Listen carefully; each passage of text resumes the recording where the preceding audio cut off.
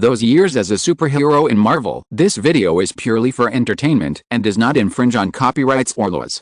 The rights to the novel and image belong to the original author. We do not claim ownership.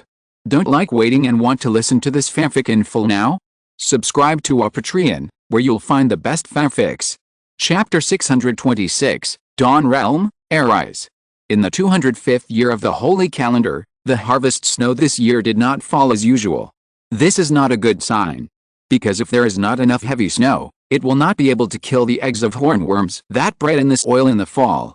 Hornworms are very troublesome things. Although there are various powerful beasts and even monsters in the Dawn territory, they can always be killed if they are dealt with properly. Because the stronger the creature, the fewer its number is. This is the nature of the food chain. Hornworms are different. They are only as small as half of a little finger. Once they breed, they are countless. When the hornworms are overwhelming, any strong person is helpless. Because the hornworms do not hurt people, to be precise, they are just vegetarian insects. But when hundreds of millions or even more hornworms act together, there will be no grass growing wherever they pass. Hornworms do not hurt people, but they will eat up the food that humans rely on for survival. Even those powerful monsters are afraid of the disaster of hornworms. Because hornworms do not only eat food, they also eat forest leaves. This will destroy the entire food chain from the bottom.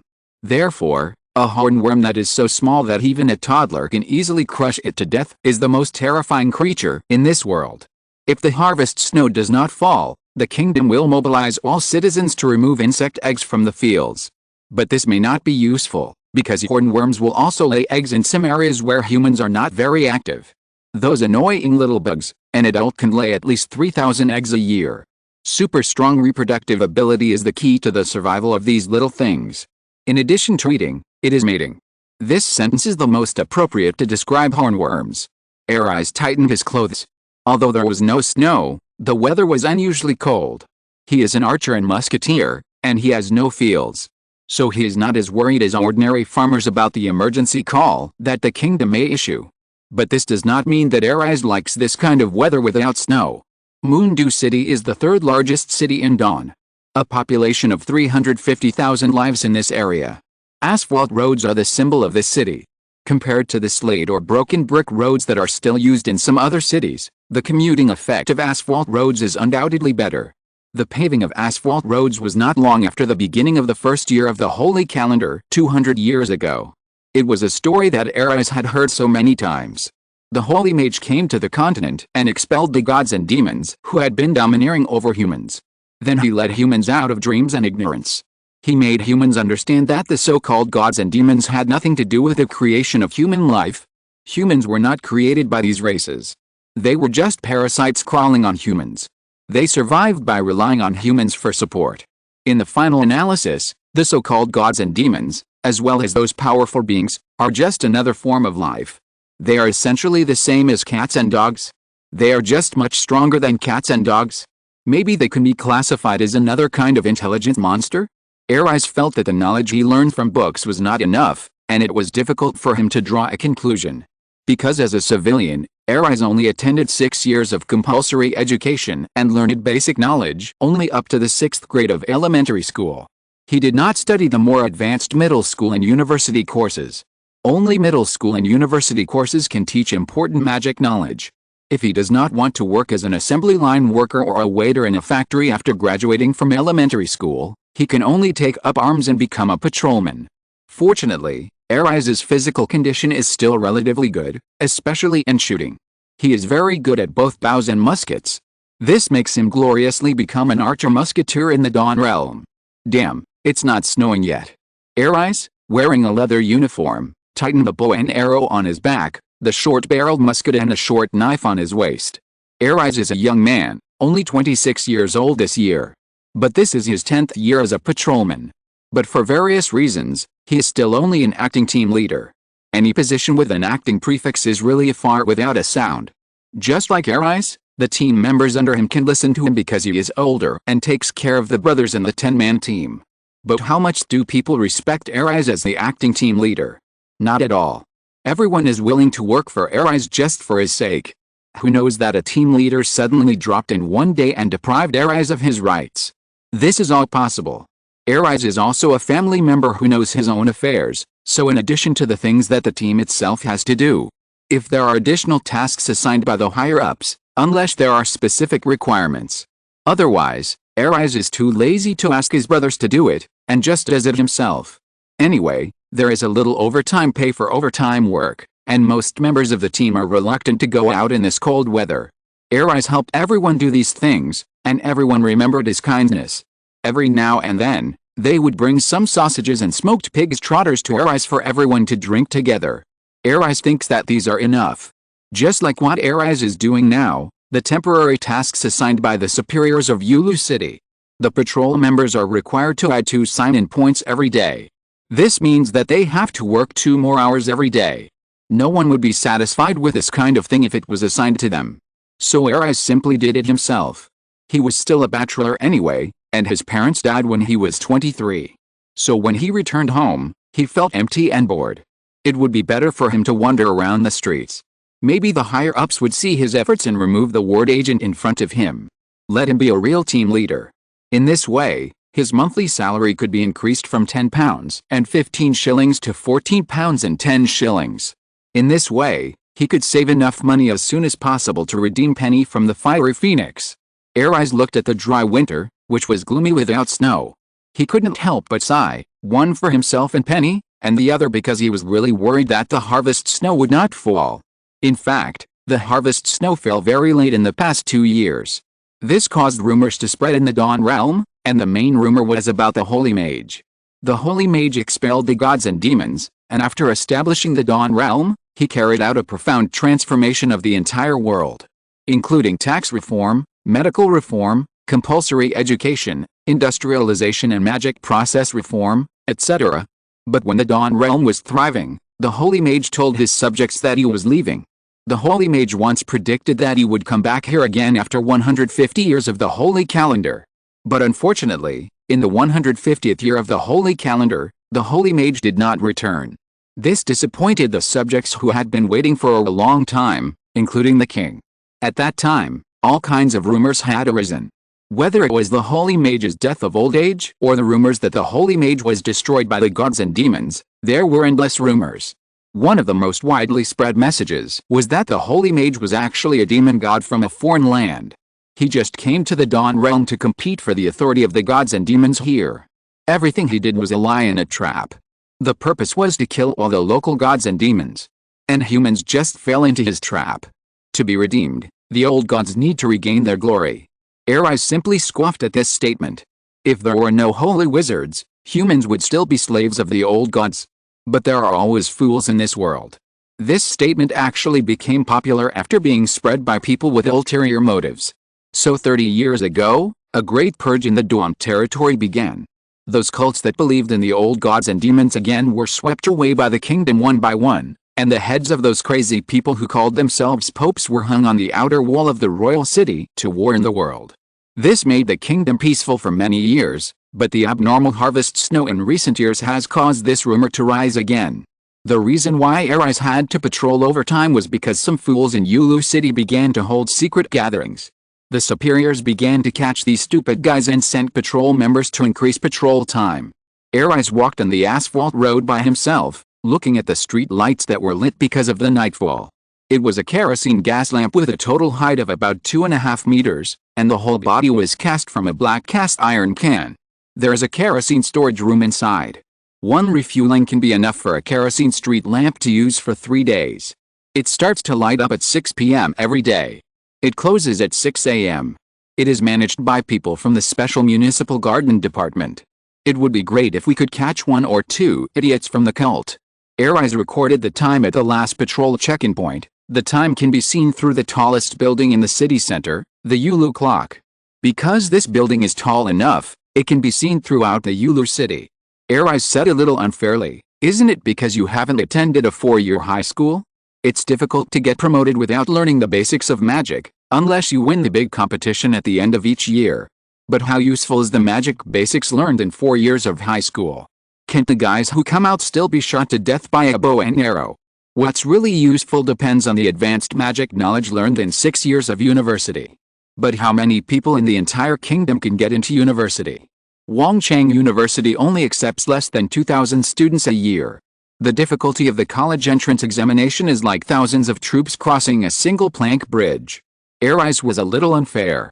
His archery and musket skills are both very good, but the archery and musket skills only account for 30% of the score in the end-of-year martial arts competition. Another 35% of the score is for the written test, and the remaining 35% is for close combat. The written test is not bad. Although he has not attended middle school, Aries can still barely pass it. But forget about close combat. His sword skills are sparse, which is okay for ordinary people who have not been trained, but when it comes to dealing with his peers, his martial arts skills can only be said to be average, not outstanding at all. It is too difficult to get ahead with the martial arts. When Aries thought of this, his eyes became more sharp. He couldn't wait to find any cult idiots on the street, and then catch them as his own promotion. But how hard is it to find such a person? Others have been looking for so long and haven't found it. You think I can find it by looking for it like this? I found it. Aries' eyes suddenly lit up. He now has a figure wandering in front of the tavern, which is very suspicious. He is wearing a well-fitting gray hooded suit. Aries doesn't know how to describe this kind of clothes, but he inexplicably thinks that this suit is very handsome. If Aries also played Assassin's Creed, he should be able to recognize the assassin service. This kind of dress is very different from other people in the Dawn territory. Could it be a spy from the gods and demons? Without thinking much, Aries took out his short-barreled musket and walked forward. One hand was placed on the shoulder of the gray-clothed hooded man, and the muzzle of the musket was pressed against the other's waist. Don't move, turn around. The gray-clothed hooded man seemed to hesitate for a moment, and then said in a joking voice, "Ah, sir, are you asking me to stay still or turn around? Your statement is very confusing. P.S. Congratulations to the second cute protagonist of this book, Shun Yuchen. Congratulations. Thank you all for your support and love for this book. I would like to thank everyone here. In addition, I need to tell you something. I will move back to my hometown from Shanghai on the 29th of this month, which is Saturday. So I have been busy packing and boxing recently, and the update is not very stable. There will be a lot of things to deal with after I go home. Updates will not stop, but I can't update 3 times a day recently. I hope you can understand. That's all. Thank you for your support." Chapter 627, The Strange World and the Mysterious Hooded Man. This is a strange world. Li Ji, wearing the gray hood of a night walker, stood on the high tower of the Moondu Dell in the Moondu city of the Dawn realm and looked down. The black asphalt road was paved evenly, and there was no difference from the road surface paved with a road roller. There were street lamps standing on both sides of the street. Although they were only kerosene lamps, they were enough to provide enough light for pedestrians walking on the city roads in the dark. Most of the houses on both sides of the street were relatively low. 2-story and 3-story houses were the most common, and there were few high-rise buildings. Except for a huge dome-shaped building about 60 meters high in the center of the city, other houses rarely exceeded 20 meters in height. The tallest building in the city is the Moondu Dell, which is 280 meters high, and that is where Li Ji is standing now. Standing here, you can have a panoramic view of the entire city. This city has a city wall, and the architectural style is very similar to the European architectural style of the late Renaissance and the Great Colonial era, with large chunks of granite or similar foundation stones as the basic materials. There are also decorative marble slabs that have been polished by water. Some of them are hung on the exterior walls for decoration, but most of them are used as floors inside high-end buildings. From the perspective of architectural style, to give a more vivid analogy, it is more like the architectural style of the old foreign-style buildings on the Bund in Shanghai. This city also has walls on all 4 sides, rather than being a truly open city. The 30-meter-high wall divides the entire city into 2 areas, inside and outside. These buildings and the city give Li Ji an indescribable sense of disharmony. You can think of part of this city as Europe in the 15th century, but another part is very much like Europe in the 19th century. What is even more surprising is the language of this world. Li Ji noticed that this world uses English. It is not a British English or American English that Li Ji uses on Earth. It is a more traditional Old English.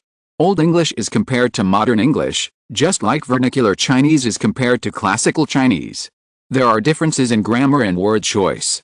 If it weren't for the fact that when he was with Lan, he had learned a passage of Old English to read the books in Enigmatic, then it would be very difficult for Li Ji to understand the text of this world now. Li Ji felt that if he had to define this world, the term steampunk would be very appropriate. Because he saw someone using a staff to release magic such as a fireball. He also saw some huge machines that used unknown power sources to forge steel parts. Some people wore clothes made of artificial chemical products such as artificial leather. This proves that the basic chemistry of this world has developed to a certain extent, otherwise it would be impossible to make items such as artificial leather. Li Ji stood on the top of the Moondudel and looked far away. He could see some chimneys more than 10 kilometers away in the northeast corner of the city. Li Ji suspected that there should be factories there. The long asphalt road extended from the urban area and extended further after reaching the factory area. On the asphalt road, there were horse-drawn carriages and some mechanical power structure cars. Li Ji was not sure if they could be called cars, because who knows if these cars are gasoline-powered. It's really strange. Regarding the group of numbers following the word D in Howard's notebook, I can only assume that the calculation is the longitude and latitude. Li Ji turned on the cloaking device and jumped off the Moondubel.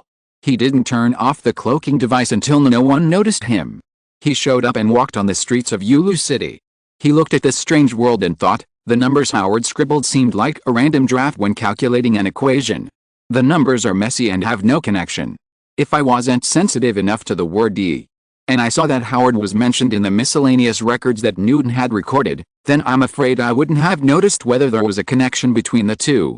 Li Ji held his chin while walking on the road. Unknowingly, he walked to the door of a pub with a sign of Broken Axe Bar. He stood there and continued to think. Through the measurement of longitude and latitude, there is no clear discovery on Earth. But when I left Earth number 1 last time, I once thought about whether someone, like me, left a backdoor in other dimensions to facilitate returning again. And this idea seems to be correct. Is it only the Guardian who can enter this special half-dimension, or can powerful people like Newton and Ancient One also enter? But what tricks are Howard and Newton playing? Li Ji was not sure.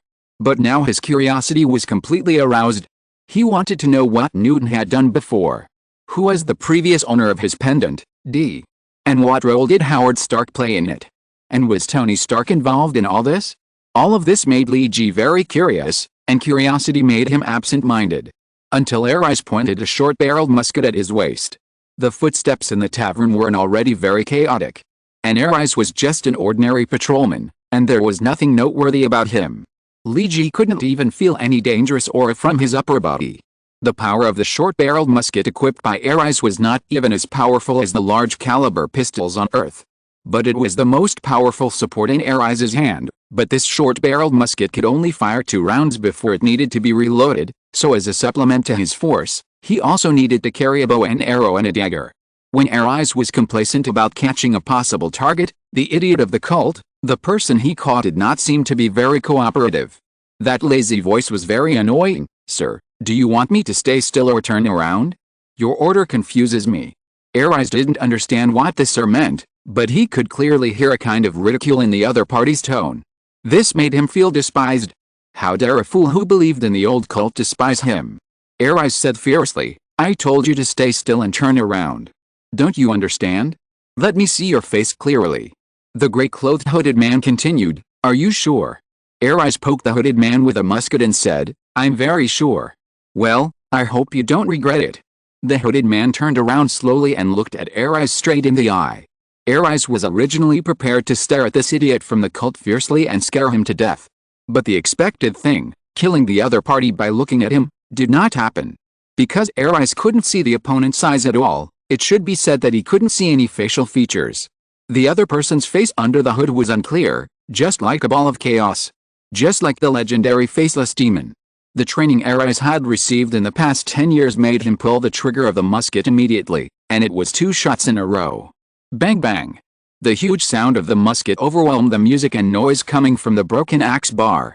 Many drinkers rushed out of the bar to see the source of the gunshot. The owner of the bar, Paul, was the first to rush out. He saw Arise holding the musket in a daze and asked, Did you shoot just now? Arise. Arise has been a patrol member for 10 years, and many old residents in this area know him. Who are you attacking? Paul looked at Arise in surprise. There was only the wall of the bar in front of Arise, and 2 lead bullets were deformed and embedded in the wall. I just found a cultist, and I wanted to arrest him, but he suddenly disappeared. Arise stuttered. He didn't know what happened in the blink of an eye. Paul looked at Arise suspiciously, and then said, "But there is no one else here. Are you attacking the wall? Or have you been patrolling for too long recently and have hallucinations?" Arise opened his mouth but couldn't say anything. What just happened was too weird. Even if the magician from the royal city came, he might not be able to explain what he just saw. Arise woke up from a nightmare again.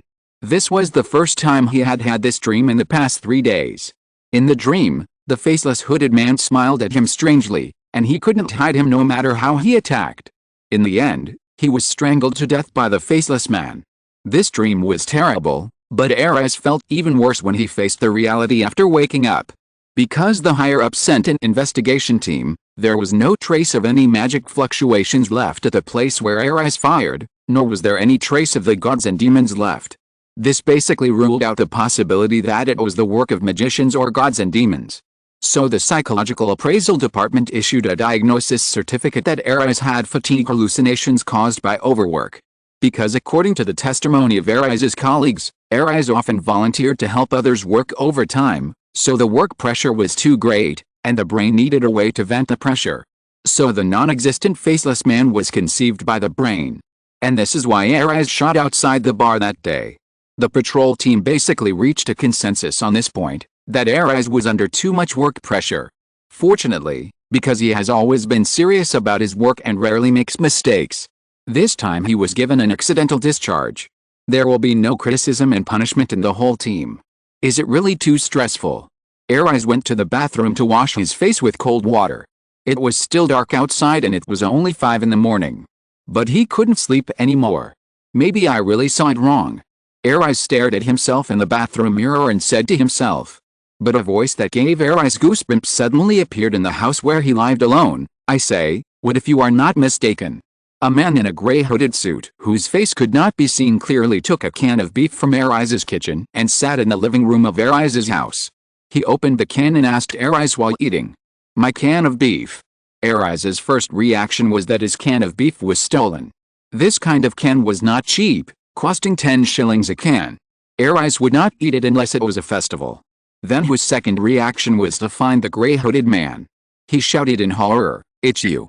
Arise's tone was a little distorted. "Yes, it's me. But your voice is really special? Is your secondary job a castrato singer?" Note, the hooded man turned his head and looked at Arise, his face still in chaos. Note, castrato singer. Before the modern bel canto and high-pitched singing methods were systematically and scientifically summarized and implemented for teaching. In the Middle Ages, even female singers could hardly reach the pitch required by some operas. So in order to train high-pitched singers, opera troupes castrated boys at a young age to prevent them from entering the voice change period and to keep the high-pitched singing voice of boys. On the stage of drama, they played female roles and sang high notes. Chapter 628. What's the price? The hooded man in gray sat in his home, which made Arise's throat tighten. Because of the assessment given by the psychiatric evaluation department before, Arise always felt that he was really under too much pressure. So seeing the faceless gray man was just an illusion. But now? That mysterious guy was sitting in his home, eating canned beef that he couldn't bear to eat. Is this also an illusion? Is he sleepwalking in his canned beef? And the strong beef aroma can't deceive people. As a 26-year-old young man, he is also a professional who has undergone 10 years of patrol team training. Arise knows very well what he should do now. He stood still for 8 steps, and the air in his abdomen was recovered and sunk into his dantian. In one breath, Arise suddenly exerted force, and the air rose from his dantian, all the way up. Before reaching the top, Arise suddenly moved. Ariza suddenly shouted loudly with lightning speed, "Help!" The high decibel and wide range of his voice were amazing. From the low octave to the high octave, it was completed instantly, just like the gearbox of the continuously variable transmission completed the speed-up bite instantly. Ariza would hit the hooded man? Who gave you such an illusion? It was 5 o'clock in the morning, and the location was Ariza's own home. He just couldn't sleep and got up to wash his face, and then started a day of detoxification. Now he was only wearing pajamas and had no weapons in his hands. He was blocked by the hooded man at the door of the bathroom and had no chance to escape. What else could he do except shouting for help? Even with a musket, he couldn't hit the hooded man, let alone with his bare hands. Now, apart from hoping that the night watchman heard his shouting, or the neighbors heard his cry for help and then notified the patrol team, there was really not much Ariza could do. Of course, it would be best if such a shout could scare away the hooded man. The hooded man obviously couldn't stand this kind of attack that could be described as a magic sound piercing his brain, and couldn't help but cover his ears with both hands. It wasn't until Ariza's voice was almost hoarse and he couldn't help but start coughing that the hooded man put down his hands that were covering his ears. You scream as hard as you can. Even if you scream your throat out, no one will come to save you. The gray-clothed hooded man said this to Ariza while eating canned beef. Cough, cough. What did you do? Ariza's voice was unusually hoarse now, because he just shouted too hard. The vocal cord seemed to be a little injured. What did you do? It's just that the people around can't hear the sound here, and can't see the scene here. The hooded man said to Ariza nonchalantly. Shielding magic? You are a mage, a doctor-level mage. Ariza leaned against the door of the bathroom, trying to find a possibility of escape. But this possibility is very small. If the other party is a powerful mage, he has no chance of escaping. Especially if his magic power is so high that even the first Magic Affairs Management Department of Yulu City can't detect any traces. I absolutely have no way to fight him. Because this means that the magic power of the hooded man is at least at the level of a doctoral graduate of Wangchang University. As a primary school student, it is impossible for me to beat a doctoral student without even attending middle school. You know, there's a huge gap between primary school and doctoral students, namely middle school, university, and graduate students. And the gap at each level is exponentially multiplied. Several leaders of the first Magic Affairs Management Department of Yulu City are just college students, but they are already the top powerhouses in Yulu City. As for graduate students and doctoral students, it is rare to see them except in Wangchang University, and as for the legendary doctoral supervisors and professors, they are even rarer. Only doctors, or doctoral supervisors and professors who are more advanced than doctors, can deal with doctors. This is the consensus of the Dawn Realm. Even the gods and demons must send out their top powerhouses to besiege in order to deal with doctor-level powerhouses. But the hooded man did not agree with Ariza's guess. He just looked in Ariza's direction for a long time, and then said faintly, I have no talent for magic, and I have given up in this area a long time ago. Ariza did not believe it.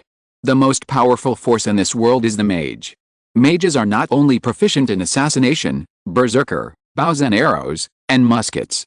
They also have to learn astronomy, literature, history, mathematics, chemistry, physics, and magic writing. Only then can they specialize in magic. Almost every mage has his own unique spells, and no one knows where the bottom line of a real university graduate is. The population of Dawn Realm is nearly 100 million, and there are nearly 1 million people taking the college entrance examination every year, but only 2,000 people can be admitted to Wangchang University, and only 1,000 of them can graduate successfully. In Ariza's eyes, this mysterious hooded man must be a mage who has mastered the mysterious spell, and now the problem he faces is very troublesome. Regardless of whether the other party is a believer of the cult, the fact that he inexplicably fired a gun a few days ago must have angered the other party. As a doctor-level master, their dignity cannot be violated by primary school students. Mages are the foundation of human strength and an important force for humans to suppress the gods and demons. Mages who graduate from college are born nobles, and the kingdom will cover the graduation assignments of all college students.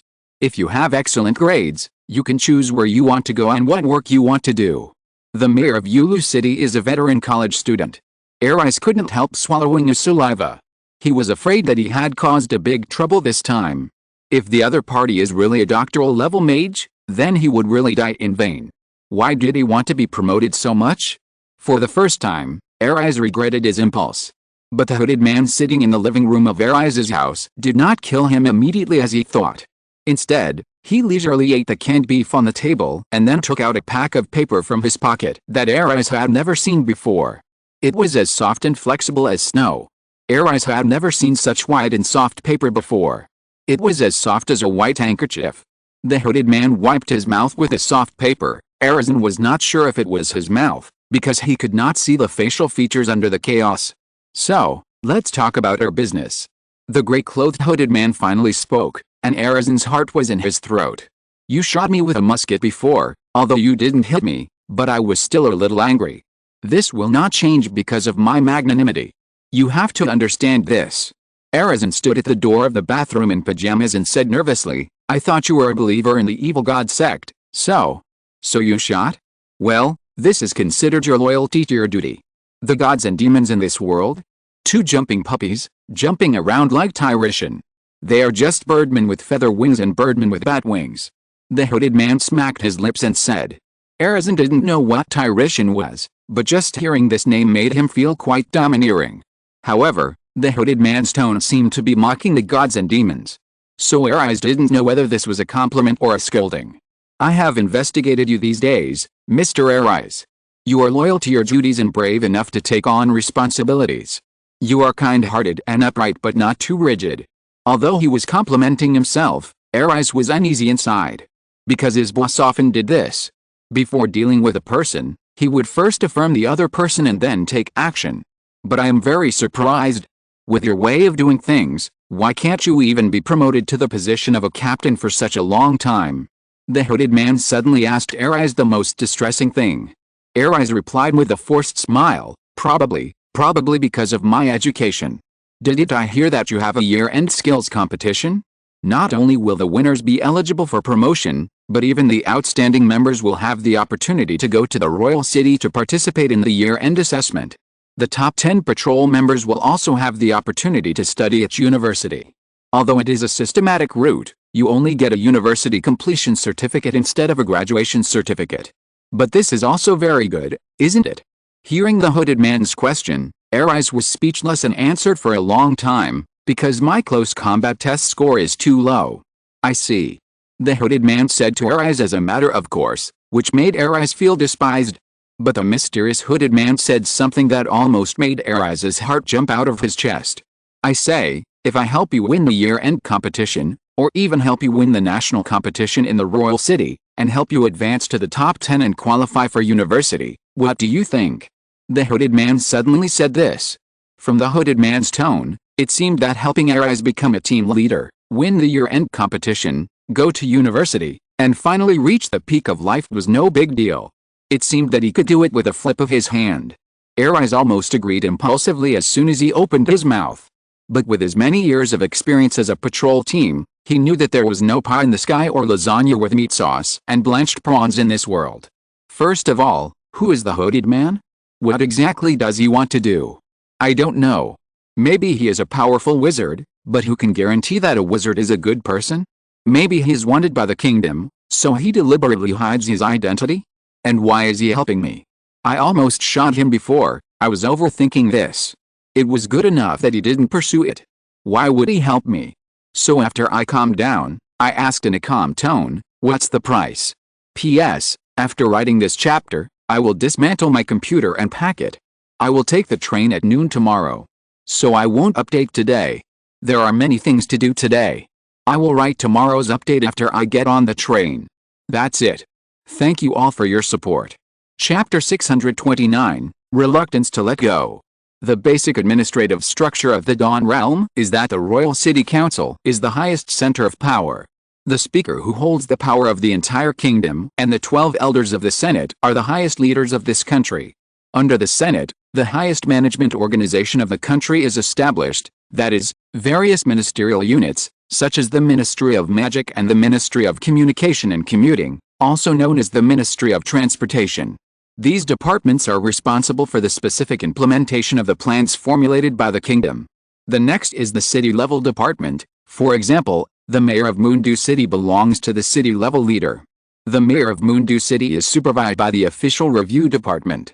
And then there are deputy city-level leaders, such as the deputy mayor, such as the director of the First Magic Affairs Management Department of Moondew City, who belongs to this class.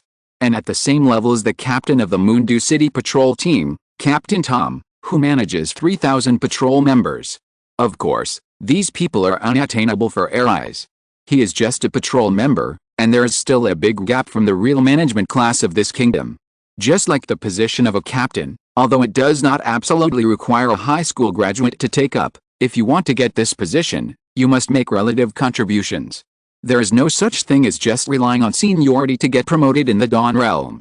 This is a place where strength and merit speak louder than words. It is difficult for people without skills to make further progress in this society. Do you want to be promoted? Of course, he does. You should know that Arise's current salary is only £10 and 15 shillings a month. According to the basic currency exchange value, £1 can be exchanged for 20 shillings, and 1 shilling can be exchanged for 100 pence. Arise's most common form of entertainment is reading the Dawn Monthly. This monthly magazine, which is released once a week, has about 120 pages and costs 5 shillings. In short, Arise spends 1/22 of his salary on reading every month. However, reading books is expensive. Dawn Weekly is the most approachable publication. Of course, if you don't care about timeliness, you can go to the second-hand bookstall to buy last year's magazine. The price is only 1/3 of the original price. In terms of food, Arise's usual meal includes the following: a portion of stewed black beans, a portion of multigrain bread, a small portion of smoked chicken, and a portion of vegetable soup. This cost about 50 pence. Because patrolmen exercise a lot, Arise has to eat this kind of food 4 times a day to ensure that he is not hungry. The daily cost is 2 shillings. The monthly food cost is close to 60 shillings. That is £6. Adding other daily expenses and a copy of the Dawn Monthly every month, Arise has to spend at least £7 and 15 shillings every month. He can only save about £3 every month. Of course, this income is actually higher than most people in the kingdom. If you work as a waiter or an ordinary worker, your monthly income will be about £1 to £2 less. In that case, you can't eat meat for every meal like Arise. Instead, there may only be 1 meal a day with meat. In fact, in the civilian area where Arise lives, many people envy Arise's job. Especially those boys, seeing Arise wearing a black leather-tight uniform, with a knife and a gun, and a bow and arrow, he looks majestic. There are even many girls who flirt with Arise, and many people propose marriage for him. But Arise has been single until now. This puzzled many people. How could a man with a good income and a stable job, who is not handsome but at least tall and good-looking, not marry? Some people speculated that Arise wanted to climb up. If he climbed to the position of squad leader or even team leader, then the wife he married would not be a simple civilian girl. Instead, she would be the daughter of a wealthy merchant or a daughter of a small official. This would be helpful for his future career. I have saved about £300 this year, Penny. The money will be enough soon. Arise held a glass of unfiltered rough beer in his hand. The beer was a little cloudy and not the beautiful transparent golden color. The bubbles were not fine. This kind of beer had no advantages except being cheap. But opposite to Arise, who was drinking such a rough beer, sat a beautiful lady. Her skin color was a healthy and beautiful wheat color, and she had a pair of beautiful green eyes. The transparent green was like the finest emerald. Her plump apple cheeks and dimples when she smiled made her even more charming. But now the beautiful lady frowned slightly, and her eyebrows became a character. Arisen, I told you that you don't need to care about me. You should have married and had children long ago. Instead of wasting your time here with me. I said it a long time ago, Penny. You are the only lady I want to marry in this life. I want you to be my wife. Arisen stared at Penny's eyes and said seriously. But Penny avoided Arisen's fiery eyes and said in a low tone, marry a prostitute? Is this really okay? Does it matter? Arisen said indifferently, I like you because I like you. It has nothing to do with your identity. This will not become an obstacle to a relationship. Penny smiled weakly, because there was indeed a huge obstacle between her and Arisen, which was real. Her father was originally a small grain merchant, but he went bankrupt 5 years ago, and owed thousands of pounds of debt. The cowardly father chose to die, but his death could not stop the creditors from collecting debts. Such a debt could only fall on Penny. Penny, who had no ability to resist, was forced to work in Phoenix Fire to pay off the debt. Until today, Penny has paid off most of the debt, and she can be free if she has £500 left. If Arise is really willing to pay £300, she can actually get out of this damn place in a few months. But Penny is helpless, because she knows that she can't get out before her last value is squeezed out. She knew Arise many years ago. They were playmates on the same street in childhood, and the relationship between the two has always been good. When her family was still well off, Arise once came to ask for marriage. But her snobbish father looked down on Arise, an ordinary patrolman. At that time, Penny's father was still thinking about his future business becoming bigger and bigger and becoming a big grain merchant. So he met big people who he thought were useful everywhere. He wanted to use the beautiful Penny as his own promotion. But when his father owed a huge sum of money and his family was broken up, the only one he still cared about was his childhood playmate Arise. The so-called big shots that the snobbish father met back then were just standing by and watching when his family was broken down. Thinking of this, Penny turned to look at Arise. This man was not handsome, but he had a decent appearance. Because of his long-term work in the patrol team, his edges and corners were almost smoothed, so he did not have any outstanding temperament. Arise was just an ordinary person among the crowd, but for Penny, perhaps this man was the only person in this cold world who could make her feel warm. So Penny looked at Arise with some tenderness. She reached out and grabbed one of Arise's hands and said, "Arise, there are some things we are powerless to resist. You know the big boss behind the fiery phoenix. If they don't want me to, then I can't get rid of all this. This is not a matter of money, Arise. It's not even a problem that money can't solve. You and I are just civilians, not officials, not nobles, and we have no power. There are many things in this world that we can't decide." Penny's eyes were a little red as she said, "So let go. 300 pounds, you can give a betrothal gift to the daughter of a very good family. You have your life, so let go." Arise's hand holding the handle of the wine glass was clenched tightly, and the veins bulged. He was just a patrolman, and now he was just an acting team leader. In this vast territory, he was nothing. Even in this Mundu city with a population of 350,000, he had no strength or power. Arise just didn't want to consider all his plans for the worst. But today Penny shattered Arise's last fantasy. Arise didn't know how he walked out of Penny's room, but he remembered a guy he met on his way out. A guy who had also pursued Penny was the young master of a large cloth store in the XC area. A man with a strong smell of powder. Penny looked down on him back then, and Arise also looked down on this guy. He had been humiliated in front of Penny and Arise many times back then. And the second-generation ancestor was obviously a grudge-bearing guy. He took one look at Arise and felt that he looked a little familiar, and then quickly remembered something. "Hey, isn't this our Captain Arise?" The second-generation ancestor smiled sarcastically, and he didn't take a deputy captain seriously. "Why, are you also looking for a lover in the fiery phoenix? It's okay to say it."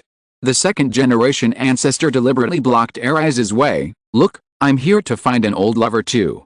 Do you remember that Penny? The one who looked down on me back then? I remember you helped her fight a few times." Listening to the second-generation ancestor's words, Arise looked at him unkindly. But the second-generation ancestor continued to say without any concern, "You see, she can't refuse me now. I wanted to marry her back then. As for now, haha." The second-generation ancestor laughed sinisterly. "Now as long as you have money, you can be a groom every day. Don't you think this world is interesting?" Ha ha ha. The second-generation ancestor laughed happily. Looking at Arise's iron blue face, he felt like he had taken revenge. Looking at Arise's tightly clenched fist with his fingertips almost white, the second-generation ancestor continued, "Why? Are you here to find Penny too? I remember that you always liked to follow this bitch as a servant. You wanted to marry her but didn't. It doesn't matter. Now you can be a groom as long as you pay. Oh, by the way, you probably can't afford it. Penny costs 20 pounds a night. How much can you earn in a month? Probably not enough. How about it, we still have a chance to meet, or I'll treat you once, and we can be grooms together tonight." The second-generation ancestor's words made Arise's anger reach its peak. He could only squeeze out a sentence from between his teeth, "Get lost." Seeing Arise's murderous eyes, the second-generation ancestor was not afraid at all. Because he brought 2 bodyguards with him. They were strong and powerful, and their martial arts skills were much better than Arise's. The second-generation ancestor was not stupid. He saw clearly that Arise did not carry a musket. Such an Arise did not pose much threat. That's why he dared to provoke him unscrupulously. After Arise told him to get lost, the second-generation ancestor immediately put away his fake smile. He snorted, "You ungrateful thing. Since you don't want to be a groom, I will pay a little more money today and let my 2 brothers have the privilege of being a groom." "Thank you, young master." The 2 strong men who had been following the second-generation ancestor immediately smiled and replied, "A beauty like Penny is worth a lot of money, and they are reluctant to spend this money. The second-generation ancestor snorted and walked past Arise, saying in a low voice, "Annoyed with me? You clenched your fists so tightly. Want to kill me? Come on, kill me. Can you kill me? Trash." Arise watched the second-generation ancestor walk into the gate of the fiery phoenix with 2 bodyguards, and a heart-wrenching pain attacked his whole body. It seemed that every capillary in his body was about to explode, every nerve was stimulated by electricity, and every pore was oozing blood. He only brought a short knife with him. His right hand was now on the handle of the knife, calculating how to kill the second-generation ancestor with one knife. But as if they had a sense, the 2 bodyguards beside the second-generation ancestor turned around at the same time and faced Arise. Their hands were placed on their waists, and each of them carried 2 short knives. Looking at the calluses on their knives, it was obvious that they were experienced in using knives. The 2 bald men looked at Arise with a smile. They were not afraid of Arise's actions. As long as Arise dared to draw his knife, they could chop him up. Because they were just acting in self-defense. They didn't even have to go to court. The second-generation ancestor was standing behind the 2 bodyguards, looking like he was watching a good show.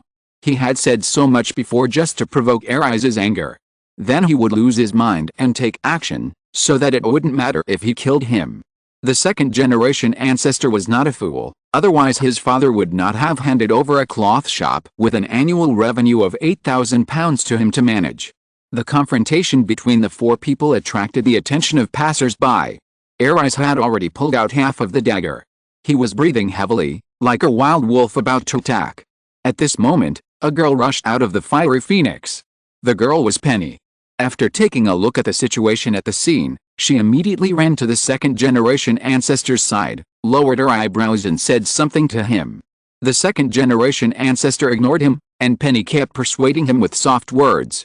Finally, the second-generation ancestor seemed to let go and said something, and a hint of hesitation flashed across Penny's face. But after taking a last look at Arise, Penny nodded to the second-generation rich man, as if she had agreed to something. The fight did not happen in the end. 10 security guards from the fiery phoenix came and restrained Arise. Arise could only see Penny's figure going away in the gap between the crowd. And she turned back and made a mouth shape to him, "Let go, none of us can fight." When everyone dispersed, when 6 or 7 security guards threw Arise into the back alley like a dead dog, when Arise was lying on the cold road with a dead heart. That ghostly voice appeared again, "Are you willing?" It was that person. It was the gray-clothed hooded man. "Compared to the price, are you really willing to accept everything you are accepting now?" The gray-clothed hooded man suddenly appeared from the air, as if out of nothing, and he stood in front of Arise. He looked down at Arise lying on the road. At the same time, he also looked at the scars on Arise caused by the fiery phoenix security guards. "That girl is good, but she can protect you once, but she can't protect you every time. If everything in this world needs to be fought for by yourself, how can you get such a girl?" The hooded man's voice was calm, without any mockery. Arise was lying on the cold floor and looking at the faceless hooded man. His tone was colder than the cobblestone road in winter, "So I still have to sell my soul to the devil in the end. Please don't compare me with those birdmen with bat wings. At least with me, you can get what you pay for. So, tell me your answer." The hooded man continued to ask calmly. Arise climbed up from the cold road with the great pain all over his body. There was a fire burning in his eyes, a flame called unwillingness burning fiercely. "Then I agree to your conditions, but please keep your promise." "Of course, Mr. Arise. Let's go to the lively bar for a drink first. I can give you a small gift later." The hooded man smiled. "P.S. I typed 4,800 words on the train, and there may not be an update in the evening. There are still restrictions on the train. If you can write, write. If you can't write, there's nothing you can do. Please forgive me. I'm so tired of typing on the train. I'm begging for a ticket." Chapter 630, Stealing People. The Phoenix was a bit lively today, or a bit too lively. The first lively thing was the conflict between Andre, the young master of the cloth shop in the West City, and an acting captain of the nearby patrol team. It was said that they almost fought with knives, but the security guard of the Phoenix quickly ran out to stop the guy named Arise. Otherwise, if Arise started first, he would be chopped into pieces by Andre's 2 men. They were 2 excellent swordsmen, and their fighting power was not comparable to that of ordinary patrol members. Moreover, They were acting in self-defense, and Aris's death was probably in vain. At most, it would be embarrassing for the patrol team, and Andre would have to spend a sum of money to deal with the officials of the patrol team. It was really a trivial matter for Andre. It took a little effort to kill a guy he didn't like, and Andre felt that this deal was not a loss. This was the intuition of a businessman. Of course, as a businessman, most of the time, the gains and losses are measured by the input and the output. For example, the condition that Penny just agreed to let him let Aris go. Andre waited and felt that the benefits were greater. Thinking of the beautiful Penny, Andre's heart was burning. For Andre, Aris was just a small character who could be dealt with at any time. In 10 years, he couldn't even climb to the position of a small captain, and he was still an agent. Andre looked down on such people. It was also because of this disregard that Andre never bothered Aris. If he hadn't met today, he might not have thought of this small character for a while. And everything he did today was just a zero-hour uprising. If he could get another Penny to serve him wholeheartedly, Andre felt that this was a good deal. But it seems that Penny is a little interested in that kid Aris. Can he do something about it in the future? Andre thought so and followed Penny to the front of her room. When they got there, Andre hugged Penny and asked in a frivolous tone, "It was you who was approached by Aris just now. Did you get paid? Or did you pay for it?" Andre blew air in Penny's ear and licked her earlobe with his tongue. This made Penny feel sick, but she couldn't show any dissatisfaction. It wasn't a few years ago, and she was no longer a grain merchant's daughter. She could only smile and say, "He just came to pester me. He always liked to pester me. I couldn't just drive him away for the sake of our childhood playmates." Andre whispered in Penny's ear, "Remember what you said just now, my two brothers want you tonight." A strong sense of humiliation arose from Penny's heart, but she could only suppress it. She was very beautiful with a smile. The two dimples were deep and charming. Andre was very satisfied with Penny's appearance. A bitch should be aware of being a bitch. Just when Andre was about to do something in Penny's room, there was a huge commotion in the hall of the Fiery Phoenix. "I heard that there's a girl named Penny here. Someone just used a knife on her. Let her come out to see me. I will book her for the night." The person who spoke was a man with long golden hair and rather rude manners. The administrator of the Fiery Phoenix hated this kind of person the most, but sometimes he had to be careful in receiving him. Because this kind of guy might be the one who participated in the battle between gods and demons on the front line. These people have no other skills, but they are very good at fighting. If you anger them, there is really no benefit. So the administrator could only come over and say to the other party, "I'm sorry, sir. Penny already has a guest tonight. If you want her to compensate you, why not wait a few days? After paying the deposit, we can help you make an appointment." The administrator wore a formal smile, and he felt that this was enough. Because when he said these words, not far behind him stood 8 security guards with short knives and long sticks. "I was polite before I used force, and I also secretly warned the other party that the Fiery Phoenix was not a place where people could manipulate me." According to the usual script, the other party should have finished at this time. Either pay the deposit and queue up, or get out. But the rude man in front of him seemed not to see the security guards behind the administrator. With lightning speed, his huge palm had already grabbed the administrator's neck. Just like holding a chicken, he lifted the administrator in front of him and shouted in the administrator's ear, "I want Penny now, are you deaf?" The administrator was almost suffocated by being caught. He jumped hard with his feet, trying to break free from the rude man's big hand. But the other party's hand was like an iron clamp and he couldn't break free no matter what. The security guards not far away didn't need the administrator's call, and had already picked up long sticks and short knives to surround him. This person who came to the Fiery Phoenix to cause trouble was not the first, nor would he be the last. They already had a lot of experience. It's better not to kill people, because there will be too much trouble in the future. But if he is disabled, it doesn't matter much. The boss of Fiery Phoenix can settle the official with a little money. So 8 security guards waved long sticks and short knives to attack the rude man's limbs. Haha. The rude man laughed contemptuously. He did not put down the administrator in his hand, but directly took him to fight back against the security guards. Bang bang bang. The rude man kicked out 8 times in a row, almost kicking the waists of 8 security guards in no particular order. 8 people were knocked down in an instant. These security guards who often fight fell down before they had time to attack, holding their waists and wailing on the ground. Fast, The administrator has never seen such a fast person. His move was like lightning, and he instantly put all his men down with just kicking. The rude man held the administrator and asked, "Where is Penny?" The administrator clearly saw a murderous intent in the other's eyes. He knew that he couldn't afford to offend this killing god. So he immediately pointed to the direction of Penny's room. The noise outside also affected Andre. He sent his bodyguard out to listen to what happened outside. The bodyguard sent back the news of what happened before and how the rude man subdued the security guards. The two bodyguards had no chance of winning against each other. Let's go. Andre Lima made a decision. There was no need for him to conflict with a guy who looked difficult to deal with for a woman. As a second-generation rich man, he knew very well what it meant to pick on the weak. For example, Auriza was fine, but this one was fine. Anyway, he was not a sex-hungry ghost, and he could not live without a woman. So he decided to leave this place immediately.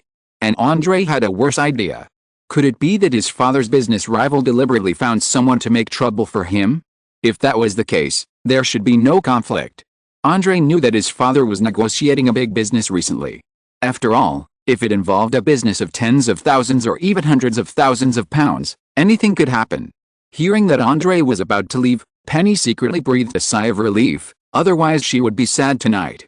But she was also a little worried about the rude man Andre mentioned. Andre could escape, but she had no place to escape. An inexplicable sadness filled her chest. Andre escaped, but he was still a step slower. He and the bodyguard met the rude man in the corridor. Andre did not give the other party any chance to provoke him. He leaned against the wall tightly and did not block his way. The two bodyguards also put their hands on the knife, but did not pull out the knife to avoid angering the other party. In this way, the rude man walked in the middle of the corridor, while Andre and the other two huddled against the wall. The other party just glanced at Andre and the other two, and then ignored them. Instead, he walked into Penny's room on his own.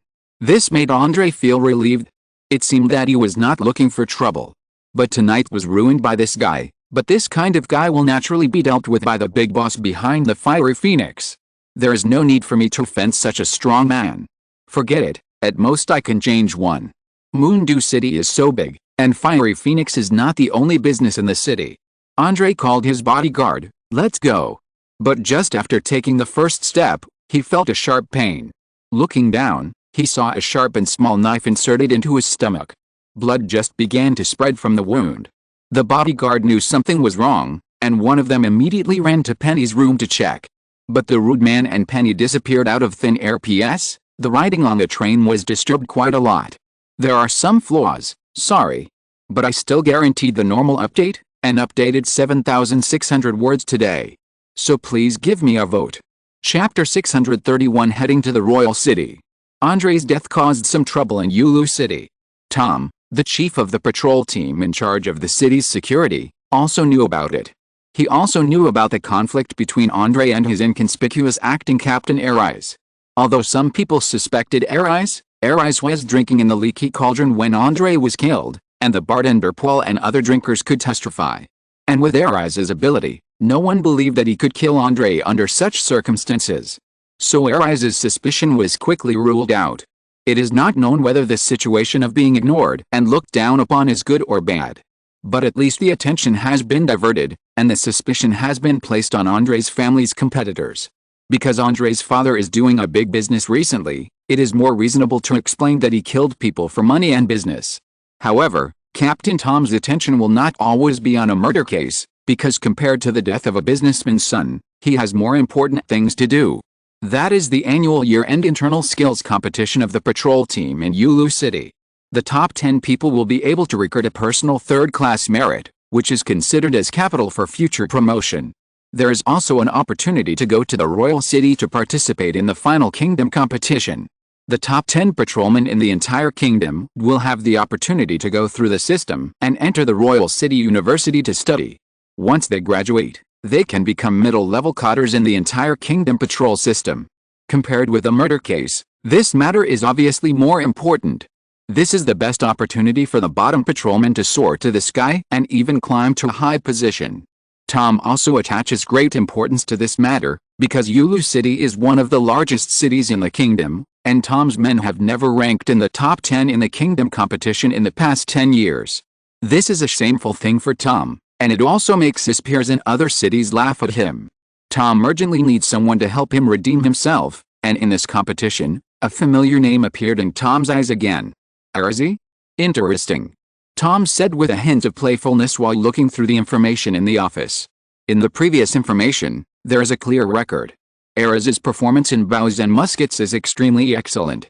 The written test was also okay, not a very high level but at least a little above the average. But his close combat and hand-to-hand combat were terrible. But in this year's competition, his hand-to-hand combat improved by leaps and bounds. Maybe it was because he had been training hard in the past year. Or maybe he suddenly realized the true use and training methods of hand-to-hand combat. Tom's secretary asked Tom with the documents in his hand, "Captain, this year's selection of candidates to go to the Royal City to participate in the competition is these 10, what do you think?" Tom smiled, looked at Ariz's name for a while, and waved his hand. "That's it, let them prepare to set off. If they don't get a good ranking this time and embarrass me again, I will cancel everyone's third-class merit." The secretary secretly clicked his tongue. This is not easy to deal with. In the national competition, all kinds of strong players will emerge in an endless stream, and some people actually had the ability to go to college in those days. But there are still some people who did not go to college for various reasons. Who dares to guarantee that they will definitely get good results in such a competition? But such matters were not something a secretary could comment on. He could only nod and say yes, and then convey Tom's intention to the people below. As for whether the people below were complaining, that was none of his business. The patrolman who had won the top 10 in the Moondew City competition could not help but complain privately when they heard Tom's decision. Only one person had a firm look in his eyes. That was Ariz, who had decided to sell his soul to the hooded man. He remembered the torment he had suffered in the past few days. Just as the gray-clothed hooded man said, his efforts would be rewarded. Ariz was no longer seeking a simple position as a captain, but hoped to go higher and farther. He still remembered that night when he returned home with scars and alcohol. Penny was sitting in his home waiting for him to come back. There was also the hooded man standing quietly on the side, and the words he said. "Hooded man, do you like this world? It is backward and ignorant, and the most basic human dignity has to give way to power and class. Ariz, I don't understand what you are saying. Hooded man, the holy wizard led you out of ignorance and defeated the 2 Birdman tribes. He is indeed great. But he didn't do what he should have done. The backward system, the old and corrupt system, whether it is the nobility, the Senate, and the system that every time you rise to a higher class, you trample on the next class underfoot. It's ridiculously backward, just like you and Penny. I think your story may be played out every day in this Dawn territory with a population of nearly 100 million. Do you want such a tragedy to happen every day? Or are you numb to the point of turning a blind eye? Or are you willing to accept it?" Ariz clenched his fists. "How can I accept it?" The hooded man smiled. "In that case, why not tear it all apart and start over? Smash all the stale shackles and build a new world. Since the holy wizard has not really completed his mission in this world, why not complete it? Make everything better, use all your strength and lifelong energy to accomplish this. Are you willing to do it? No one is superior to others, and no one can simply cover up evil. There may still be darkness, but the place where the sun can shine must become wider. People living under the blue sky have more and more smiles instead of bitterness. For all this, are you willing to do it?" Ariz answered loudly without any hesitation, "I do. But can I do it?" Ariz's voice was obviously lowered in the second sentence. The hooded man smiled and said in a matter-of-fact tone, "It may not be possible to rely on you, but if I provide you with help, you can reach a height that you never dared to imagine before." "Ariz, are you so confident?" The hooded man, "Because I was born to change the world. And this is just a midpoint station. The vastness of this world is far beyond your imagination, and it is also beyond the imagination of anyone in the Dawn realm. So, if you are willing, then sign a soul contract with me." The hooded man took out a small statue and placed it in front of Ariz. Li Ji watched in the dark as Ariz and Penny, who was disguised as an ordinary young follower, slowly left the Moondew City and began to head towards the Royal City. These days, Li Ji used the Millennium building blocks to build one illusion after another for Ariz. Can fight? It doesn't matter, practice in the illusion. Anyway, you won't die, and the time is super long. Logan can dream for 50 years in the Millennium building blocks, and Ariz's 10 years in it is really nothing. Especially, Li Ji himself entered the illusion built by the 1,000-year-old building blocks to teach him how to fight. This made Ares' level improve by leaps and bounds. In the real environment, Li Ji tried his previous conjecture. He used the legendary kitchen utensils to make some high-energy food and let Ares eat it. This is why Ares was able to overcome all the difficulties. Of course, Ares' willingness to work hard is also an important reason. However, Ares may have made a mistake. He seemed to understand the soul contract as he had sold his soul to Li Ji. Li Ji was too lazy to explain this. Anyway, there might be no harm. Li Ji, dressed in a gray hood, held a thick notebook in his hand. He gently stroked the cowhide cover and said softly, "Isaac Newton. What on earth have you done in this world? What on earth do you want to do in this world? What do Howard and Tony mean to you?" Li Ji looked into the distance, which was the direction of the Dawn Realm King City. Dawn Realm King City. In the special research room of the Department of Mysterious Affairs of the Royal City National University, huge steel-making blast furnaces stand tall. The hot molten iron turns a dazzling white color, and then is poured out and quickly cooled into metal ingots. But this does not mean that the task is completed. The ingots are transported to the next special department, where all the workers are mages who have received professional training from the university. But they do not have any noble demeanor here, but are like ordinary assembly line workers. They use their magic to purify and refine the ingots that have been transported. When this step is completed, the ingots will only be half the size of the original. Then they will be sent to a special machine for remelting. This is a very old device that has existed for almost 200 years. It is rumored that it is a product left by the Holy Wizard. When the remelted ingots come out of the furnace, they will glow with a beautiful blue-purple light. Then they will be sent to the next workshop. There they will be hammered into pieces of special armor plates, but those armor plates are too huge. It's like armor made for titans. This production workshop has never stopped since it started 200 years ago. They obeyed the last will of the Holy Mage, the legend that only a few people knew. One day the final holy war will come. Li Ji, who was heading towards the royal city, was looking through a piece of paper with a portrait printed on it. Although it was a bit old, Li Ji was sure that it was a print from the Dawn Realm, but Li Ji had seen the same portrait in another world, which was in the physics textbook of middle school. Li Ji was sure that the person in the portrait was the same person. However, he had different names in the two worlds. In the Dawn Realm, he was called the Holy Mage. On Earth, he was revered as the most important founder of modern physics. If someone knew some secret stories, he would also know his other identity, that is, the previous leader of the Holy Shield Brotherhood, Isaac Newton, who was called the Master. And there was a line of small words on the waistband of the notebook that Li Ji was holding: "Our world should not perish. P.S. It's the end of the month, and those who still have monthly tickets can vote for me." In addition, regarding the copy, it is actually very important. If you find it difficult to understand, you can save it and read it together. That would be great. Chapter 632 Ideas and Secrets. Compared to other things, there is only one reason that really attracts Li Ji to stay in this world. Some records from Howard's notebook and some things Li Ji found in this world. Just like the printed painting he saw, if it is correct, the person in the portrait is Newton. Set up a hypothesis: if Newton can also enter the black and white world through the space of half the latitude of the Earth, and then enter the world of this dimension through the crack gap between the dimensions. If all this is true, then what is Newton doing here? Through the collection and collation in recent times, Li Ji can roughly infer the specific composition of this world. It should be said that the entire world history here is roughly divided into two parts. The first part is the history of human suffering, the period when it was ruled by two birdman tribes as a lower animal. This is written into the textbook as a historical textbook by this world.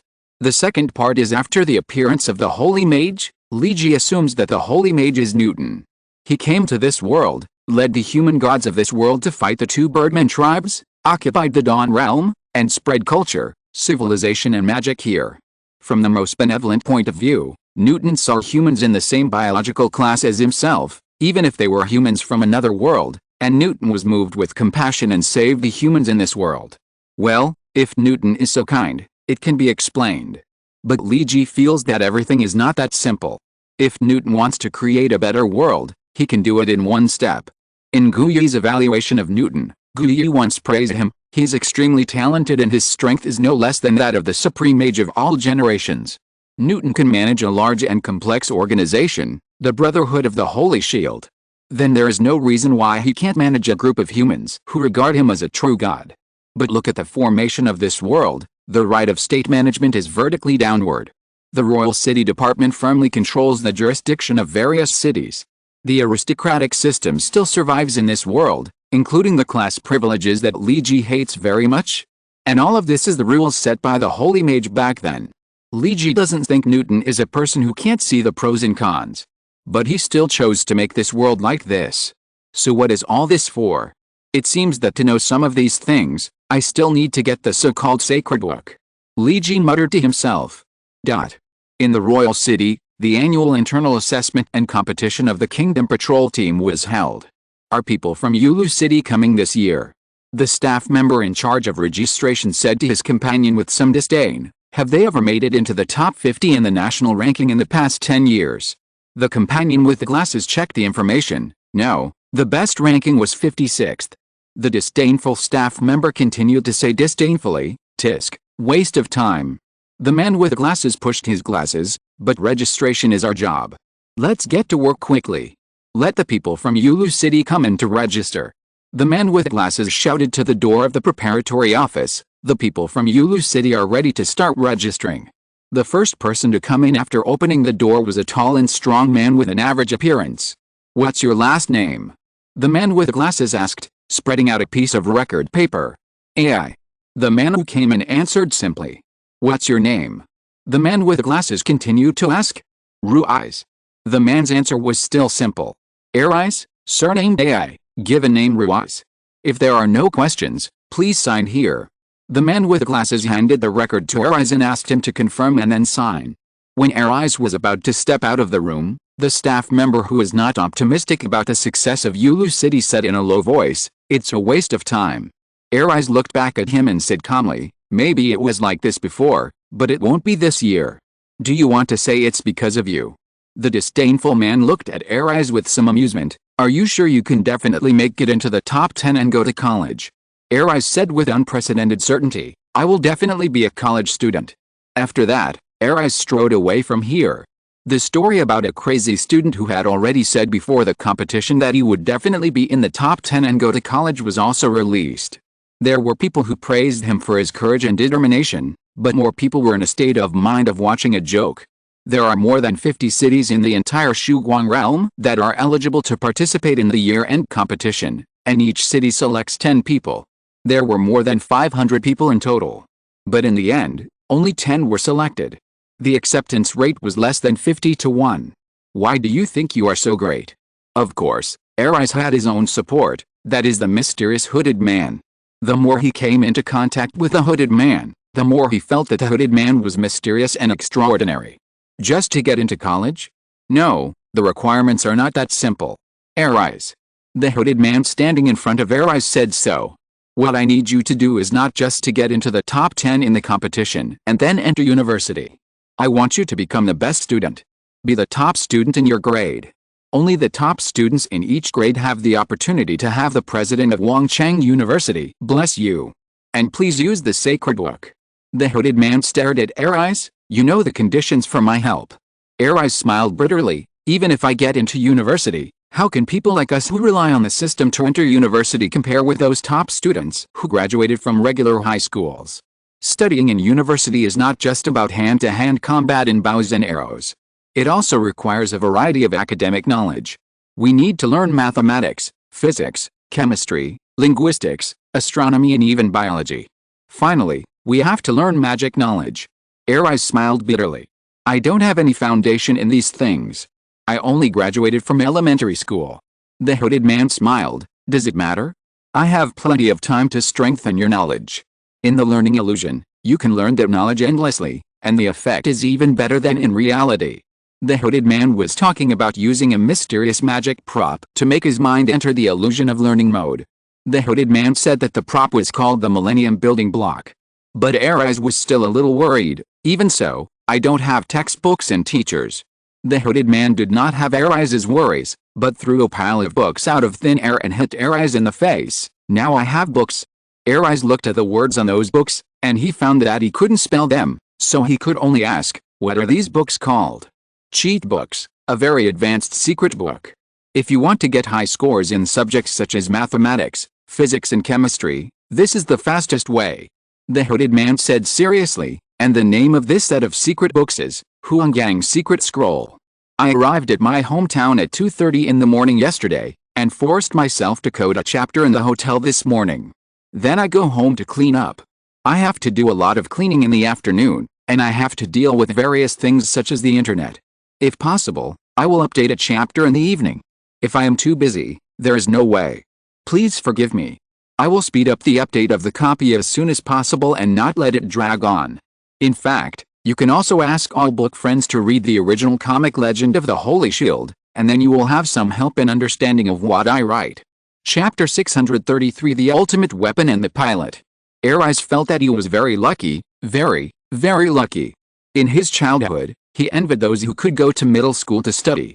Because graduating from middle school and graduating from elementary school would make people in two different worlds. After learning basic magic knowledge and some other knowledge in middle school, even if you can't go to university, there are still many other jobs and promotion directions to choose from. For example, those middle school students who can't get into university can choose to go to vocational colleges last year, and engage in jobs such as market management, basic chemical research and metallurgical industry. University is a place dedicated to training all-round magicians, and not everyone has the ability to go there. And this world is not just about relying on magicians as a profession. After all, there are few magicians. Once upon a time, Arise wished that he could sit in a bright and clean classroom, listen to the sound of reading aloud, and then sit down and take notes. Occasionally, he would walk in the green shade of the campus with some beautiful female classmates and talk about life and ideals. Ah, what a wonderful day that was. Thinking about it, maybe I have the talent to become a poet. Learning must be a wonderful thing, Arise once fantasized about it. But this evil hooded man shattered all his fantasies about learning. You've been studying elementary physics for so long and still failed. Don't think about resting until you finish 20 sets of Huanggang secret papers on physics. You haven't reached the level I require in chemistry yet. How can you compete for the top student in your grade? How can you make a splash in the freshman entrance examination? Write 10 more sets for me. Mathematics is okay. It seems that you are sensitive to numbers. Very good. Arise finally heard a compliment. It was not easy.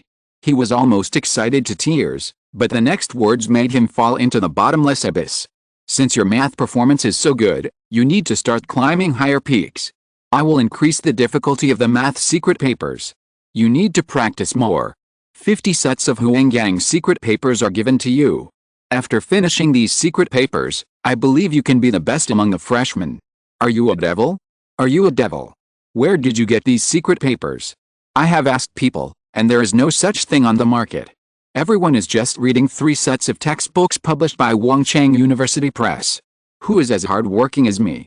Arise felt that he was not learning, but was being worked hard like an animal. Countless knowledge was like feeding liquid food to a goose. After forcibly stretching its mouth, a thick tube was stuffed in, and then the liquid food was forced into its stomach. This is not learning, this is not fun, this is a torturous job. The gray-clothed hooded man sneered at Arise's complaints. The joy of learning? What are you talking about? Learning is a war. In this war, you only have 2 states, winner, good student, loser, bad student. Heroes are judged only by scores. Happiness?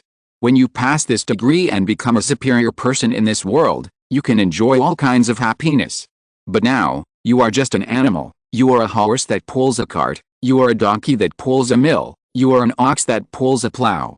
Before you succeed, even if you want to die, you can only die on the way to work. Arise still vaguely remembered the tone of the gray-clothed hooded man when he said these words. That rather terrifying tone made Arise have no intention of resisting the other party. Li Ji was very satisfied with Arise's diligent study in the illusion built by the 1,000-year-old building blocks. Only those who are addicted to learning can meet Li Ji's requirements. He wanted Arise not only to enter the top 10 in the ordinary competition, but also to become the head of the grade during the entrance examination of Wangchang University. Only in this way can the president of Wangchang University bless Arise and take out the sacred book. Legend has it that the sacred book is the legacy left by the sacred wizard in this world, which records many secrets. Li Ji wants to get this book. But the book is well hidden. Li Ji has sneaked into Wangchang University several times but has not found it. After all, the world is so big that it is not difficult to hide a book if you are determined. As for Arise's training, it is not troublesome for Li Ji. Because compared with the national competition of the patrol team, Li Ji actually doesn't care about the entrance examination of the university. After all, the entrance examination of the university mainly tests cultural courses, not fighting. The real start of magic in this world starts from college. Middle school simply teaches some common magic common sense, and does not engage in real magic teaching. Those who start learning from college can be regarded as magic apprentices, and those who can successfully graduate from college are magic trainees. The way to enter the university is to learn various basic knowledge as a condition. Mathematics, physics and chemistry are the most important subjects. In Newton's five-fold secret arts, mathematics is listed separately as a secret art. And this world can be said to be in the same vein as Newton's magic.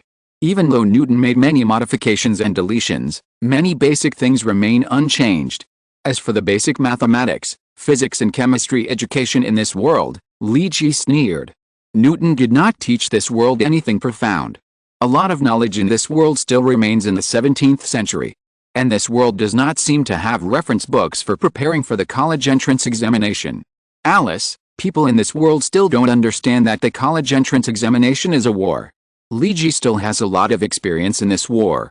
Although it has been several decades since he participated in a cruel college entrance examination in the past. But he still remembers the cruelty of it. He can finally find someone to bear the suffering he has suffered. It's time to let the people of this world see the power of Huangyang's secret scroll. Li Ji smiled as he looked at Arise, who was fighting with dozens of secret scrolls. How is the recent round-robin war with the gods and demons going? In a hidden place in the royal city, an old voice asked. Teacher, the battle on the front line is going well. The gods and demons are already struggling to survive. But I don't quite understand why we still use this round-robin war to consume each other when the kingdom has long been able to eliminate these two races, another majestic and powerful voice answered.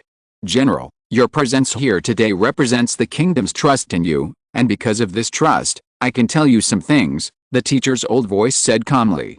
Why do you say we need to take the crystals from the gods and demons? The general thought for a while. Isn't it because those crystals growing on their heads contain considerable magical energy, which is very useful for the construction of the kingdom? Mages need to study these crystals. The teacher shook his head. It's not that simple. Their crystals are not as useful to us mages as rumored by the outside world. The general was surprised. Then why do we still have to fight the demons on the front line? The teacher smiled. Because we want to maintain their wildness and let them consciously have a chance to turn the tables. Let them constantly hone their skills, so that their crystals will become more powerful. The general was puzzled. Didn't they say that those crystals are useless? The teacher explained, maybe they are of no use to us, but for the holy wizards, they are of great use. The general clenched his hands and then relaxed. Holy wizard? He once predicted that he would return here in the 150th year of the holy calendar, but so many years have passed. The general didn't finish his words. The teacher understood what he wanted to say, so the teacher continued, so you also think that the holy mage is dead? The power of the holy mage is beyond your imagination, General. It's not just a coincidence that he came to our world. The general noticed a word, our world. The teacher continued, and the two races of demons are just species that provide materials for the holy mage.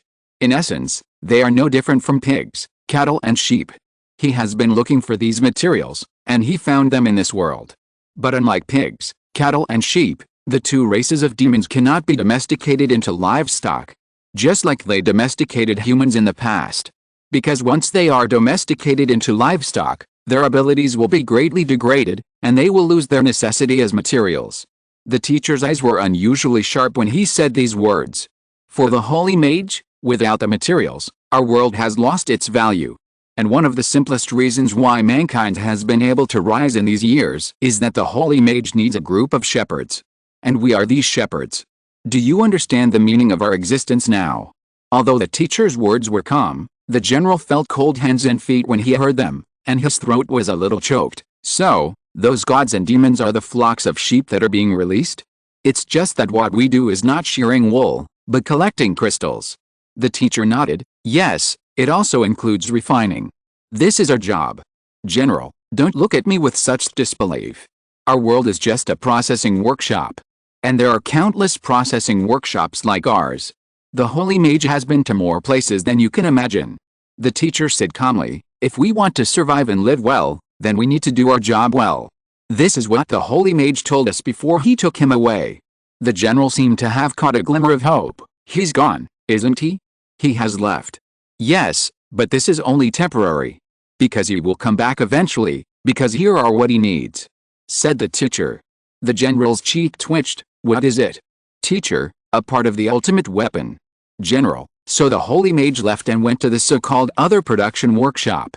The teacher smiled. He just went to find the driver of this ultimate weapon.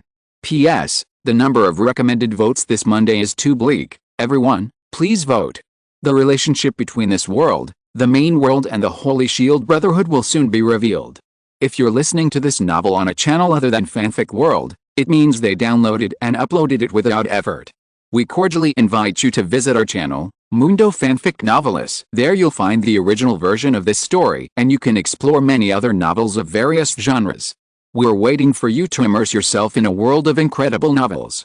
Chapter 634, Things Are Getting Serious. Under Li Ji's cramming love education, Arise grew up at a crazy speed.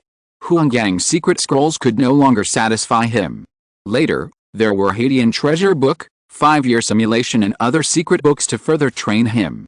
At the same time, Li Jizi gave Arise crazy hand-to-hand combat guidance in the space of the Millennium building blocks.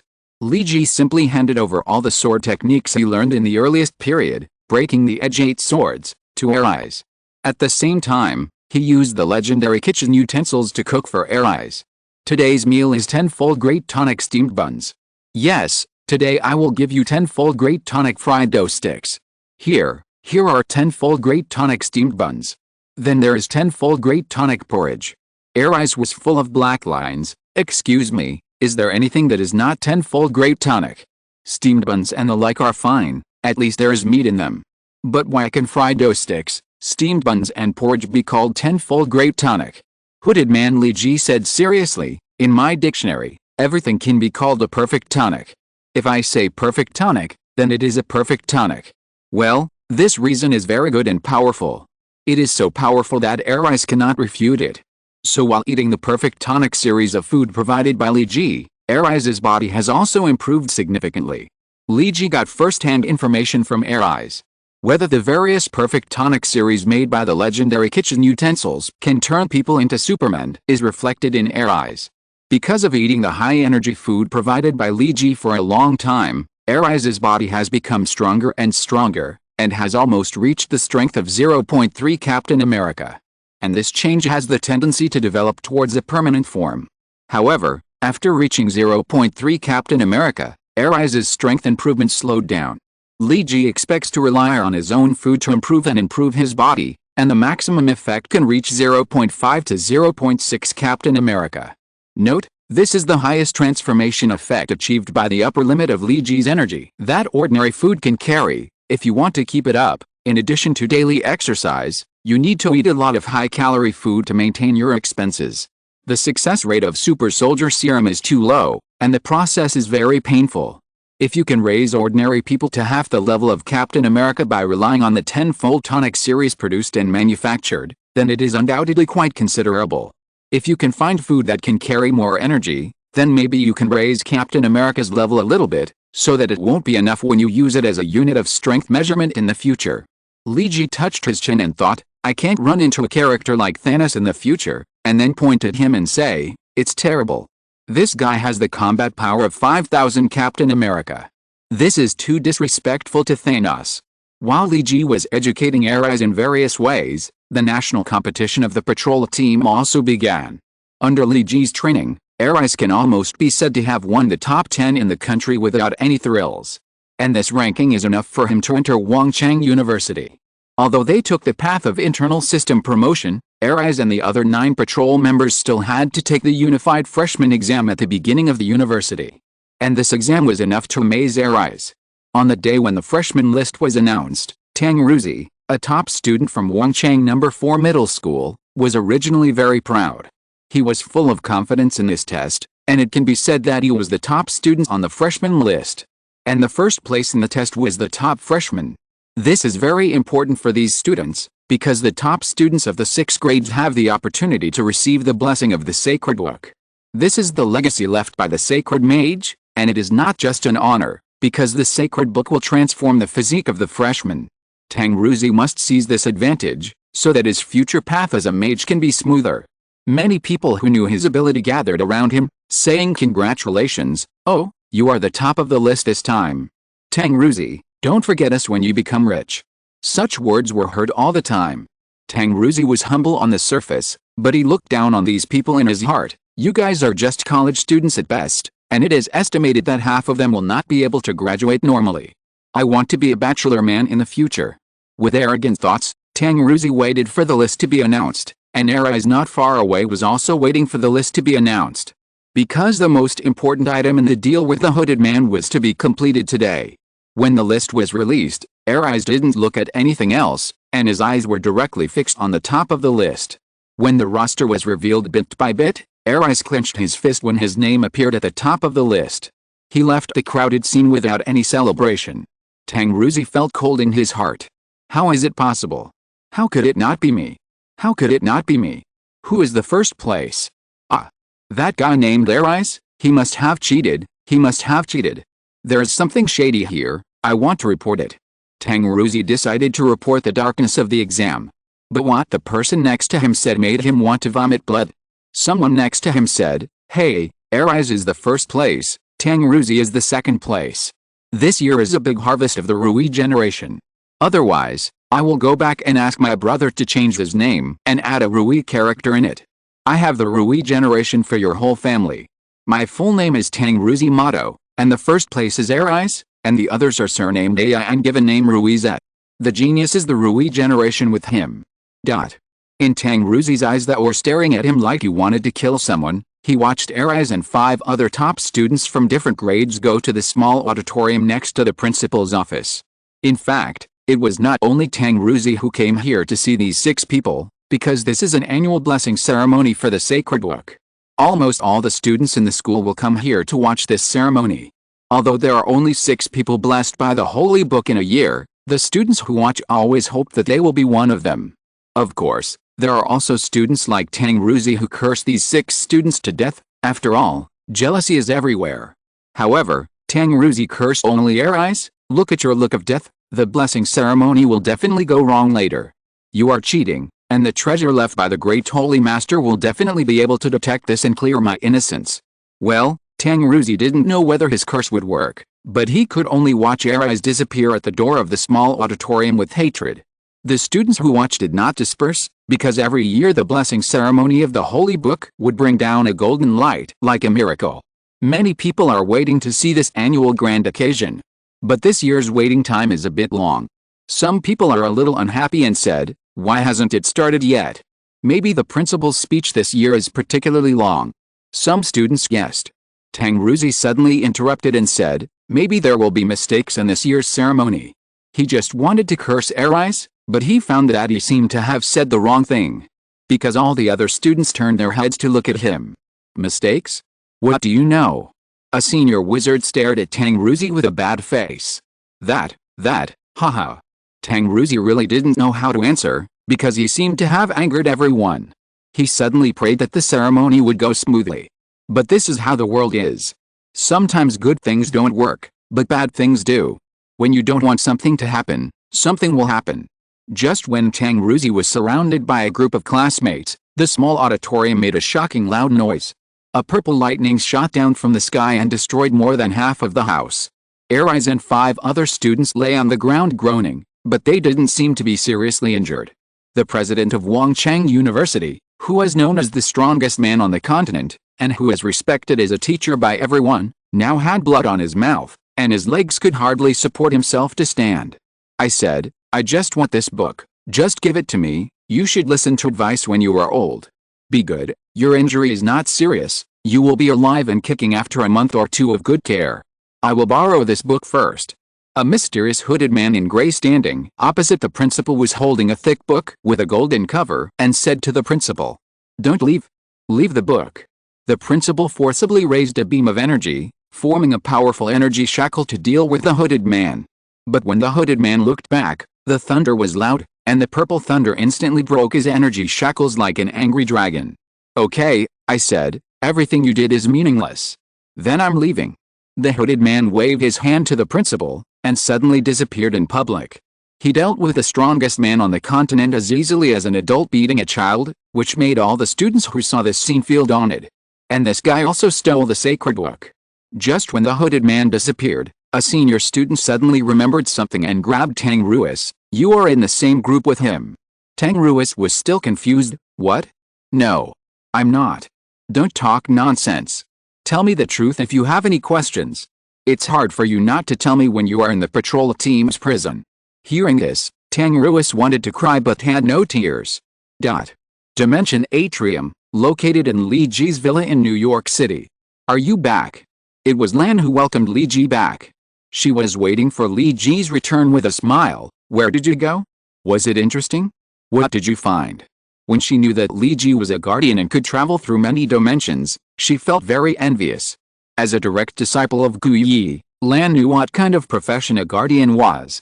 And Gu Yi did not tell Li Ji that this profession needed to be kept strictly confidential. For people who can be trusted, Li Ji doesn't mind sharing some stories. But Li Ji didn't have time to tell a story now. Instead, he handed Lan a large book that looked like a marble slab. "A gift for you." "Huh?" Lan took the book and looked at Li Ji suspiciously. "Although I like books very much and am happy to read such a thick book, why do I always feel like you seem to have something to ask of me?" Li Ji shrugged. "Well, in fact, the stories and secrets of the whole world may be hidden in this book. I can't open this book, and it seems that the wizards of that world can't open it either. I want to see if you have any way." Li Ji told Lan the general story, and Lan began to browse the so-called sacred book while listening to the story. It actually used the wizard lock and anti-peeping eye. Lan waved his hand to dispel the protective magic on the book. Then he began to speed read the contents of the whole book. The so-called speed reading is to only look at the general keywords, and not to pursue the deep meaning. As a human reader, Lan's reading speed is very fast, and this speed reading speed becomes even faster. When Li Ji spent a few hours telling what happened to him these days, Lan had already roughly flipped through the book. Skipping those unimportant contents, Lan's important thing was to read some of the keywords. After she closed the book, she closed her eyes and sorted out all the messy things in her mind. Li Ji did not disturb her at this time. When Lan opened her eyes again, she had a bitter smile on her face. Things seemed to be a little troublesome. "Huh? About what?" Li Ji asked.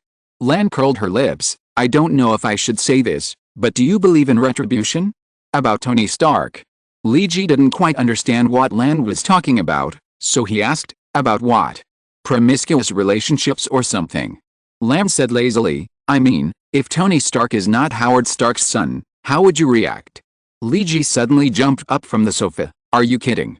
Li Ji was not sure whether Lan was joking, because Lan's expression was very serious.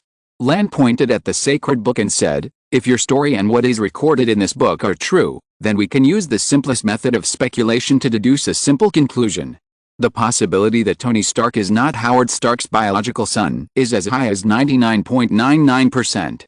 Li Ji's expression froze on his face, and he said stiffly after a long time, "Now things are getting serious. P.S. The fact that Tony Stark was not Howard Stark's suicide, but an adopted child, is not something I made up. It was mentioned in the Iron Man V5 publication. It should be this one, or in the first volume of Iron Man, all new and different." Chapter 635, How to Deal with Bucky and More Troubles. "It's a big deal." Li Ji bared his teeth. "Lan, are you sure about what you said? Where is the evidence?" Li Ji still hoped that Lan's inference was wrong, otherwise this matter would really become very, very troublesome. The trouble is not only about Tony's non-parent-child relationship with Howard. Li Ji first explored the secrets about Howard and Newton with Lan. Li Ji's purpose was to find some big news to divert Tony's attention. In this way, he could distract the influence of the Winter Soldier Bucky, especially the fact that he had killed Tony's parents. Because in terms of the most basic human mentality, the first time you hear about such a thing is the most angry time.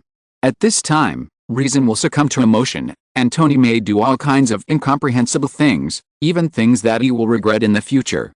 Lee Ji still vaguely remembers the reasons why the Civil War broke out. There may be many other reasons, but the most important one is that Tony and Rogers were both in a state of not calm at the time. At that time, when the boiling salty and sweet tofu pudding in the two people's brains cooled down again and solidified into normal brains to start calmly analyzing things, in fact, the two people had already made a big mistake.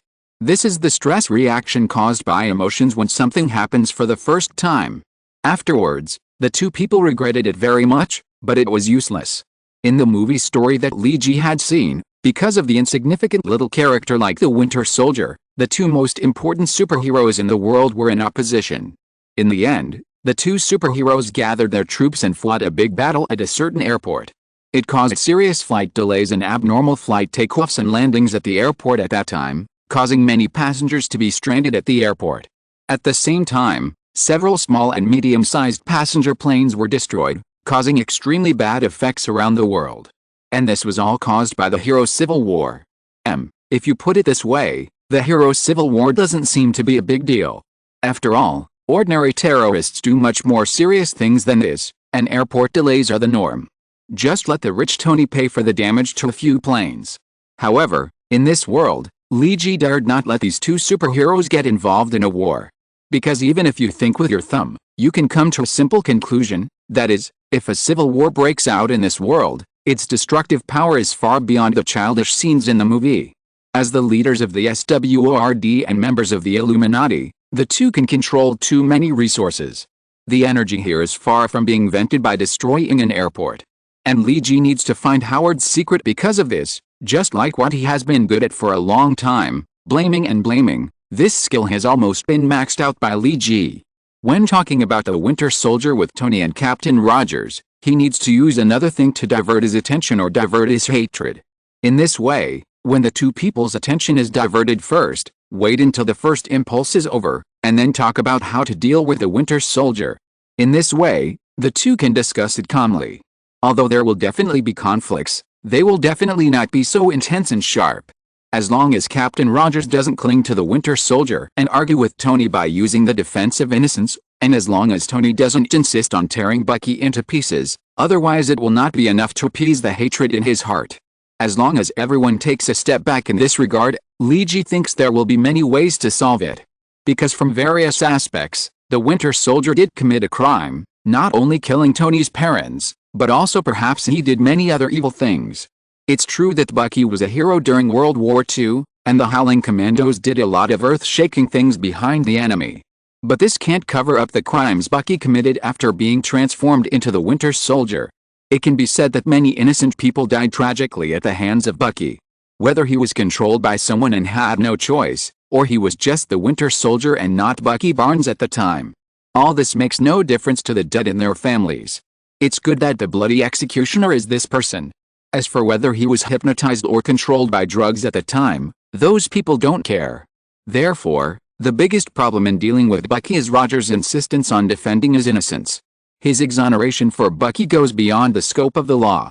And the reason why Rogers did this is also related to Tony's step-by-step pressure. Tony was not soft-hearted at all and demanded that Bucky must die, without room for negotiation. Lee Ji felt that the matter could be resolved as long as the two of them took a step back. Lee Ji didn't care about Bucky. He didn't care about this person when he watched movies before, nor did he like his character. After coming to this world, he didn't have much dealings with Bucky, and he was too lazy to spend more time and effort to catch him. Because of this attitude, Lee Ji felt that there are many ways to deal with Bucky. There are many ways to atone for sins, and death is not necessarily the best choice. With Bucky Barnes' ability, he can do a lot of things. For example, let him undergo labor reform and create enough value for this world. As long as Tony doesn't insist on Bucky's death, as long as Tony gives Rogers two choices, then Rogers may not refuse this condition. And Bucky, who wakes up, may agree to this method. If this still doesn't satisfy him, Lee Ji can think of another way to deal with it, which is to let Bucky act as a Suicide Squad member. In the future, he can be assigned to dangerous tasks. Tony can accept this way of atonement.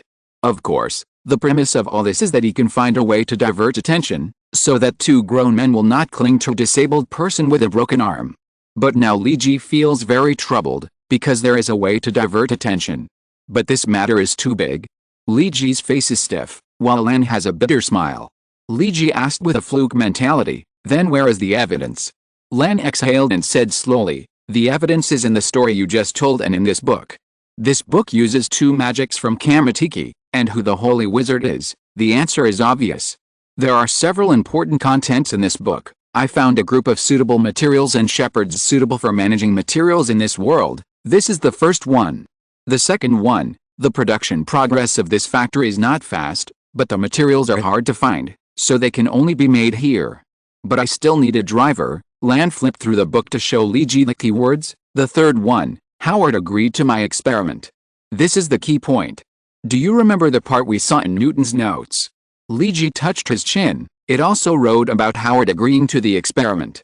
Lan nodded. "The fourth one, the genetic clock sequencing serum has been injected, and this Howard's child will love mecha after birth, which will become his talent."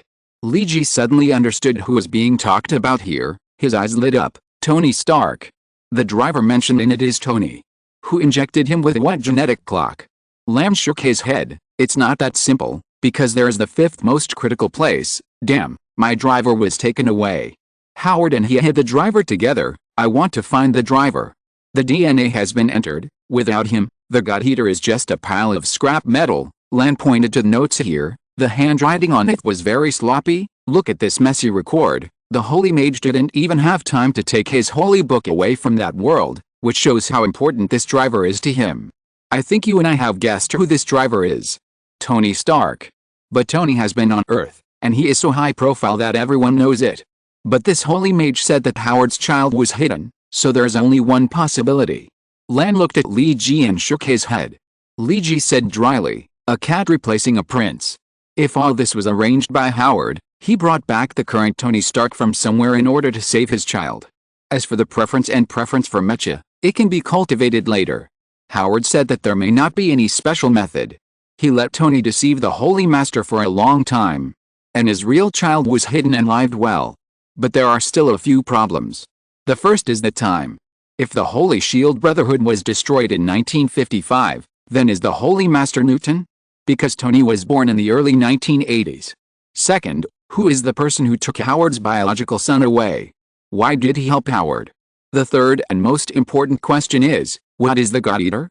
The name is very domineering.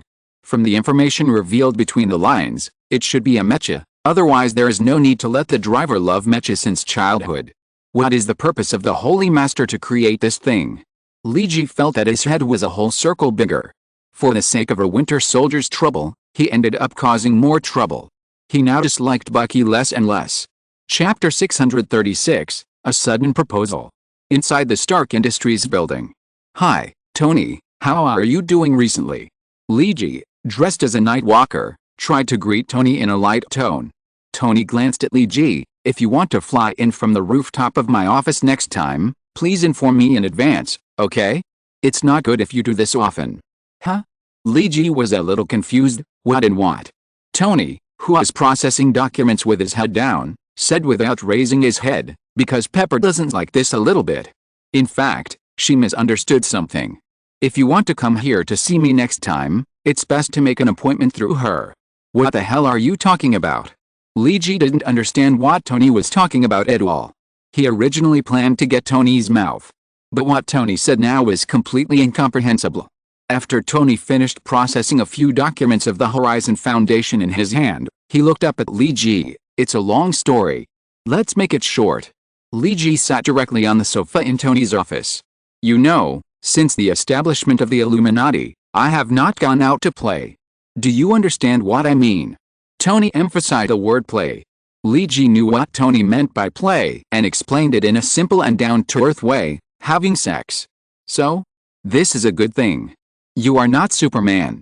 For the healthy development of the Illuminati in the future, I think it is better for you to restrain yourself." Li Ji did not think there was anything wrong with it. That's the problem. Tony clapped his hands. This made Pepper suspicious. Although she thought it was a good thing at first, things changed afterwards. "You know what happened during the period before, when the Mandarin wanted to kill me? You acted as my bodyguards. So what's the problem?" Li Ji still didn't understand what Tony was talking about. "Do you remember who was on night shift at night?" Tony said. Captain Rogers has always been your bodyguard on the night shift. What's wrong? Leegee continued to wonder. The key is here. It's really damned. One night, Rogers spilled coffee on himself, so I asked him to use my bathroom to wash it. At that time, he took off his shirt and was going to wash it. Tony's expression twitched a little. Then what? Leegee said directly, speaking of the key point. Then Pepper walked in and saw Captain Rogers with his upper body naked. Tony sighed and said. Then she was impressed by Captain Rogers' figure. Leegee suddenly seemed to understand something. Oh. Could it be that Pepper has fallen in love with someone else? She has taken a fancy to Captain Rogers' big cough. Nothing, my throat is a little uncomfortable. Tony didn't pay attention to what Leegee said later, but lowered his head and said, it's worse than this. In fact, I only found out on the past few days. Because of my recent abstinence, Pepper thinks I am like an ascetic monk practicing in Nepal. She thinks all this is very abnormal. So she suddenly asked me a question a few nights ago. The traces of twitching on Tony's face became more obvious. What? Leegee suddenly had a very bad premonition. Who has a better figure, me or Captain Rogers? Tony relayed Pepper's words dryly. Of course it's Captain Rogers. Leegee answered Tony without hesitation. Pepper is an intellectual beauty, with a mature and queen-like beauty. But not every queen has a curvy figure, and Pepper is not outstanding in this aspect. Although Captain Rogers' strength is not as good as Spider-Man Peter Parker, who is a whole size smaller than him, his figure is a complete blast. The figure proportions are like those of ancient Greek marble sculptures, which can be called perfect and are the golden ratio of humans. So who will win if Pepper and Captain America compare their figures and breasts? Well, this comparison seems a bit unfair, but Leegee knows through Hawkeye that there was an underground selection held within SHIELD. The two candidates for the finals of the selection of who has the best figure among the SHIELD agents are Natasha and Rogers. In the end, Captain Rogers was elected the champion of the first SHIELD best figure with an absolute advantage in the number of votes. Although Leegee doubted the professional ability of the SHIELD agents who were not doing their jobs properly, he did not care about the result of the vote. According to Hawkeye, this secret vote was organized by Coulson, because normal people would choose like this. Yes, you would choose like this, right? I think normal people would choose like this. I can't speak against my conscience. So I said at the time, I think it should be Rogers. He is the best looking person I have seen in these years. Tony looked like he was regretting it. But this made Pepper go crazy at the time, and then he slept in a separate bed from me. And now the biggest problem is that she thinks I have changed my gender now. You should understand what I mean. Because she thinks that this is the only reason to explain why I have been so well behaved recently. And I didn't go out to play with those models. She now thinks I am a gay. Tony suddenly became emotional as he spoke. She thinks this explains everything. Why am I willing to spend time with a bunch of men to attend meetings and chat, and I haven't found some girls to accompany me? Because those male heroes are now my harem. Including you. Nightwalker. Puff. Leegee, who was drinking water, spurted out 10 meters away, and because he was too excited, water entered his trachea and he started coughing violently. After coughing for a long time, Leegee finally caught his breath. Didn't you try to explain it? Tony sighed. It's useless, because she has now determined everything. And she feels that she is no longer attractive because of her age. Is Miss Pepper 32 this year? Leegee asked. To be precise, she hasn't celebrated her 31st birthday yet, and she is still 30 years old now. Tony remembered Pepper's birthday for the first time. Well, 30 years old, in this era, it's not too old, but it's not too young either.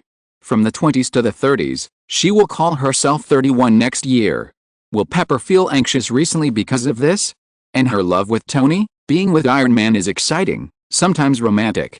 But it seems that there is no end, lack of security. Leegee remembered that in the original story, Tony and Pepper did not end up together, but ended up breaking up. Pepper finally married the fat man who was Tony's driver and bodyguard. It seems like that. Leegee can't remember where he saw this ending. Leegee originally wanted to talk about the topic of Tony's life experience. But now he can't open his mouth. If he just opened his mouth and said, "Hey, buddy, have you heard? You are not your parents' biological child," then Pepper broke up with Tony and married Tony's driver, and finally Tony had to smile and attend the wedding of his ex-girlfriend and his driver. Shit. Think about it, this is an extremely shitty plot. Tony Stark may not only want to kill the Winter Soldier at that time, but also want to kill himself. Lee Ji looked at Tony, who was feeling a little depressed, and suddenly said, I think Miss Pepper feels insecure when she is with you. What? The playboy may have had affairs with many women, but he has never really suffered any emotional burden. I mean, whether she is your secretary or your lover, she has always been very nervous. I think if you really like Miss Pepper so much, why don't you try to give her a little sense of security? Lee Ji said, touching his chin. Tony is a very smart man. He immediately reacted to what Lee Ji said. Wait, are you talking about marriage? No, I'm not ready yet. This is too shocking for me. Lee Ji said without comment, it's nothing, isn't it? Look at Harry Osborn of the Osborn Group next door, he is already engaged. He will get married next year, and maybe even his children can be in the world at the same age. Look, he has a child at the age of 20, and you are over 30 and don't even have a wife. Don't you feel ashamed? Huh? Tony felt that there was something wrong with what Nightcrawler said, but he couldn't tell what it was. But I still have a lot of concerns. You have to understand that the world is not peaceful, and there are all kinds of things to do. I hope. Tony was interrupted by Lee Ji before he finished speaking. Are you trying to say, I will go back to my hometown to get married after the world is peaceful? Lee Ji's tone was very serious. Tony asked in confusion, what's the problem? Lee Ji shook his head. This is a super thing. People who say this usually end up with the opposite of what they want. Well, for example, your girlfriend ran away with your driver or something. Lee Ji put his hands on Tony's shoulders and said seriously, and don't think too highly of yourself, Tony. Although you are important, you are not the only one in this world. Why is there the Illuminati? This organization is just the beginning. Even if you and I sacrifice one day, there will still be comrades who will carry on our legacy. If you always want perfection in life, it will never be achieved. There is nothing perfect in the world. Just like your iron armor, each generation has loopholes, and then it is updated, and then weaknesses are found, and then it is updated again. This is a cycle. I thought you have adapted to it. Tony was still very moved by Lee Ji's first paragraph, but the latter paragraph? Sorry, is this complaining about the poor design of my mecha? Don't say anything about my armor. Tony said excitedly, but because his shoulder was held down by Lee Ji, he couldn't jump up. If Tony didn't jump up, he couldn't look Lee Ji in the eye, because he always had to raise his head to see Lee Ji's face. Just as Lee Ji pressed Tony's shoulder and signaled him not to be too excited, the door of the office was pushed open.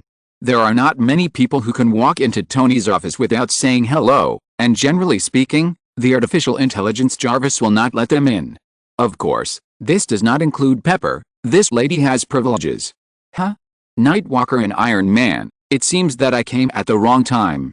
Pepper raised her eyebrows and looked at Lee Ji's hands on Tony's shoulders, and Tony said something to Lee Ji excitedly. Ahem. Lee Ji immediately took his hands back. No, Miss Pepper, you came at the right time.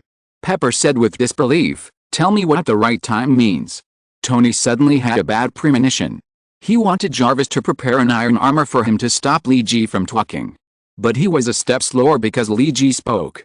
Lee Ji said easily, just now Tony excitedly said that he wanted to propose to you. Huh? Pepper took several steps back as if struck by lightning before he could stand firm.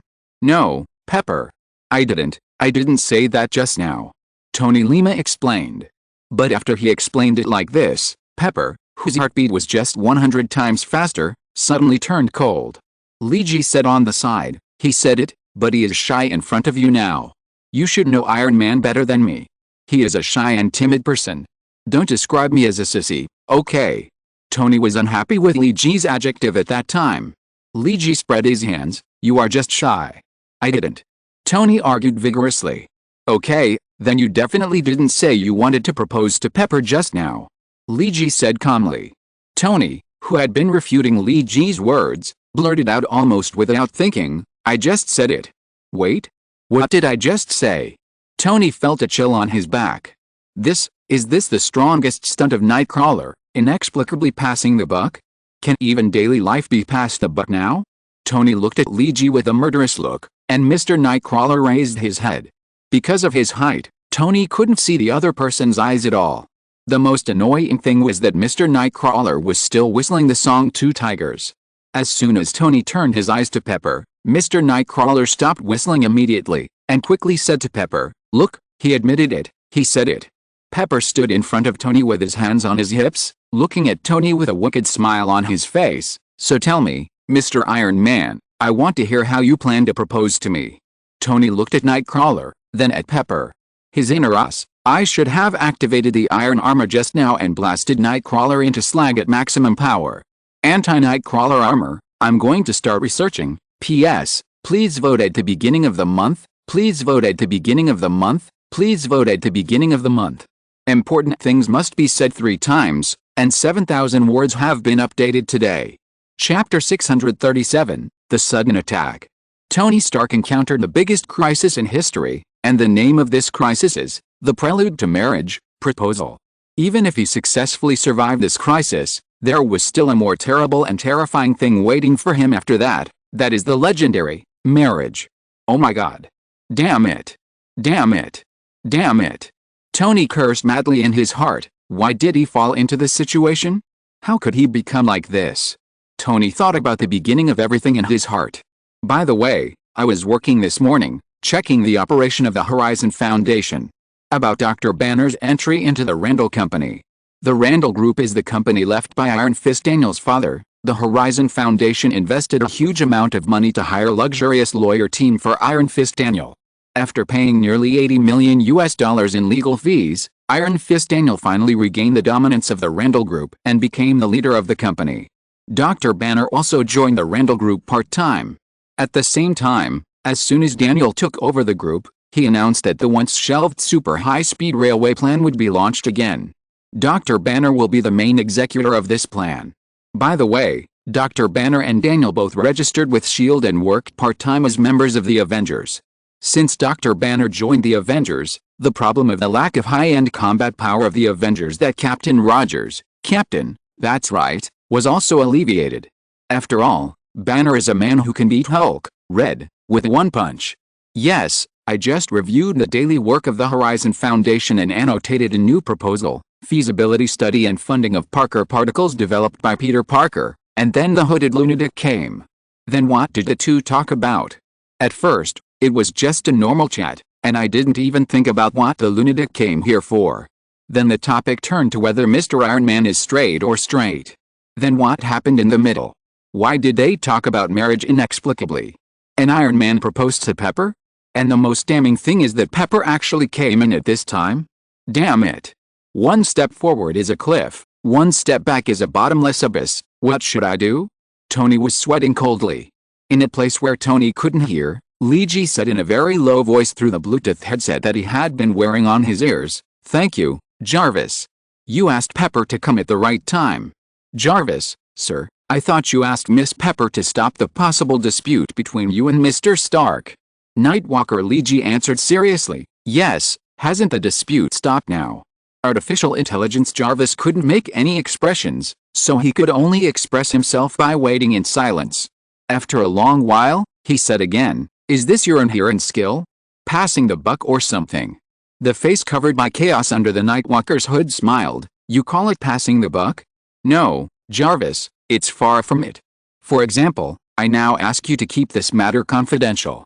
Jarvis retorted dutifully, "I will report this matter to Mr. Stark truthfully." Mr. Nightwalker said dryly, "Then are you ready to be formatted by Tony? Believe me, he can do it." Jarvis. Nightwalker Mr. Luigi continued, "Actually, you need to think about the problem from a different angle, Jarvis. Because life cannot be all binary codes of 0 and 1. Tony is not proactive enough in his feelings for Pepper. As Tony's child, shouldn't you help him? Do you want to see Tony cry bitterly after losing Pepper one day, and then get drunk every day?" Jarvis, although I feel that there is something wrong with what you said, I can't tell what's wrong. Nightcrawler strikes while the iron is hot, because I'm not wrong, am I?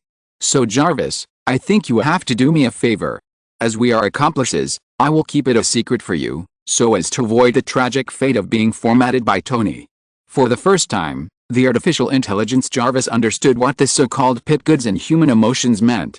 Pepper looked at Tony with her hands on her hips, and asked with a wicked smile on her lips, "So, Mr. Tony Stark, how are you going to propose to me? Pepper is just like her nickname Pepper Pepper. She is a woman with a hot temper and extremely opinionated. If she is determined to do something, she will work hard to complete it. And for Tony, Pepper is irreplaceable, from life to love.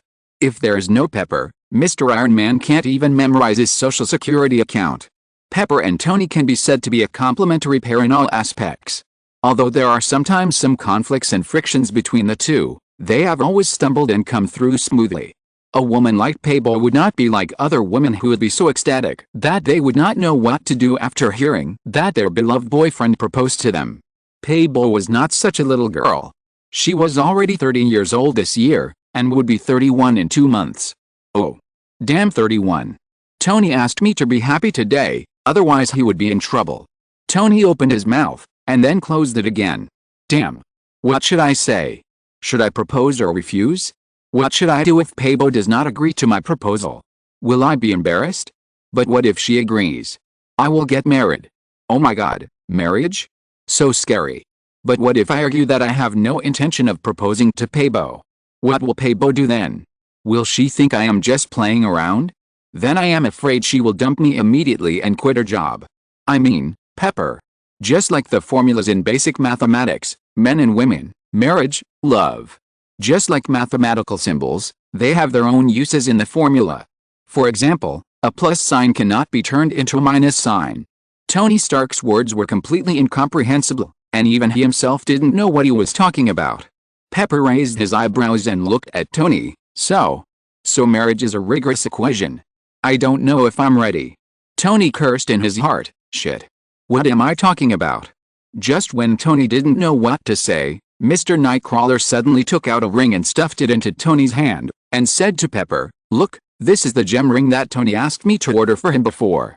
I'm here to give it to him today. So Tony, use it quickly." Tony took a look at the blue gem ring. He recognized it.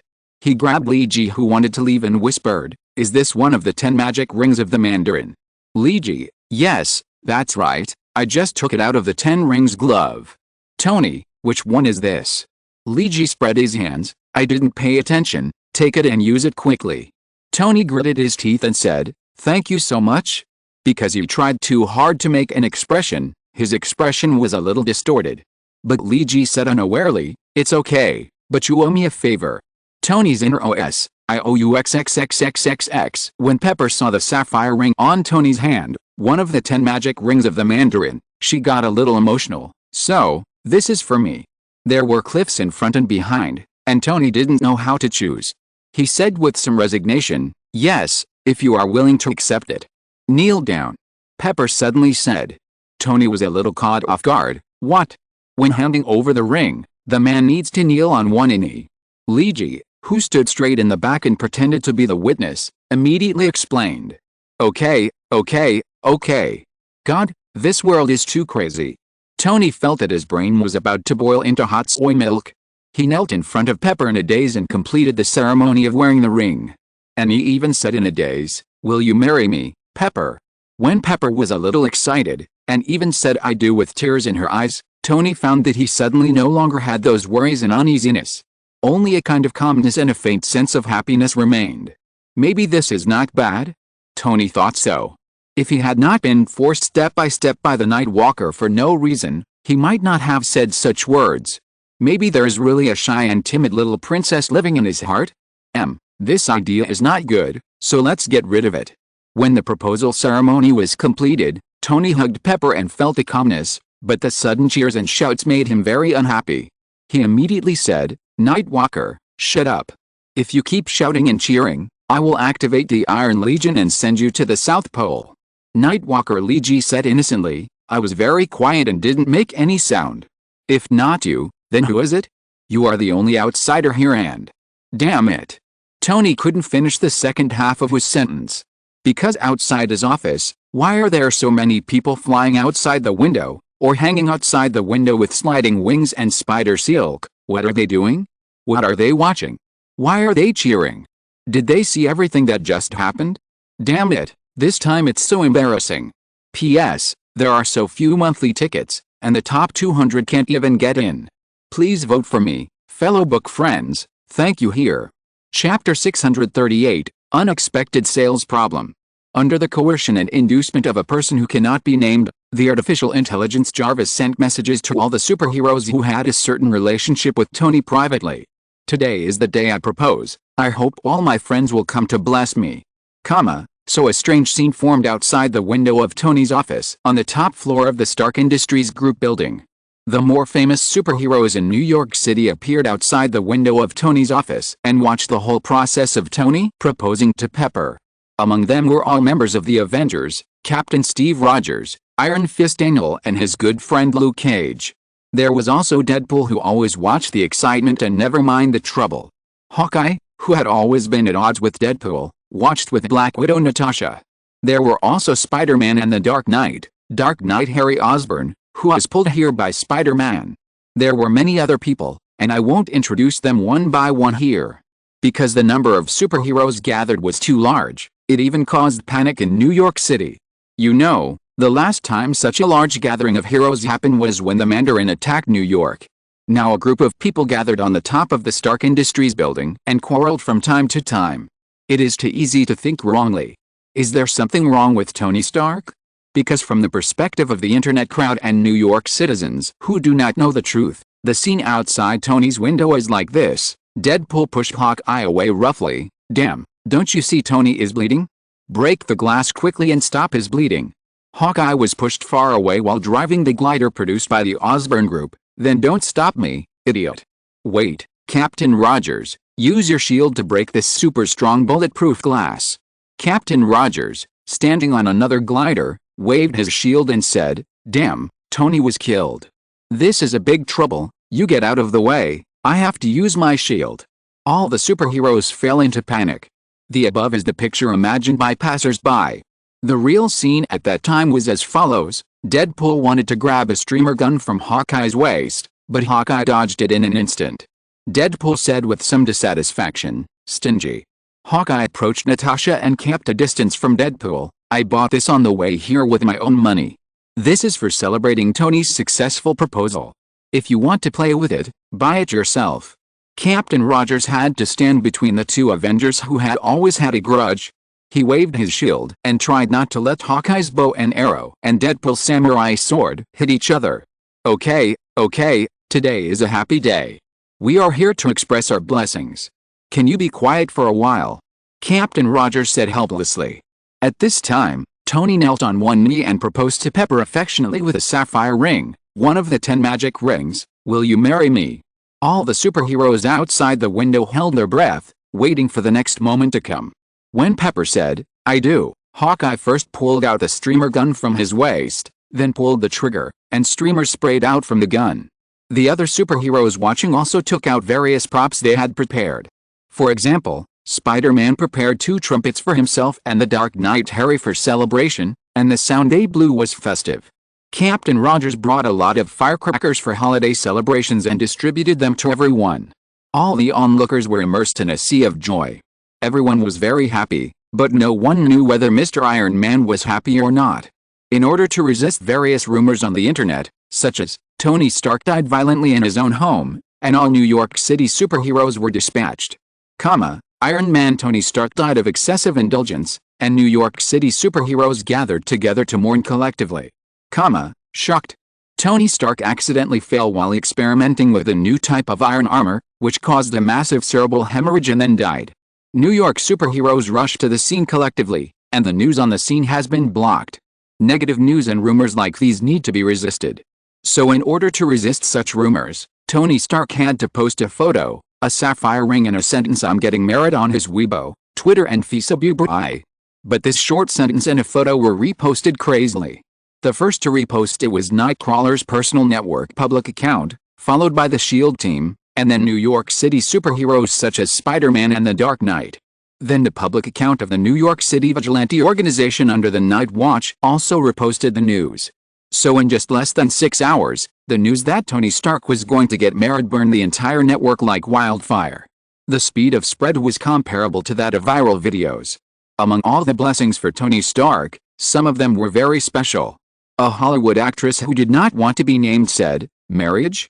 I never thought Tony would get married. In the month we were together, He told me countless times that he was single. Well, anyway, let's bless him. A Victoria's Secret angel said on her official account, being able to marry Tony? I think this is the happiest and worst thing in the world. I can only bless the bride here. The twin models on the cover of Playboy's August issue last year also said, my sisters and I have been with Tony for about 3 days, but I must say that Tony is really a very gentlemanly man. He is very gentle, in every way, brackets and laughter. At the same time, a beautiful blonde and blue-eyed female singer also said, well, because there are too many, a rough count should be hundreds, so it is really impossible to list all the blessings from these ex-girlfriends one by one, although the number of ex-girlfriends is a bit too much. From a certain perspective, Pepper may have been green to the point of blue. In response, Tony repeatedly told Pepper, you know what kind of person I was before. There are all kinds of words on the internet. You know I'm a bit of a scumbag. Tony curled his lips and couldn't continue. He probably didn't know how to excuse himself for such things. Because as a boss and a boyfriend, compared to being a fiancé and a future husband, many things cannot be justified. However, Pepper has worked for Tony for many years and has handled many things that he has used up, so she knows Tony very well. I said, I don't care what you were like before, I care more about the future. When you make a vow, I hope you can do those things in the future. Pepper pulled Tony's tie and smiled. Night has arrived, and the lights are on. The noisy crowd during the day has dispersed, leaving only Tony and Pepper. Tony doesn't mind doing something romantic at this time. He looked at Pepper's eyes affectionately. Mr. Iron Man's big eyes are extremely electric, and Pepper was electrified just by his eyes. Just when Tony wanted to take a step closer, the annoying phone rang. No, don't bother with the phone. Tony was going to hang up. But Pepper noticed the phone number. It's from the Randall Group. It's Daniel's phone. Who cares who it is? Let's talk about it tomorrow. Tony doesn't care about anything when he's willful. But Pepper is not that kind of person. The Horizon Foundation has invested $80 million in Daniel, litigation fees, and will increase investment in the future. Tony can ignore money because he has never managed money. But Pepper can't. She is the real head of the Stark Group. And from today on, she will also be the mistress of the Stark family. In the future, the property entrusted to you will be her own property, and Pepper will not ignore such a large-scale investment company. So Pepper forcibly turned Tony's head aside when he wanted to kiss her and said, go answer the phone first. Tony waved his fist and cursed Daniel in his heart. But he still went to answer the phone obediently. Daniel, you'd better have something important to say now, otherwise. Tony was interrupted before he finished speaking. The person on the other end of the phone was not Daniel, but Dr. Banner. He interrupted Tony and said, you need to come over, Tony. Randall Company has your shares. And you know the most important project of the company now, about the super high-speed rail project. Hearing that it was about the super high-speed rail project, Tony also asked seriously, what's the problem? Banner's voice paused for a while before saying, there is no problem. I mean there is no problem in terms of technology. The problem is sales. Tony, what's the problem with sales? Banner, the problem with sales is our first customer. Tony, who is it? Banner took a deep breath. The dictator and leader of Latveria, Dr. Doom Doom. Chapter 639 New Eastern European Integration. The Randall Group's super high-speed rail project is an important part of the Illuminati's plan to change the world. From Luigi to Tony to Rogers, they all understand the importance of this. And Dr. Banner is also aware of the importance of this matter. The lack of sufficient connectivity in this world has caused each region to become isolated. Luigi also absorbed Dr. Banner through the super high-speed rail project as a selling point. Although he has not yet considered whether to absorb him into the Illuminati, Dr. Banner is already an indispensable and important force for the super high-speed rail project. Building a super high-speed rail, turning the Earth into a true global village, and connecting to change the world is a temptation that Dr. Banner cannot refuse. So after joining the Randall Group, Dr. Banner almost forgot to eat and sleep and began to improve the entire railway system while carrying out various plans. In fact, Daniel's father, Mr. Randall, the previous generation of Iron Fist, had done a lot of homework when constructing the initial super high-speed rail plan. Many of Mr. Randall's preparations and experiments have been successful, including the laying of new tracks and the trial works of towing the front and body of the car, which are close to the finished product, and a whole set of drawings and experimental data of the plan. The biggest constraint that old Randall faced at that time came from energy. The energy that traditional petroleum energy can produce after burning is so much, which is not enough to drive the operation of the super high-speed railway system. So at that time, old Randall once proposed such a concept. That is to lay ultra-high voltage transmission lines along the railway, and use ultra-high voltage electricity to transport electricity to the railway system. In this way, the normal operation of the entire railway system can be guaranteed. But this design has many risks. First of all, let's not talk about the damage that natural disasters will cause to ultra-high voltage lines. Once the electric energy is damaged, the railway system along the line will also be destroyed. The chain reaction caused by this may cause terrible railway traffic accidents. Putting aside safety, just talking about ultra-high voltage transmission and transformation technology, this technology has only been mastered by 4 countries in the world until today. This technical threshold alone limits the global deployment of super high-speed railway systems. After all, ordinary countries simply cannot have the ability to configure power systems along the railway.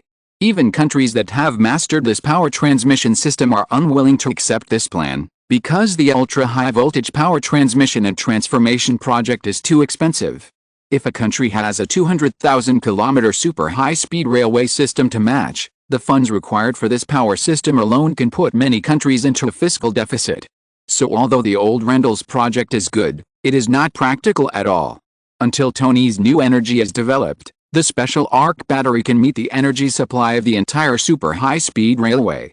After the Horizon Foundation invested in Daniel and let him regain the dominance of the Randall Group, Tony started to develop this special train energy. It has now entered the stage of small-scale mass production. As for the Randall Group, because old Randall had done a lot of work in those years, the entire plan has become more perfect. When Dr. Banner takes over the plan, what is needed is to check for omissions and make up for deficiencies, and correct some minor problems. At the same time, let Dr. Banner make advanced plans for the super high-speed railways that may appear in the future, which are spread all over the world. But one question that must be said is, will all countries like this kind of super high-speed railway system? The answer is not necessarily. Because at the speed of super high-speed railway, if a railway is built across the Bering Strait, connecting Shanghai to New York, the journey between the two places will be shortened to only 2 hours. The speed of traditional flights is 1/10 of this super high-speed railway system, and the carrying capacity of aircraft cannot be compared with that of railways. The rise of super high-speed railways will inevitably destroy the national power structure in the world today, because it will represent the rise of a new generation of land power era. And the era of sea power that has ruled the earth for hundreds of years will also decline from then on. Because it is not only flights that are affected, but also sea transportation that is most affected. For example, if 10 containers of fluorescent tubes produced in Guangdong are filled with them, it may take a month to be shipped to supermarkets in the United States for sale by sea. And it may take another month to sell all these fluorescent tubes. The total value of 10 containers of fluorescent tubes from cost to transportation to sales exceeds millions of dollars.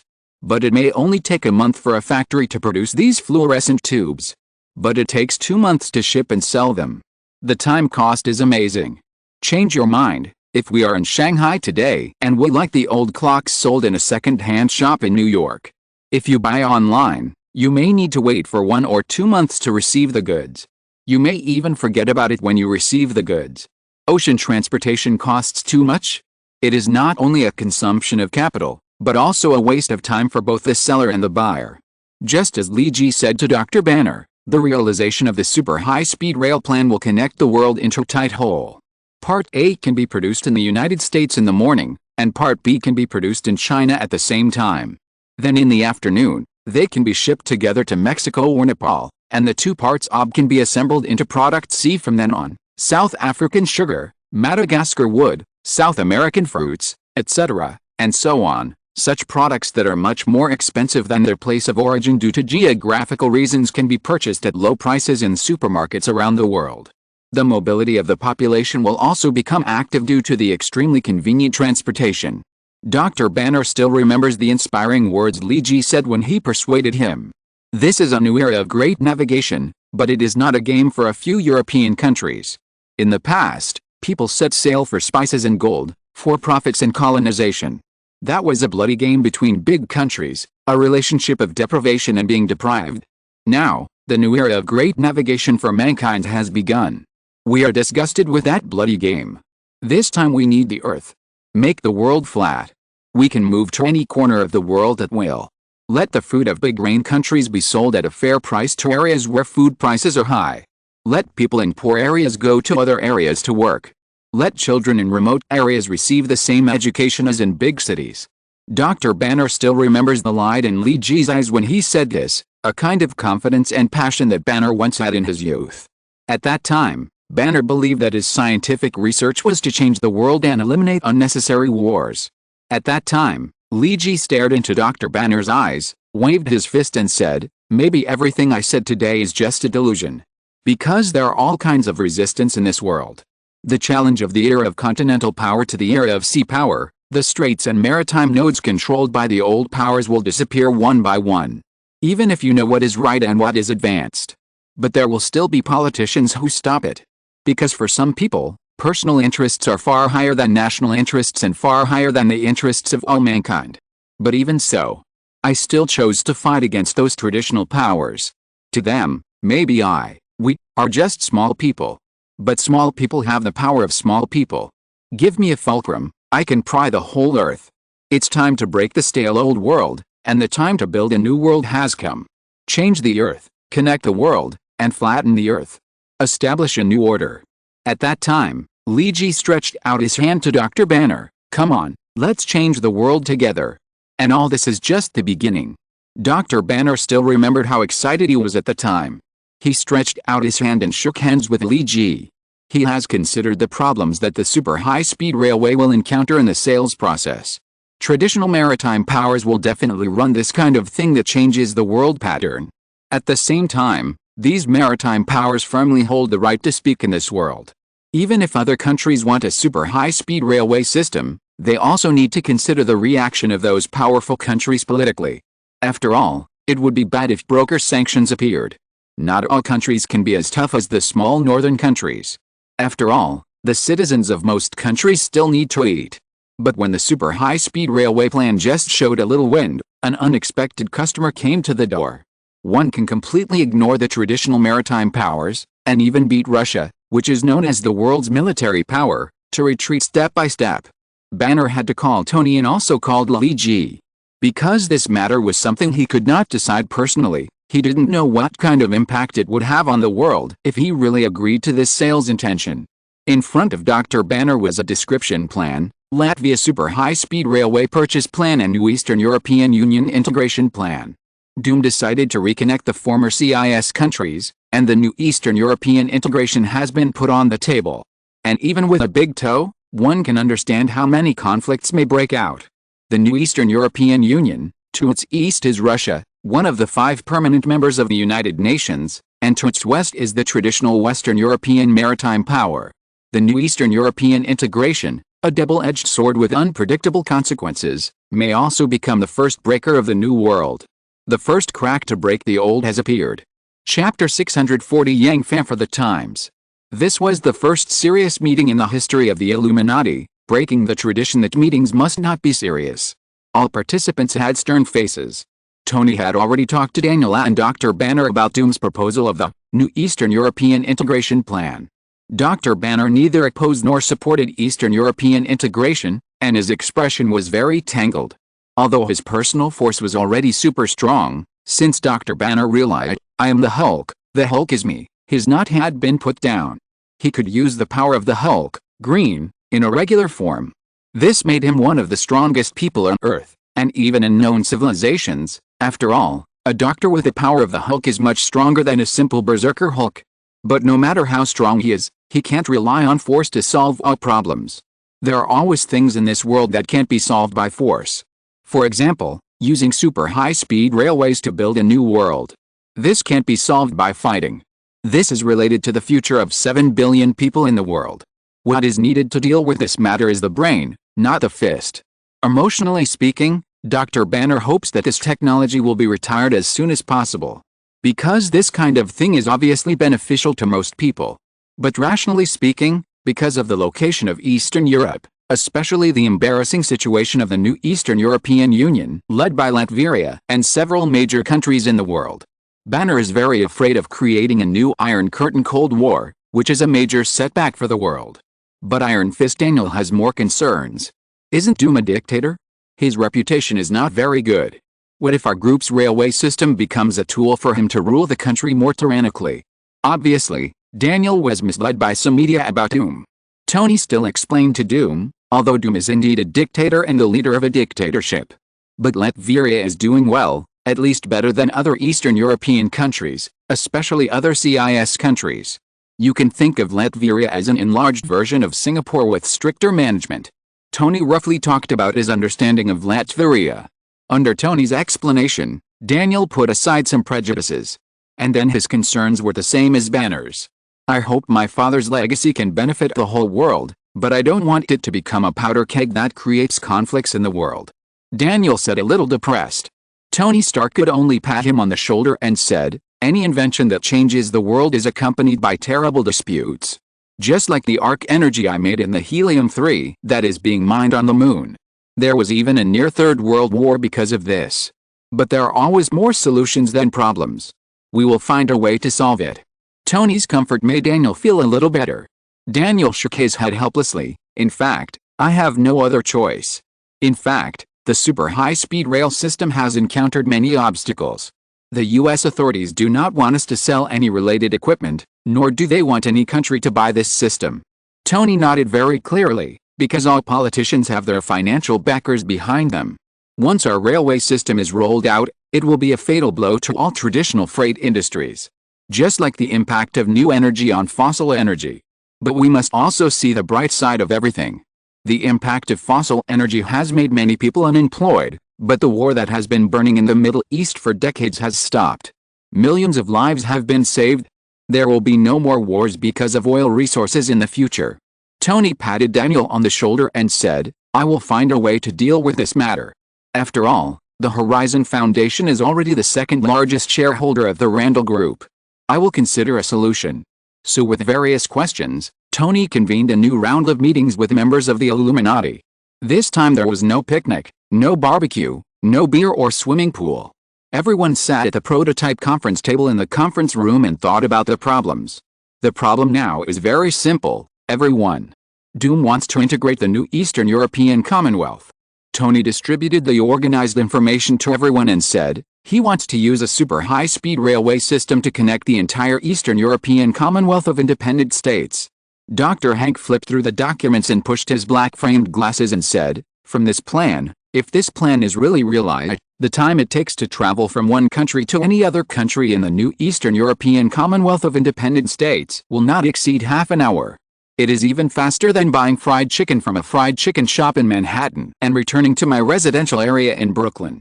Captain Rogers read all the information carefully before speaking. Does he want to turn the entire new Eastern European Commonwealth into his personal kingdom? Luigi flipped through the documents and finally exhaled. His action attracted the attention of others. Professor Charles looked over first and asked, do you have any ideas, Nightwalker? Luigi looked at Professor Charles and said, in fact, Doom found me yesterday. He actually told me about the idea of integrating the new Eastern Europe through the internet. What? Everyone looked at Luigi in surprise. In fact, after Doom teamed up with Doom to kill the Mandarin and the Ten Rings last time, Doom, Luigi and Tony had some loose connections. And yesterday, Doom contacted Luigi through this channel. At that time, Luigi had just answered a call from Dr. Banner and learned about what Doom wanted to do, the proposal for the integration of the new Eastern Europe. Doom. Luigi knew it was from him when he received Doom's message. Hello Nightwalker, I think you have guessed why I am sending you a message. Doom's tone was very relaxed. But Luigi has always been vigilant towards Doom, even though the two parties had cooperated once before. Luigi deliberately said, what are you talking about? Doom smiled, don't play dumb with me. In fact, you and Tony and even some other people are secretly cooperating again, right? Just like the previous New York battle, don't tell me that it was all an accident. Regarding aliens and other things, don't say that all of this has nothing to do with you. If you really deny it like this, you are insulting my IQ, and at the same time, you are insulting your own IQ. Doom's IQ is very high, and he can even reason about some unrelated things. Although I don't know what you are doing, or who your organization has. But I want to join you. And the new Eastern European integration is my token of allegiance. Doom's words shocked Li Ji in his heart, but Li Ji did not show any shock on his face or in his tone. He still said calmly, "You are a little crazy, Doom. Do you know how much criticism you will suffer for the integration of Eastern Europe? Latvia will be besieged again." "I don't care," Doom said bluntly. "If Russia or other countries want to go to war, I will fight to the end. And I believe that you and your righteous partners behind you will not sit idly by, right? I'm just curious, what do you want to do? Change the world? Or do something else? I'm very interested. Don't you think this world is old and boring? We have lived in a certain way for thousands of years. Even if technology is developing, its essence has not changed." Doom said seriously. "The super high-speed rail project, the Horizon Foundation, Tony Stark. This is actually part of your entire plan, right? But how many countries in this world dare to defy the might of those superpowers and implement your super high-speed rail project? In this regard, I think I can do you a favor. I want to see to what extent and to what heights you can achieve in my lifetime. So, I want to break this deadlock. The super high-speed rail project, why not use me as a breakthrough point and spread it all over the world?" Li Ji informed everyone about his conversation with Doom, and everyone fell into silence. The first to speak was Thor, the god of thunder. He clapped his hands and said, "This may not be a bad thing. No matter what Doom's reputation is, at least he is showing goodwill. No matter if he simply wants to watch the fun or is willing to change and do something. If he really has any ideas, Banner and I will make him understand what regret is." Li Ji smiled and said, "Thor is right. Sometimes there is no perfect way to do things. Sometimes you always have to take risks. The promotion of the super high-speed rail plan is imperative. We need to use the integration of Eastern Europe to promote true global integration and let all other countries understand. Standing still will only lead to elimination in this new era. Even if there is a conflict, don't forget that I still have an insurance." Li Ji clenched his fist and said to everyone, "This time we need to take action and set sail for the new era." P.S. Asking for votes. If you're listening to this novel on a channel other than Fanfic World, it means they downloaded and uploaded it without effort. We cordially invite you to visit our channel, Mundo Fanfic Novelis. There you'll find the original version of this story and you can explore many other novels of various genres. We're waiting for you to immerse yourself in a world of incredible novels. Chapter 641, The Turbulent Times. Kurno is a young man living in a rural area of Ukraine and Eastern Europe. His family has a small orchard. It is difficult to support the family. Kurno has two older brothers, and he is the youngest son in the family. Although his parents and brothers take good care of him, he is 18 years old this year after all. He needs to start planning for his future. Because the economic situation in Ukraine is not good now, half of the banks in the country have gone bankrupt, and the government has even lowered the minimum monthly wage for hired workers to $42.50 a month. The small orchard is already stretched to the limit to support the family's livelihood, especially after his eldest brother got married last year. The burden on the family will be heavier.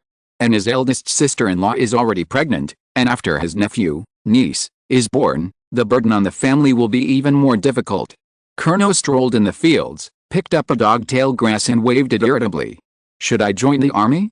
Kurno thought so. At least if he joined the army, he could take care of his 3 meals a day and clothes, and get a little allowance every month, although not much. It can also subsidize the family expenses. Or go to Kiev, the capital of Ukraine, and try your luck? I heard that there are still some jobs there. But Kurno didn't know what he could do. It seemed that he couldn't do anything except work. He only had a junior high school education, and he started to help his family with farm work after graduating from junior high school. He could drive a tractor, repair a tractor, and do some basic circuits and welding. Without these basic skills, he couldn't survive in the countryside. It's impossible to find a repairman after every agricultural machinery breaks down. If that happens, most of the annual income will go to the repairman. I just don't know if there's anyone in Kiev who needs to repair tractors. I don't know if repairing cars is the same as repairing tractors. If it is the same, maybe I can do car repair or something. Kurno thought about these things casually and walked towards home. But something unpleasant happened on the way, and he was almost entangled by a few hooligans in the village. They were unemployed hooligans who stole things everywhere to exchange for money every day, or went to the old factory area 30 kilometers away to find building materials and steel that could be dismantled to exchange for money. The factory was built in the Soviet era. It was a tractor factory. After the disintegration, it barely operated for 10 years and finally closed down. Kurno's father was once an employee of the tractor factory, and this village was originally the family quarters of the factory. However, life became more and more difficult after the factory closed down. Just like now, those unemployed young people are idle all day long. A village with a population of 3,000 simply does not have many jobs for young people. If you don't want to work hard on the farm, then you can only hang out with the hooligans in the village. Get out. When Kurno was entangled by several hooligans, a thunder-like sound came from the back. Kurno's burly elder brother was holding a wooden stick as thick as his wrist and staring at the little hooligans. He roared like a bell, "Get out, you hooligans! Stay away from my brother!" Kurno's elder brother was once a soldier, and he was the kind who had been on the battlefield and killed people. When the Eastern European terrorists were the most rampant, almost most of the CIS countries were harassed. A 30-year-old strong man was carrying a thick wooden stick, which was still very intimidating. Several little hooligans left cursing. Originally, they wanted to blackmail Kurno for the only 100 hryvnias he had. 100 hryvnias are about 25 RMB. You need to be a little ruthless when dealing with such people. Kurno, if necessary, you need to carry a knife with you. After the eldest brother drove away the little hooligans, he patted his third brother's shoulder. Because he was too strong, Kurno's shoulder hurt a little. "Gently, gently, brother." Kurno rubbed his shoulder and grinned. "Why are they pestering you?" the eldest brother asked as he followed Kurno home. "They saw the money in my pocket," Kurno said, a little depressed. "That 100 hryvnia? Today is your 18th birthday. This is our birthday gift to you. You can go to the town to buy something you like. I remember there is a baseball cap that you like very much. The price is just right." The eldest brother walked towards home with big strides and asked at the same time. Kurno looked at his elder brother's face, which was already aging at the age of 30, and was hesitant to speak. It was not until he saw his own house, which was a little shabby but well maintained, that he said, "I think my family needs this money more than I do. After all, birthdays are celebrated every year. And when your child is born, it will cost more money. It's better to save it." Kurno's words made his elder brother stunned for a moment. Finally, the elder brother stared at his brother for a long time, and finally couldn't help but sigh and said, "This is your coming-of-age day." Kurno smiled and said, "It doesn't matter." Because it was Kurno's birthday, the family prepared a rich dinner today. Mother and sister-in-law made borscht, freshly baked bread, fried sausages with butter, and stewed pork and vegetables. This was a very rich dinner, which was usually only prepared during festivals. Father came back late because he went to the city 40 kilometers away to buy fertilizer today. In the evening, the family sat around the dining table, talking and laughing while eating a big meal, with smiles on everyone's faces. Everyone was blessing Kurno, wishing their youngest son to grow up. Only Kurno himself clenched his fists tightly under the table. When his sister-in-law put a piece of fried sausage on Kurno's plate, Kurno suddenly whispered, "I'm going to be a soldier." "What?" It was Kurno's mother who suddenly raised her voice by 8 octaves. "What are you talking about? Say it again." Kurno looked at his parents' white hair and the sumptuous dinner on the table. As if he had made up his mind, he said loudly, "I'm going to be a soldier." Kurno's father first stopped his emotional wife, and then asked calmly, "Why?" Because I'm an adult. I can't stay here anymore. The family is living off the fat of the land, and the income from the orchard is not high.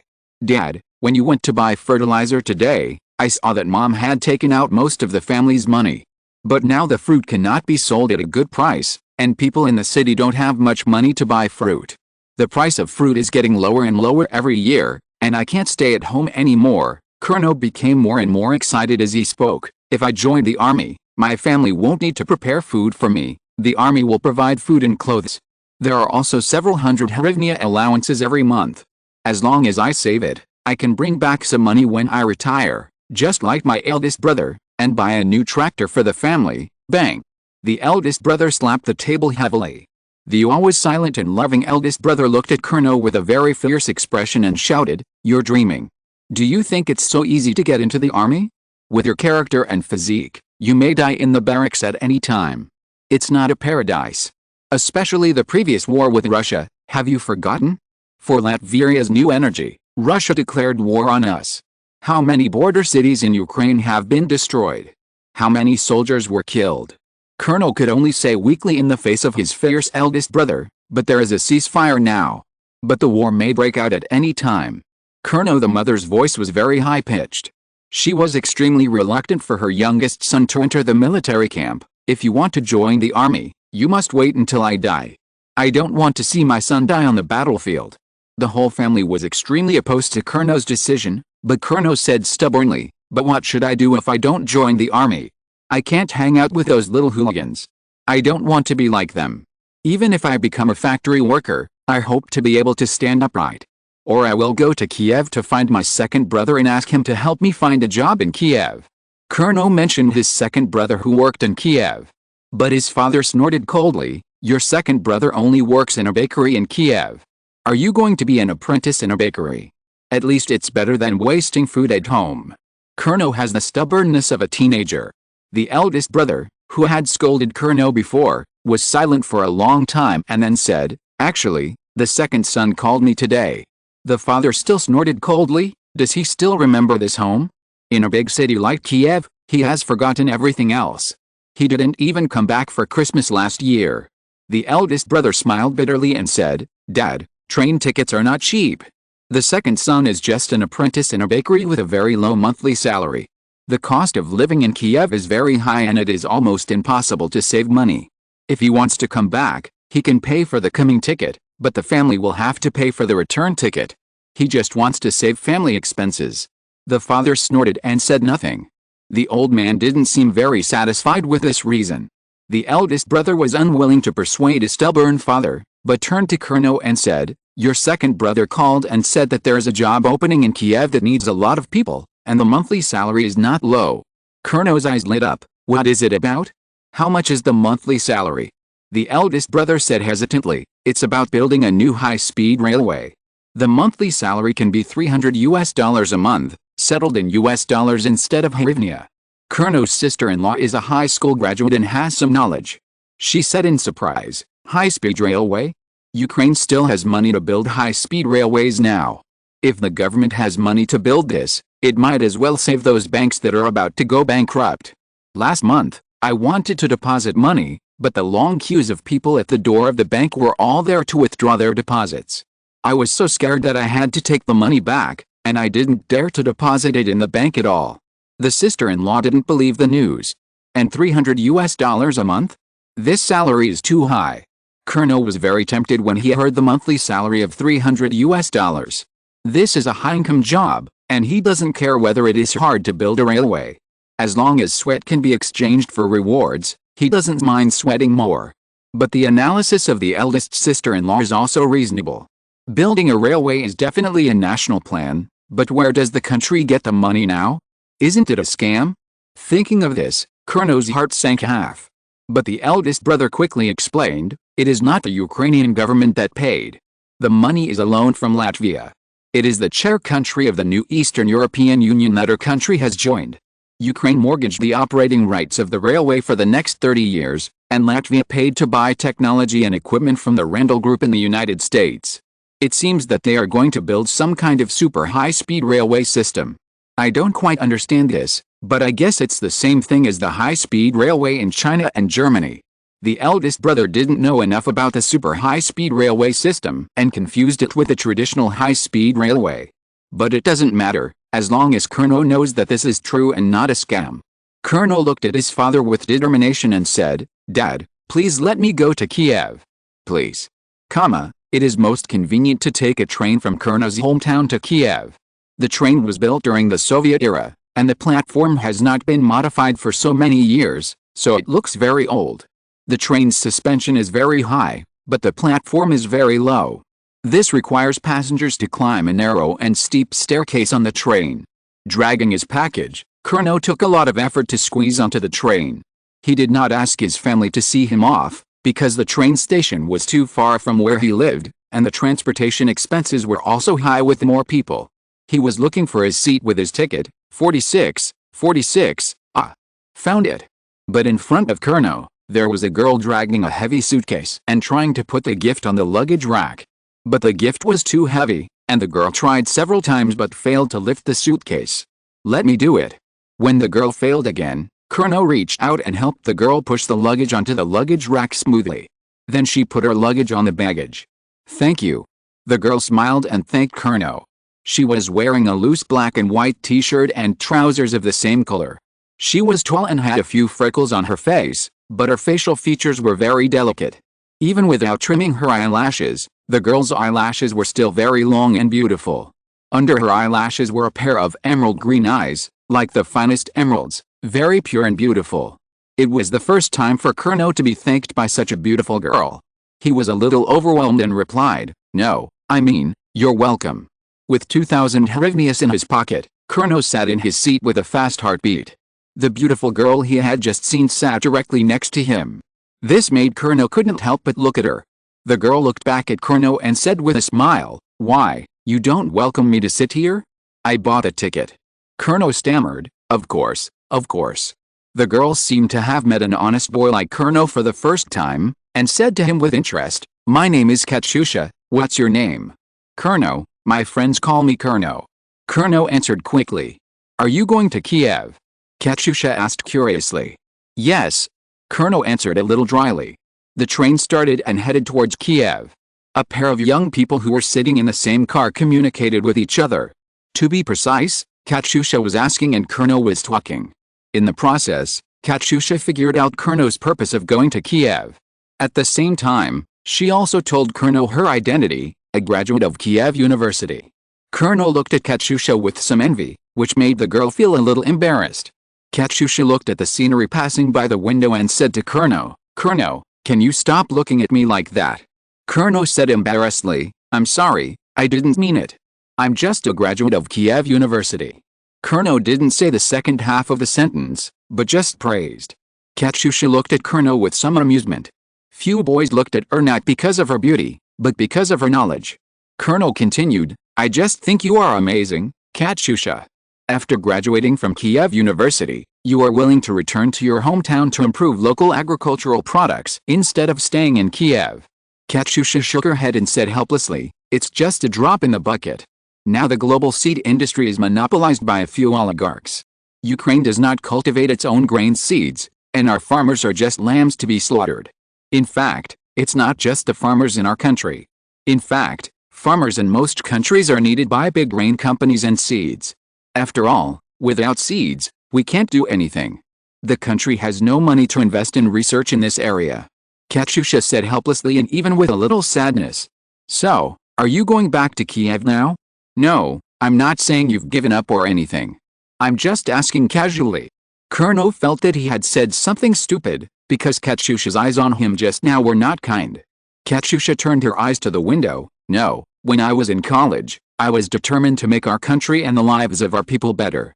Especially the farmers, because I was born in the countryside. I know how hard farmers work, especially now that the country's economic situation is getting worse and worse. I always want to do something, but I can't do it." Katyusha retracted her eyes from the window, turned to Kurno and said, "You are going to Kiev to participate in the recruitment of the super high-speed railway system. Do you know the significance of this railway?" Kurno was silent for a while, then shook his head honestly. Katyusha said with a look of longing in her eyes, "This will connect the entire new Eastern European Union." Latvian leader Dum called on the participating countries of the new Eastern European Union to relax border tariffs and allow goods to circulate faster and cheaper. It has never been like this since the breakup of the Soviet Union. Can you imagine this? Katyusha looked at Kurno with excitement. But Kurno could only blush and shook his head. Katyusha didn't care about Kurno's embarrassment, but continued to introduce him. "Kurno, you said your family grows fruits, but now your fruits can only be shipped to nearby cities for sale, and the farthest is no more than 300 kilometers. Even if a buyer comes to buy your fruits, the farthest they can sell is Kiev." Kurno nodded after hearing this, and Katyusha continued, "But Ukraine's economy is not good, and fruits are not a necessity of life. Everyone is saving money. If you have money, you would rather buy more food to store, and fruits have become a luxury. In the fruit shops in Kiev, fruits are sold at a very high price. But in the farmland, The purchase price of fruits is very cheap. Kurno was a little confused. Why are fruits in Kiev very expensive, but the fruits sold at home are very cheap? This complex economic relationship is something Kurno couldn't understand. But if the super high-speed railway is opened and the new Eastern European Union lifts customs tariffs between member states, then the fruits of your family, Kurno, can be transported to the train station and then sent to Latvia, Kazakhstan, and Kyrgyzstan. The market will become broader and pricing will become more free. Your family's income will also become better. And this is not just about the fruits of your family, but also various specialties and handicrafts between each country. Or some urgently needed supplies. For example, country A needs a certain product X, but country A does not have it in stock. But there are a lot of them in the market of country B. Importing goods from country B through traditional trade can indeed alleviate the pressure on country A, but the people of country A must pay a high price. This is determined by the market economy. But after the opening of the super high-speed railway, although the factors of market price increases still exist, the costs and tariffs have been infinitely lowered. This will benefit more people. Katyusha's explanation made Kurno gradually understand the meaning of this railway.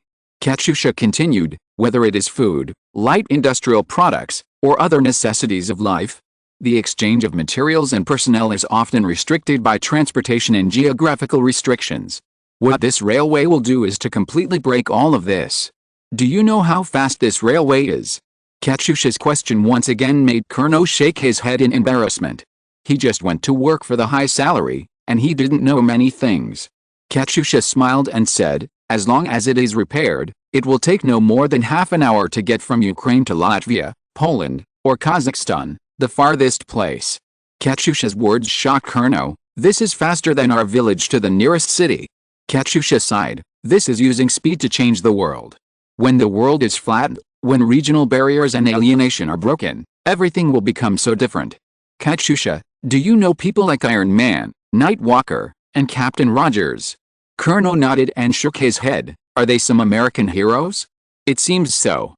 Katyusha waved her fists. They are heroes of this world, and Americans come second. Everything they do is to promote change in this world, just like the super high-speed rail plan of the Horizon Foundation and the Randall Group. The reason why I returned to Kiev is that I also want to devote myself to this change. Although I am just an ordinary person, I hope that my knowledge can help. This is my dream. When I grow old one day, I can say like Paul Korkagin, I have no regrets in my life. Kurno said hesitantly, your dream is really great, and I can only be a road builder. Katyusha patted Kurno's shoulder. She hugged one of Kurno's shoulders with the boldness of an Eastern European woman and said, dreams are not great for others to see. It's just a wish in the heart. It depends on whether you are willing to pay. Looking at the various scenes flying by outside the window, Kurno's thoughts kept changing in his heart. Sometimes it was the advice of his parents and the care of his eldest brother and sister-in-law, and sometimes it was his second brother who was far away in Kiev.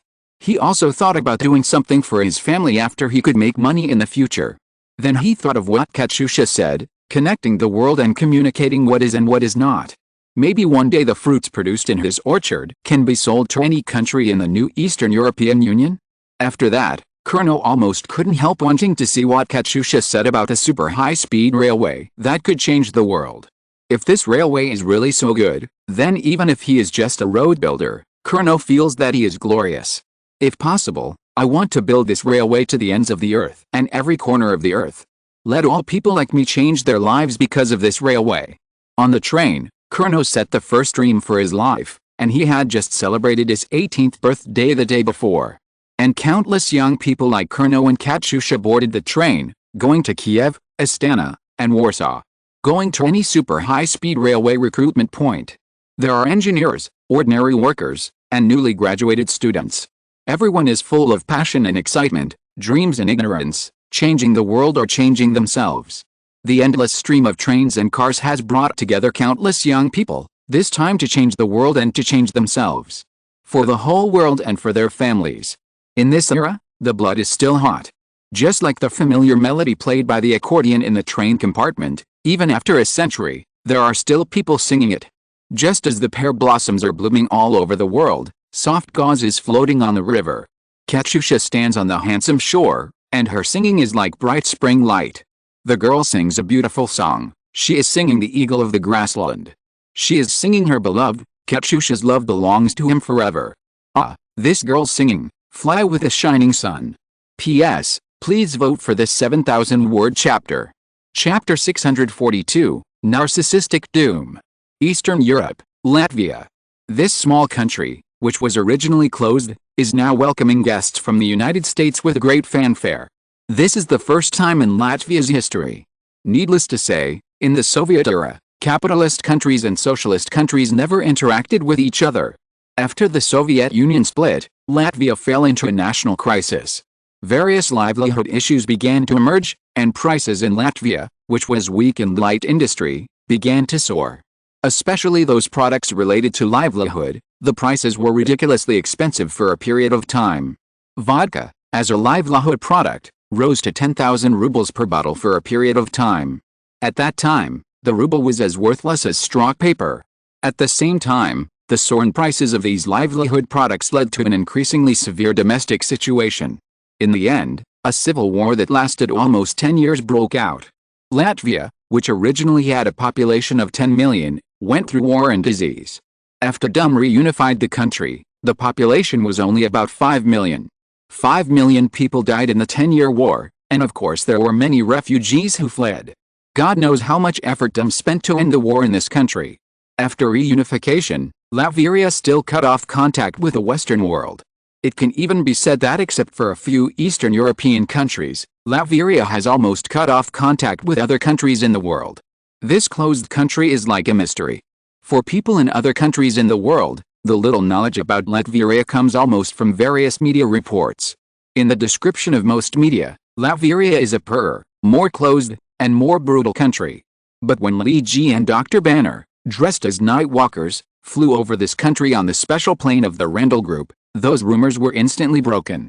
The place where the plane landed was the capital of Latvia, Doom City. Believe me, this name is not misspelled. Through the window on the side of the plane, the two could see Doom City and the surrounding environment of Doom City from the plane flying lower and lower. Outside the city, a row of very unique country villas are scattered on the green land. Red brick walls and black tile roofs, occasionally decorated with some white stripes. It's like a house in a Nordic fairy tale world. If you push open the scarlet door, you will expect that it is the natural elves or the hospitable dwarves who open the door for you. Maybe it is the somewhat rude but kind-hearted wood elves? As the plane flies lower and lower, it passes over the fields and turns its view to the city of Doom. The most eye-catching thing is the huge castle in the center of the city. This place has been exaggerated by many media and described as the residence of the devil. This is Doom's residence, the Castle of Destruction. The gray main body of the castle does have a daunting feeling, especially when its name is also named Destruction. When the plane landed, the welcoming convoy dispatched by Doom had reached the runway of the airport. As soon as they got off the plane, Nightwalker Lee G and Dr. Banner were taken to the convoy. In response, Dr. Banner said jokingly, "Can't we go to the duty-free goods area of the airport to buy some goods before going to see Doom?" The butler in Doom's Castle of Destruction, a middle-aged man about 50 years old named Punov, who was responsible for receiving Lee G and Dr. Banner, was in charge of receiving Lee G and Dr. Banner. Punov said politely and seriously, "Even if you two go to the merchandise area of the airport, we don't actually sell duty-free goods here. Because the country implements a rationing system, the airport does not sell any duty-free products to the outside world." Huh? Lee G was surprised by this. So, Dum is still going to implement the old Soviet system? That won't do. Punov still looked polite and said, "Whether it is appropriate to do so is something that my master Dum has to consider. Please get in the car. The master has arranged a sightseeing trip for you. Let you see the general appearance of Latvia and then talk to him about your opinions." Lee G and Banner did not come to Latvia to travel. Just like when Dum gave Lee G information before and expressed his willingness to use Eastern Europe as a breakthrough to drive the super high-speed railway plan. The Illuminati discussed it internally. The promotion of the super high-speed railway plan is to be promoted, but at the same time, Dum's ideas also need to be examined.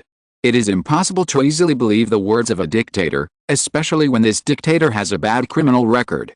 So Lee G decided to come to Latvia, and he also brought Dr. Banner with him.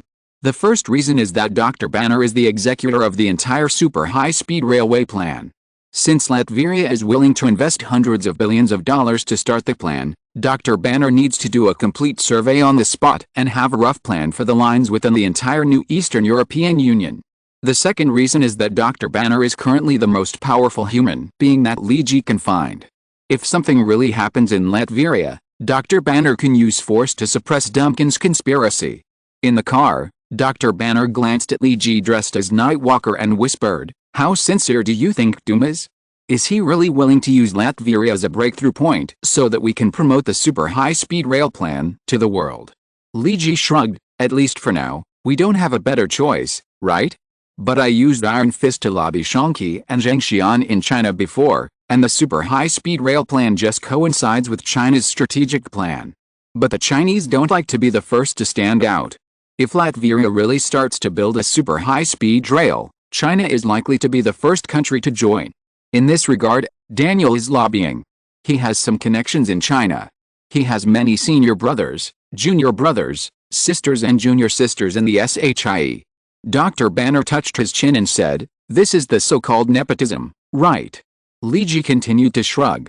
Although the two were not traveling to Latvia, since Doom had already arranged the itinerary, it was too embarrassing to refuse.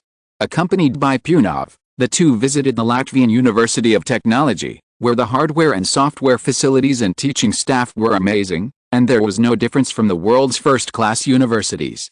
After visiting the University of Latvia, Punov took the two to visit another landmark building in the city of Dum.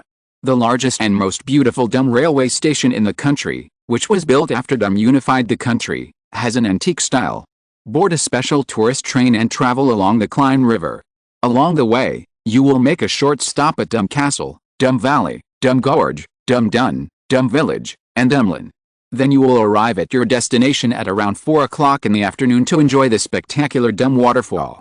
Then start the return journey.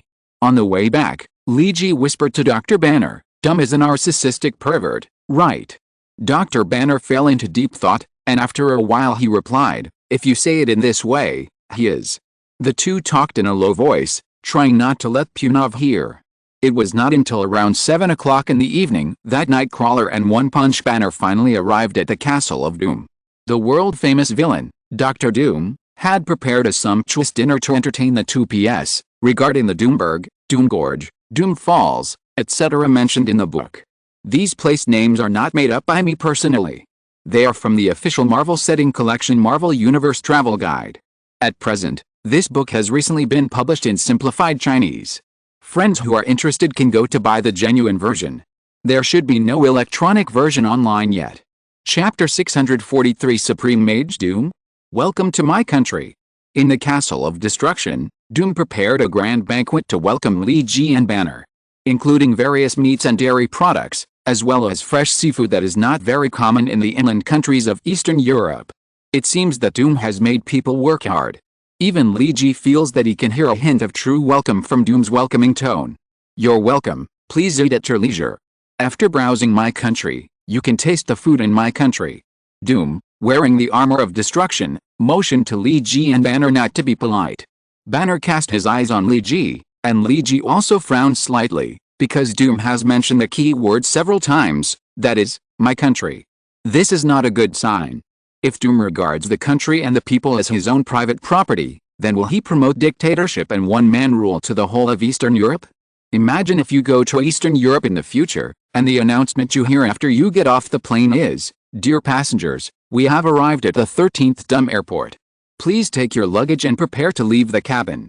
Or when you take the train, you find that all the stations you pass by are, Dum number 1 railway station, Dum number 2 railway station, Dum number 3 railway station. Even the station announcement at the bus station will become, "We have arrived at the East Dum station. Passengers who are getting off, please get off quickly." The final destination of this bus is the East 2 Dum station. Then everyone's daily conversations may become strange. For example, Aunt A asked Aunt B, "Where did you buy this Doom brand sweater?" Aunt B replied, "I bought it at Doom department store." Aunt A continued to ask, "Which Doom department store?" Aunt B replied, "The newly opened one on East 40 Doom Road, the 3rd Doom department store. They are having a promotion there now. As long as you shout Doom 30 times in a row and pronounce it correctly, you will get a 20% discount." Hurry up, or it will be gone. Aunt A clapped her hands and said, yes, you have to hurry up. Just get on the bus from the 7th Doom Primary School station in front of our door, right? Aunt B, yes, hurry up. If the above conversation becomes the daily routine of Eastern European people, Luigi thinks it is too cruel. East 30 Doom Road, East 31 Doom Road, East 32 Doom Road. How many people must be lost? And based on what he saw and heard on the road today, Luigi thinks Doom is capable of doing such a thing. Perhaps Doom used his cunning and dictatorial rule to cover up a fact that no one paid attention to. That is, Doom himself is actually an incurable narcissist.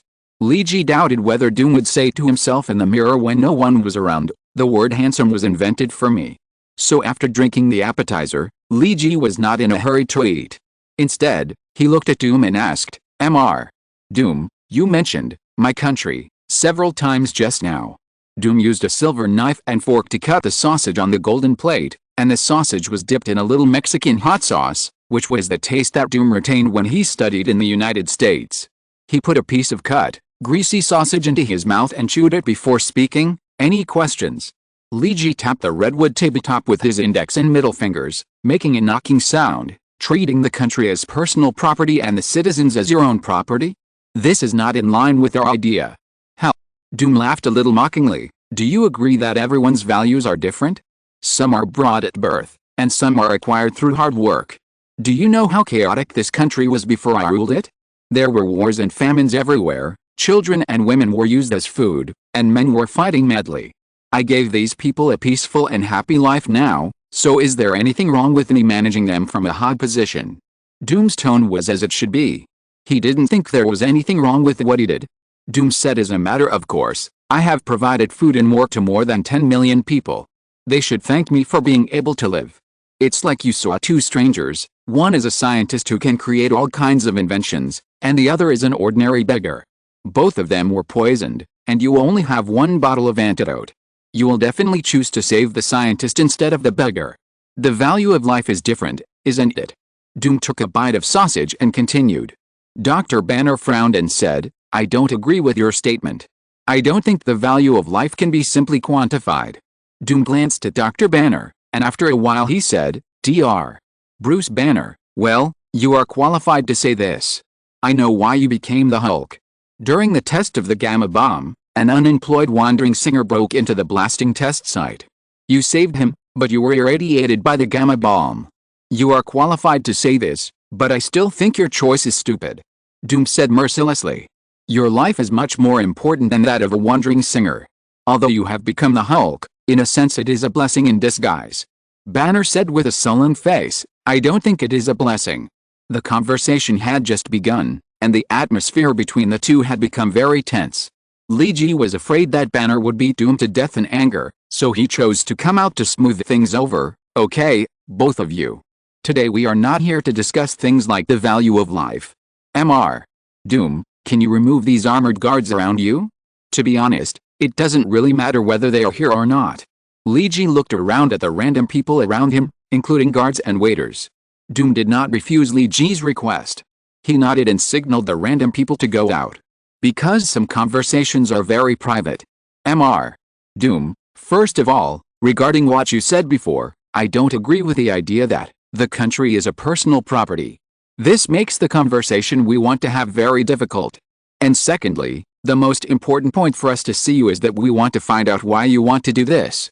Eastern European integration, and even the possible Eurasian integration and global integration, I don't see any huge benefits for you. Luigi still doesn't believe that Doom will suddenly be kind. Suddenly one day after waking up, Doom decided to change his ways carefully. While looking in the mirror, he said to himself, change the world and make it a better world. This phrase was created for me.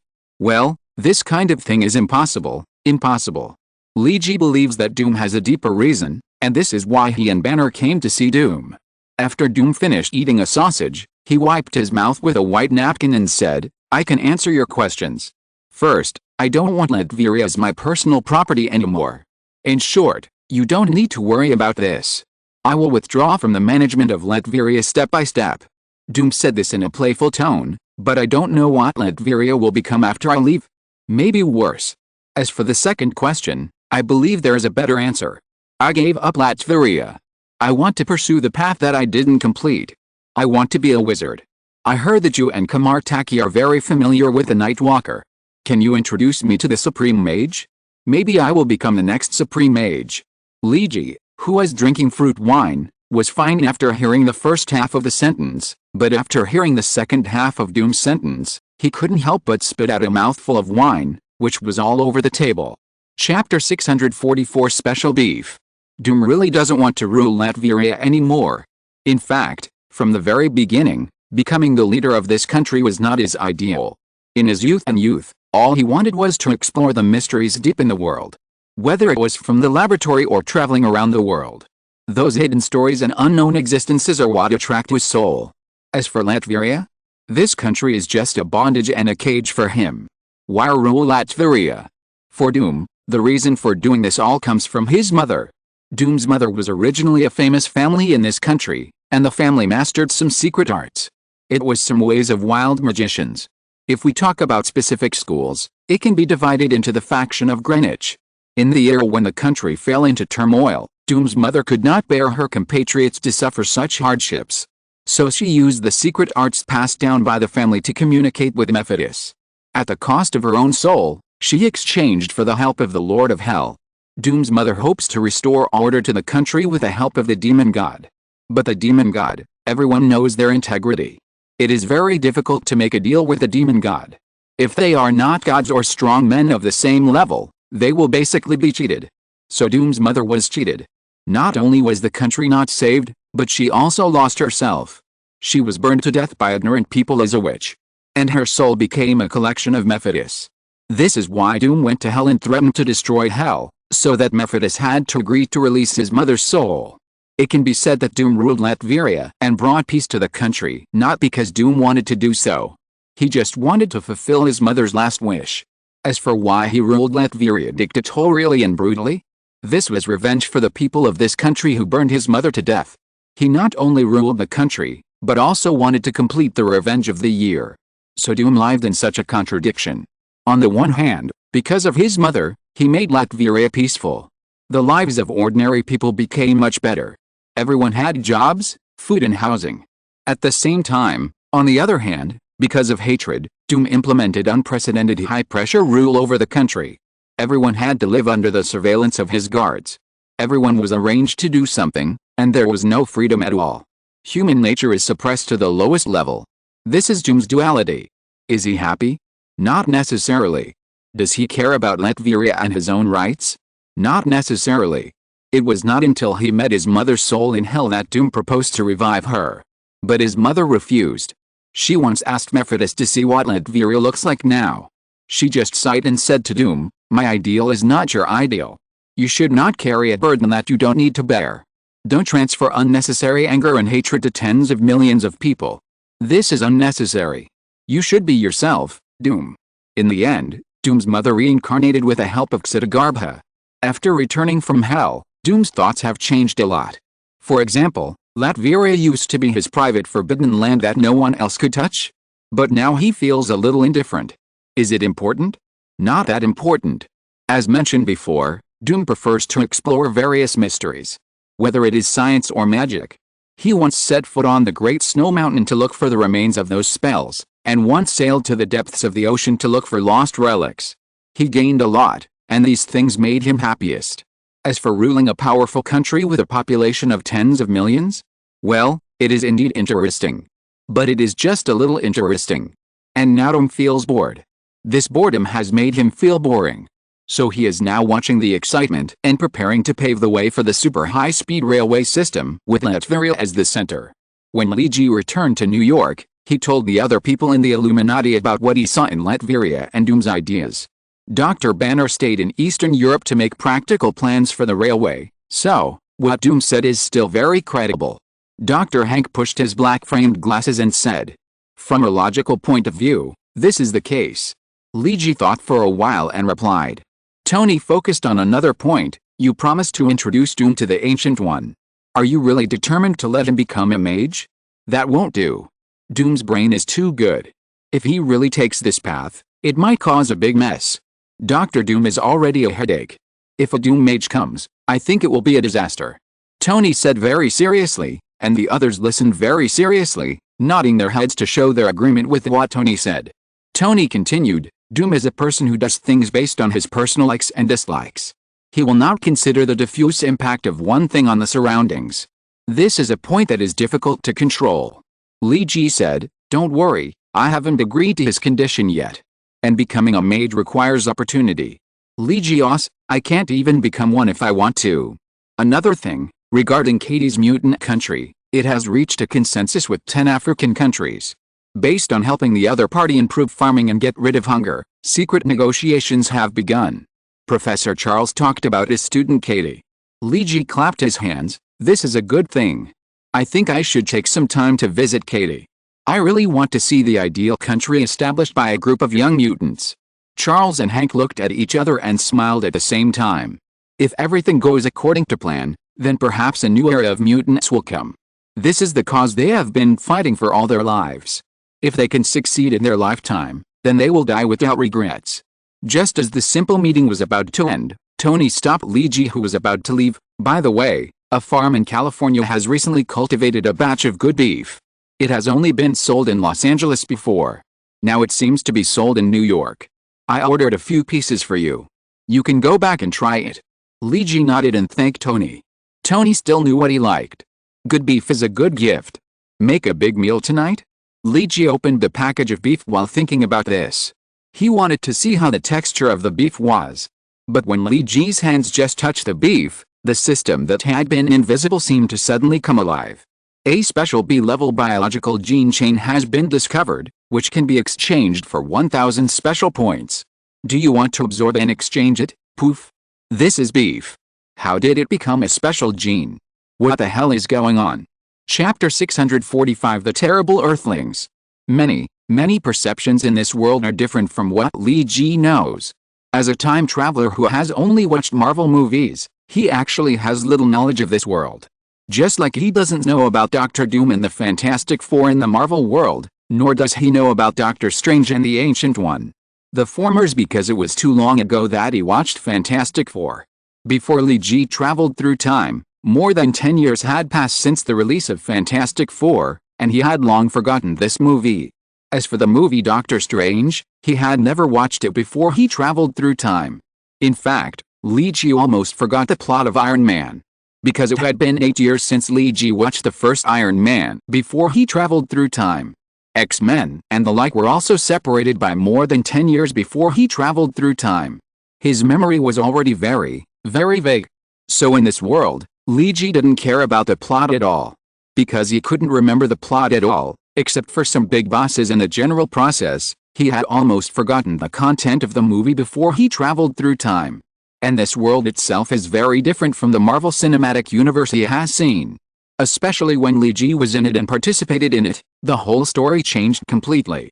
So Li Ji has always been in awe of this vast and unknown world. But a piece of beef has special genes, even stronger than many mutants' genes, and more valuable? What the hell is this? Could it be that even cows in the Marvel world have mysterious origins? Li Ji took the beef Tony gave him and fell into deep thought. Should I eat this thing? Or absorb it directly? Anyway, no matter how Li Ji thinks about this special beef, the beef from a farm in California has now begun to be widely distributed in major cities across the United States. Originally, the farm only produced a small amount of beef because the reproduction rate of their special breed of cattle was too low, and the fertilization success rate was not high. This led to the fact that the output has not been increased. Until 2 new employees increased the breeding rate in a special way, and made the cattle grow up and mature quickly, and the Food and Drug Administration could not find anything special. So in the past year, this beef cattle breeding base called Anris Farm has begun to expand. The high-end beef that was originally only supplied to a small area in California can now be distributed to major cities across the United States, and its distribution channels have been extended outward, and have begun to move towards the other side of the ocean. In a rental house in Xiaxia, SZ City, China. In the somewhat messy living room, the 35-inch LCD TV placed on the TV cabinet is playing the news program First Time, broadcasted at 7 o'clock in the morning on CCTV2. The host Du Yang is standing in front of the camera hosting news about the world and China. The first thing to do in the morning is to feel the warmth and coolness of the day. Good morning, everyone. Today we are going to talk about a topic that has been of great concern to the public recently, which is the lifting of the ban on the import of American beef. The host in front of the TV said dignifiedly, "After 14 years, my country has imported American beef again. Beef produced in the United States is allowed to be sold in China." Just 3 days after the ban was lifted, American beef has begun to be put on the shelves of large supermarkets in China. Through the pictures collected by reporters on the spot, we can see that large supermarkets including Walmart, Lotus, Carrefour and China Resources Vanguard have open counters selling American beef. This is different from the initial concerns of domestic industry practitioners. Domestic livestock farmers were initially worried that industrialized large-scale production of American beef would impact the already shaky local beef market at a low price. This time, the first batch of American beef imported into China is not a frozen low-end product, but a mid to high-end product that uses a full cold chain air transport. The price ranges from 100 to 300 yuan per kilogram. The first batch of cities to start selling beef include major cities such as Beijing, Shanghai, Guangzhou and Shenzhen. Before that, some people had a lot of concerns about the entry of American beef into the Chinese market, and cried wolf. Bang! Before the host on the TV finished speaking, the entire TV was completely smashed by the flying TV remote control. Liang Fifan, with red eyes, looked like he hadn't rested well for several days. Who is Liang Fifan? Liang Fifan is just his alias. He has another more secret name, Fifan Long. That's right. He is Fifan Long in human form and appearance. He is the navigator and guide of the dragon civilization, responsible for the dragon people's search for suitable colony planets in the universe. Originally, he was forced to land on the Earth because of an accident in the spacecraft, and was forced to enter a dormant period because he consumed a lot of energy. When Fifan Long woke up, he didn't know whether hundreds or thousands of years had passed. Anyway, when he just woke up, he was already controlled by someone. That's right. The person who controlled him was Mandarin Zhang Tong. And Zhang Tong also extracted DNA cells from his body to create his flying dragon troops. Fortunately, Mandarin and his flying dragon troops were all killed on the East Coast. This is good news for Fifan Long, because Mandarin is dead, and his Ben is gone. He can finally escape from the cave that imprisoned him. Because he knew about the air battle that took place on the East Coast of the United States, Fifan Long listed the United States as a dangerous country. He did not go to the United States, but came to Shenzhen, China. This place is known as the electronic center of China, because he needs all kinds of electronic parts and electronic equipment. As mentioned earlier, he is the navigator and guide of the dragon people. He doesn't know how long he has been asleep. Now he has to find a way to get in touch with his civilization. The spacecraft he drove disintegrated and burned when it landed on the Earth. He needs to make a high-power signal transmitter by himself to get in touch with his companions or other civilizations he knows. He wants to get away from the Earth. This is really a dangerous place.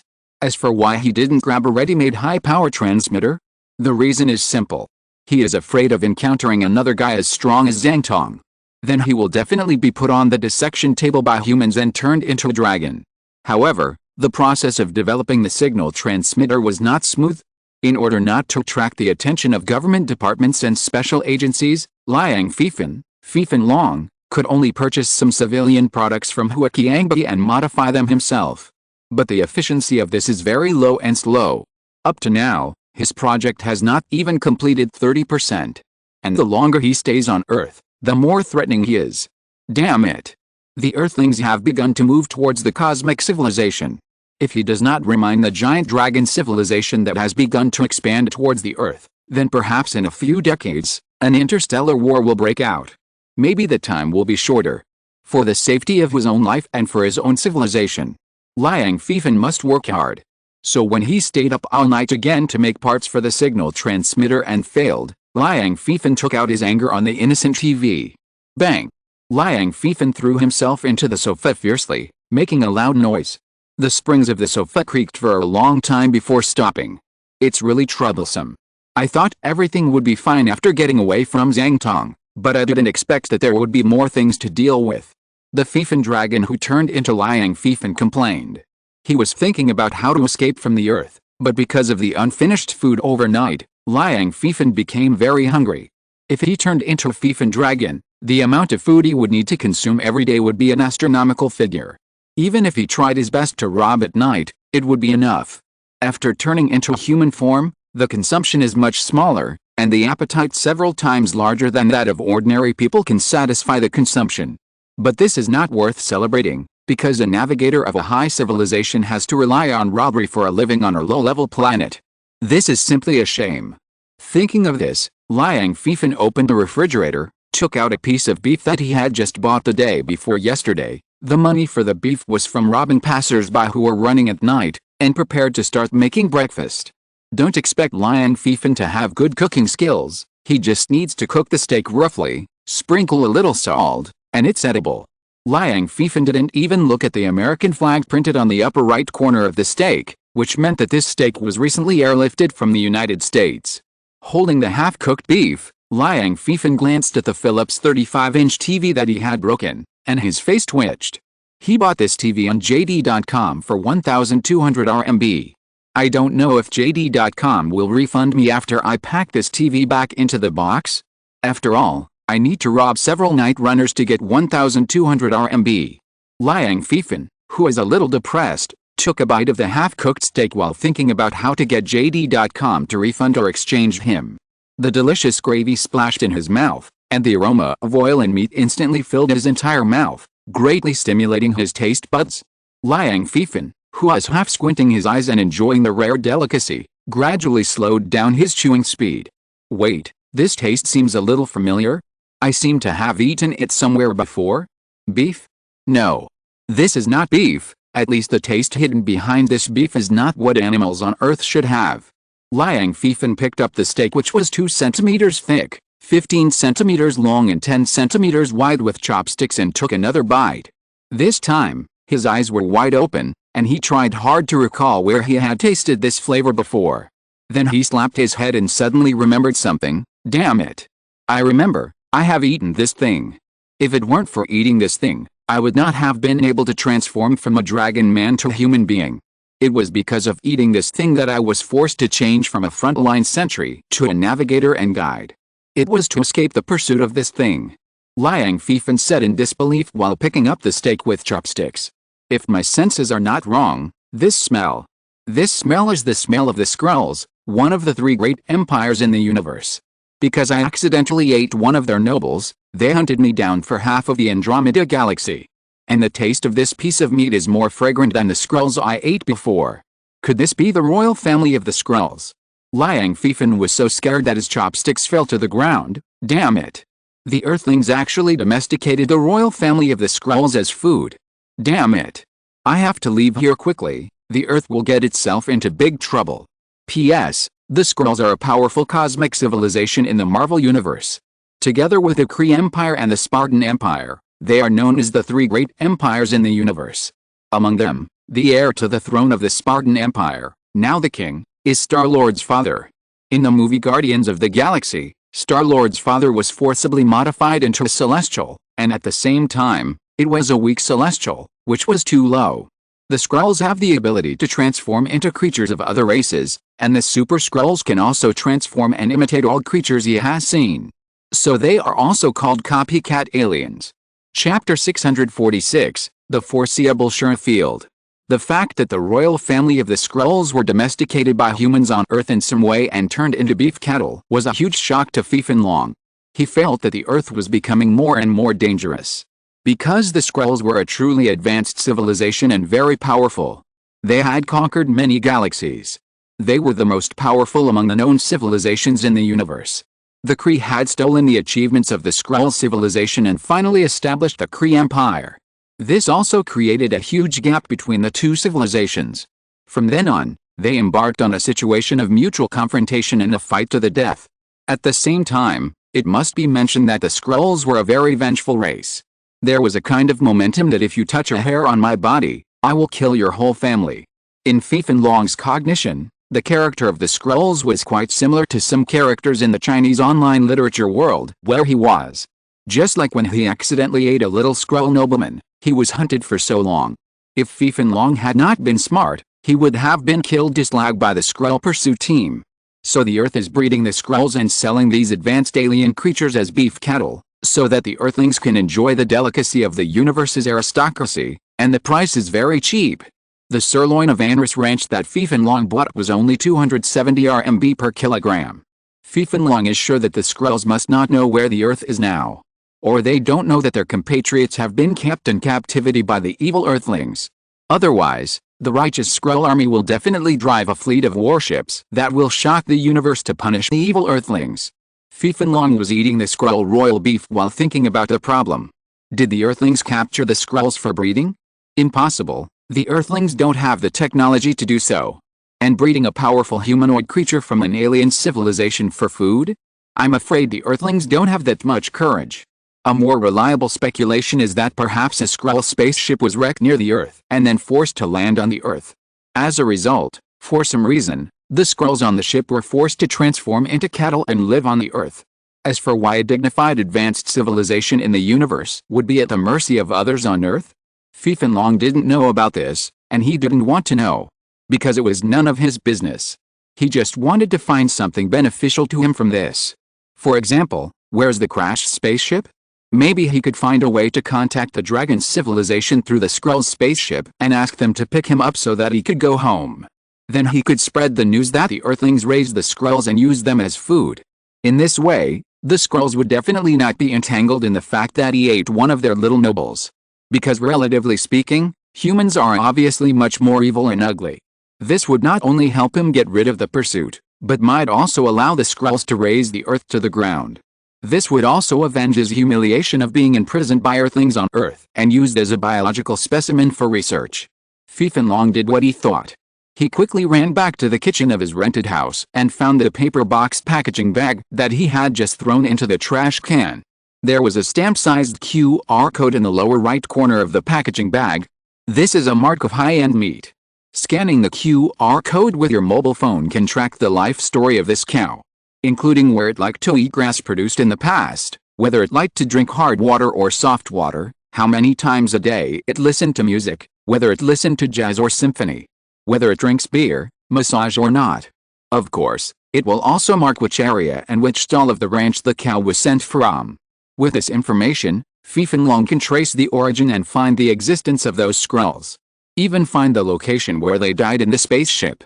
Thinking of this, Fiefenlong immediately took out the Huawei Honor 11 he had just bought at Huaqiangba Iseg Mall, clicked on the WhatsApp scan function, and then started scanning the QR code of the beef. Start tracking the traces of the Skrulls on Earth. As for why Fiefenlong, as an alien, can master the use of smartphones on Earth so skillfully? Please. You can't survive without using these software now. Okay, done. Fiefenlong was satisfied with all the information about his cow, and finally put away his phone with satisfaction. I'm going to celebrate. I can finally leave the Earth. Fiefenlong, who turned into Liang Fiefen, let out a long sigh. Let's go grab a few more night runners tonight, and then go to Guangzhou restaurant in Shanxiajiu, Guangzhou tomorrow to have morning tea to celebrate. I want to order scalloped radish cake, radish beef brisket, black bean sauce chicken feet and shrimp dumplings and barbecued pork crisps, and a pot of baluchin. Liang Fiefen waved his fist fiercely to vent his uncontrollable joy. When an alien dragon said this, it was unusually harmonious, without any sense of disobedience. Li Ji finally chose to absorb this beef into special points, because special points are still quite valuable to him. As for eating, he thinks it's better not to eat it. Because there are too many strange things in the Marvel world, maybe there is something wrong with this beef? Li Ji thinks he should find time to go to Endless Ranch in California to see what's wrong with the beef there.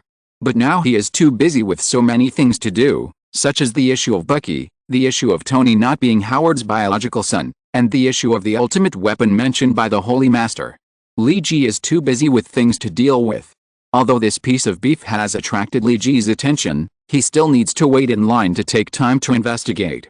Another important thing is that not long after Tony proposed, Pepper announced that she was pregnant. After basic tests, Pepper is healthy and the baby in her belly is indeed Tony's. So the wedding of the two should be prepared faster. But is this time too coincidental? Li Ji thought maliciously that Tony has been playing outside for more than 10 years. It may be difficult to form a reinforced group with a woman who has had a one-night stand, but it should be more than enough to form a reinforced battalion. Why has Tony never had a scandal of having an illegitimate child? Well, maybe Tony has taken protective measures. But has he been so cautious for more than 10 years? Leegee doesn't believe it, because Tony is actually a very willful and casual person. Has there been no accidental shooting in these years? Leegee had the greatest malice in his guess. Maybe Pepper had put drugs in Tony's diet, or genetic drugs or something else. Tony couldn't fertilize other women, and the only one who could conceive Tony's child was Pepper herself. Well, this guess can be expanded to write a 40-episode palace drama. Leegee began to admire Pepper's dark side, and at the same time felt sad for Tony. His life was just like a farmer who bought fake seeds, and no matter how he planted the land, rice would not grow. And just when Leegee had just returned to his small villa, the doorbell rang. "Hello, who are you?" Leegee opened the door, and a pretty and heroic lady stood outside the door.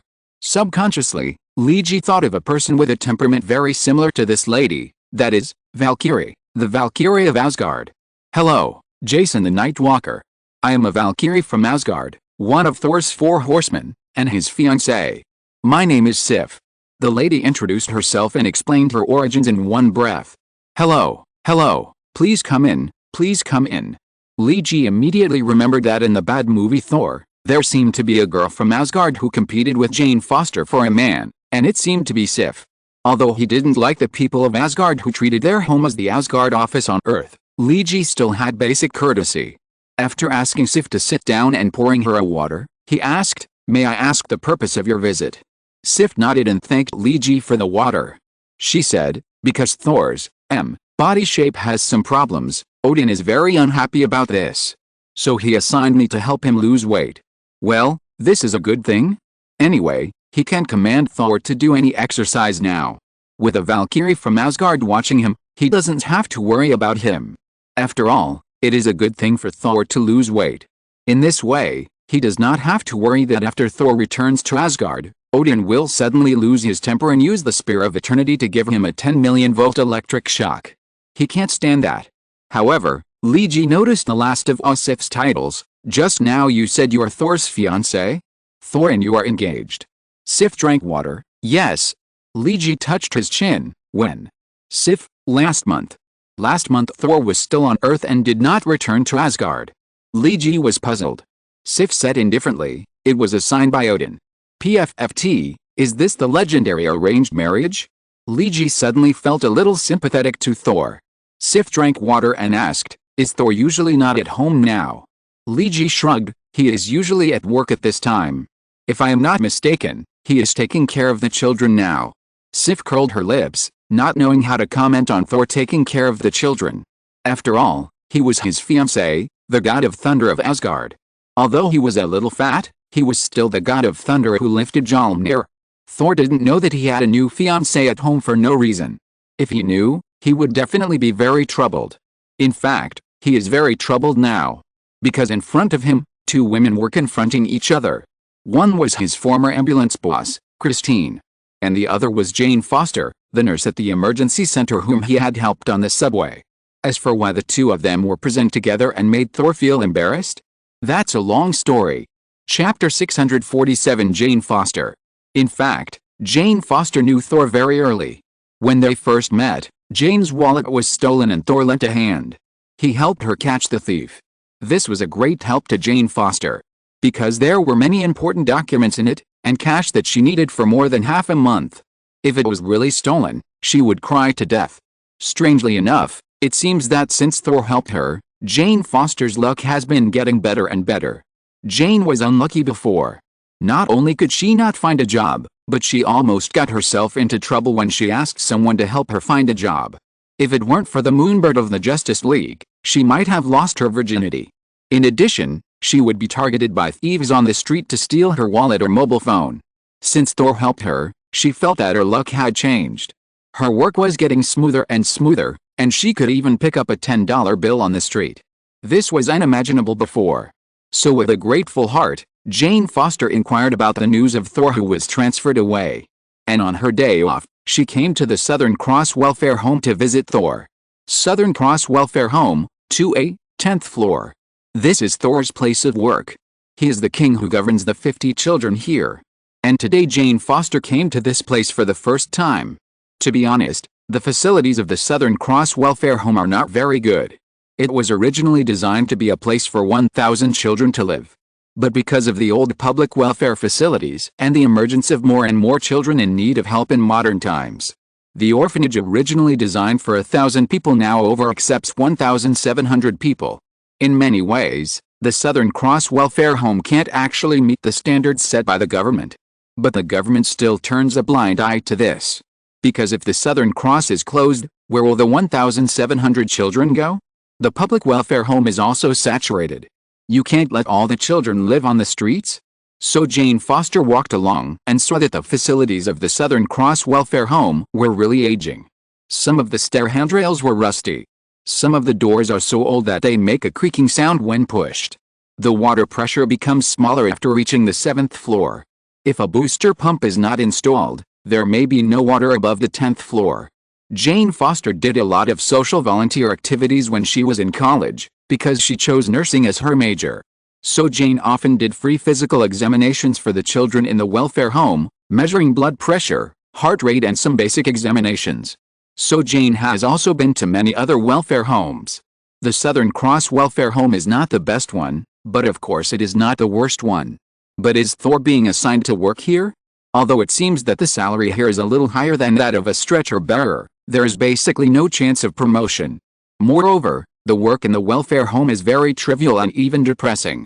Because many children who have lost their parents here have some psychological trauma. This kind of emotion is hidden, but it will be very fierce when it erupts. It is not a good thing to work in such an environment. Jane is ready to see a dejected and even furious Thor. Because from the appearance of this man, he doesn't look like the kind of person who can take care of children. Pushing open the door of Area 2A on the 10th floor, Jane Foster felt something was wrong, as if something was wrong. Oh, that's right. This blue door didn't have the awkward feeling of other doors in the building. And this door was just the beginning of Jane's shock about Area 2A on the 10th floor. Jane had inquired when she came here. The so-called Area 2A on the 10th floor of the Southern Cross was actually inhabited by some problem teenagers. Most of their parents were criminals, and most of these children were not very obedient. Bad teenagers and the like have always been a headache. Jane was ready to see a residential area messed up by bad teenagers. But Jane, who had prepared herself mentally, was still shocked. It's not because this place is too shabby, but because this place is too good. Pushing open the blue door and walking into Area 2A on the 10th floor, the originally monotonous and old white walls were replaced by lively and jumping colors such as sky blue, tender green, and pink.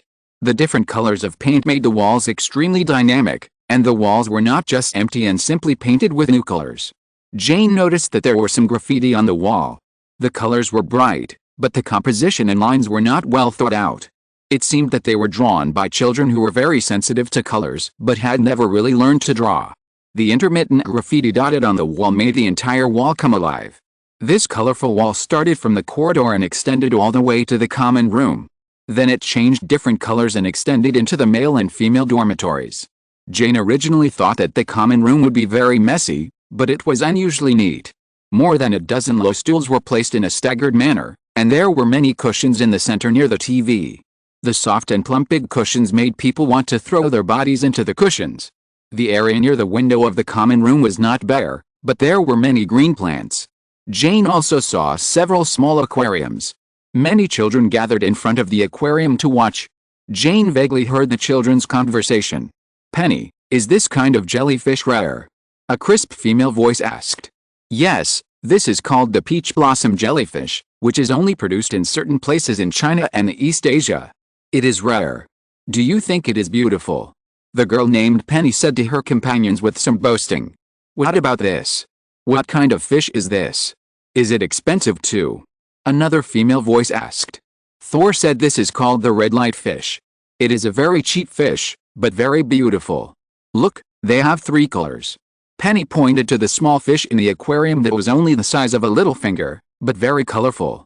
Looking at the jellyfish and fish in the small aquarium, the children watched them swim around, as if they were watching a discovery that belonged to them alone. They all watched very seriously, and from time to time they made exclamations that Jane did not understand. This place is different from other places in the Southern Cross. It seems to be more warm here, or it is more like a home? Jane has a feeling and a guess. Maybe everything here is because of Thor? Hello, may I ask who you are? Just as Jane was thinking about these questions, the voice of a middle-aged woman interrupted her thinking. Oh, I'm Thor's friend, you can call me Jane. I'm here to see Thor. Jane Foster found a woman in the uniform of the welfare home standing on her left. Jane glanced at her name tag. She seemed to be one of the caregivers in this area. Her name was Sophie. Hello Jane, just call me Sophie. Hearing that it was Thor's friend, Sophie smiled a lot more. Are you looking for Thor? He's not here now. Huh? Shouldn't he be working here at this time? Jane asked. He is taking the older children to clean the lawn of the welfare home. He said he can weld a simple goal frame so that the children can play football. Sophie took Jane to the opening of another window and pointed to the people busy on the lawn downstairs. Because there is no long-term and regular cleaning, the lawn of the welfare home looks very messy and a little abandoned. Thor, who was shirtless and bulging with a big belly, was cleaning the lawn with a group of older children. Colin, clean up the place over there. Thor was working on his own, while signaling the children not to be lazy. Colin was originally the most troublesome one among the children, but now he listens to Thor very much. Maybe it was because Thor's act of saving Penny's life touched him? Or maybe it was something else, Colin himself couldn't tell. But now if Thor asked him to work, he would not refuse. Just when Thor was working hard, Jane Foster walked to a distance and said, Thor, long time no see, do you remember me? Thor heard someone calling him, and suddenly turned around to see that it was a pretty girl. Yes, it seemed to be the girl he helped on the subway. However, because the movement of turning around just now was too violent, Thor's fat shook with inertia. Seeing Thor's shirtless appearance with fat exposed, Jane Foster couldn't help laughing. If you're listening to this novel on a channel other than Fanfic World, it means they downloaded and uploaded it without effort. We cordially invite you to visit our channel, Mundo Fanfic Novelis. There you'll find the original version of this story and you can explore many other novels of various genres. We're waiting for you to immerse yourself in a world of incredible novels. Chapter 648, Confused and Infatuated. So, are you used to the work here? Jane Foster asked Thor while sitting in the shade downstairs. Now a lot of the work of cleaning the lawn has been done, and only some corners are left. Thor asked Colin to take the other children to finish the rest. Thor had already greeted the welfare home before. He took the children to clean the lawn here. They can play first, and they can also get a period of time to use the basketball court and play a few regular basketball games. Because there are rewards, the children are quite motivated. Thor put on his clothes and sat next to Jane. Of course, if Thor still had the same 8-pack abs as before, he would not mind sitting next to a beautiful woman with his upper body naked, because he likes to show off.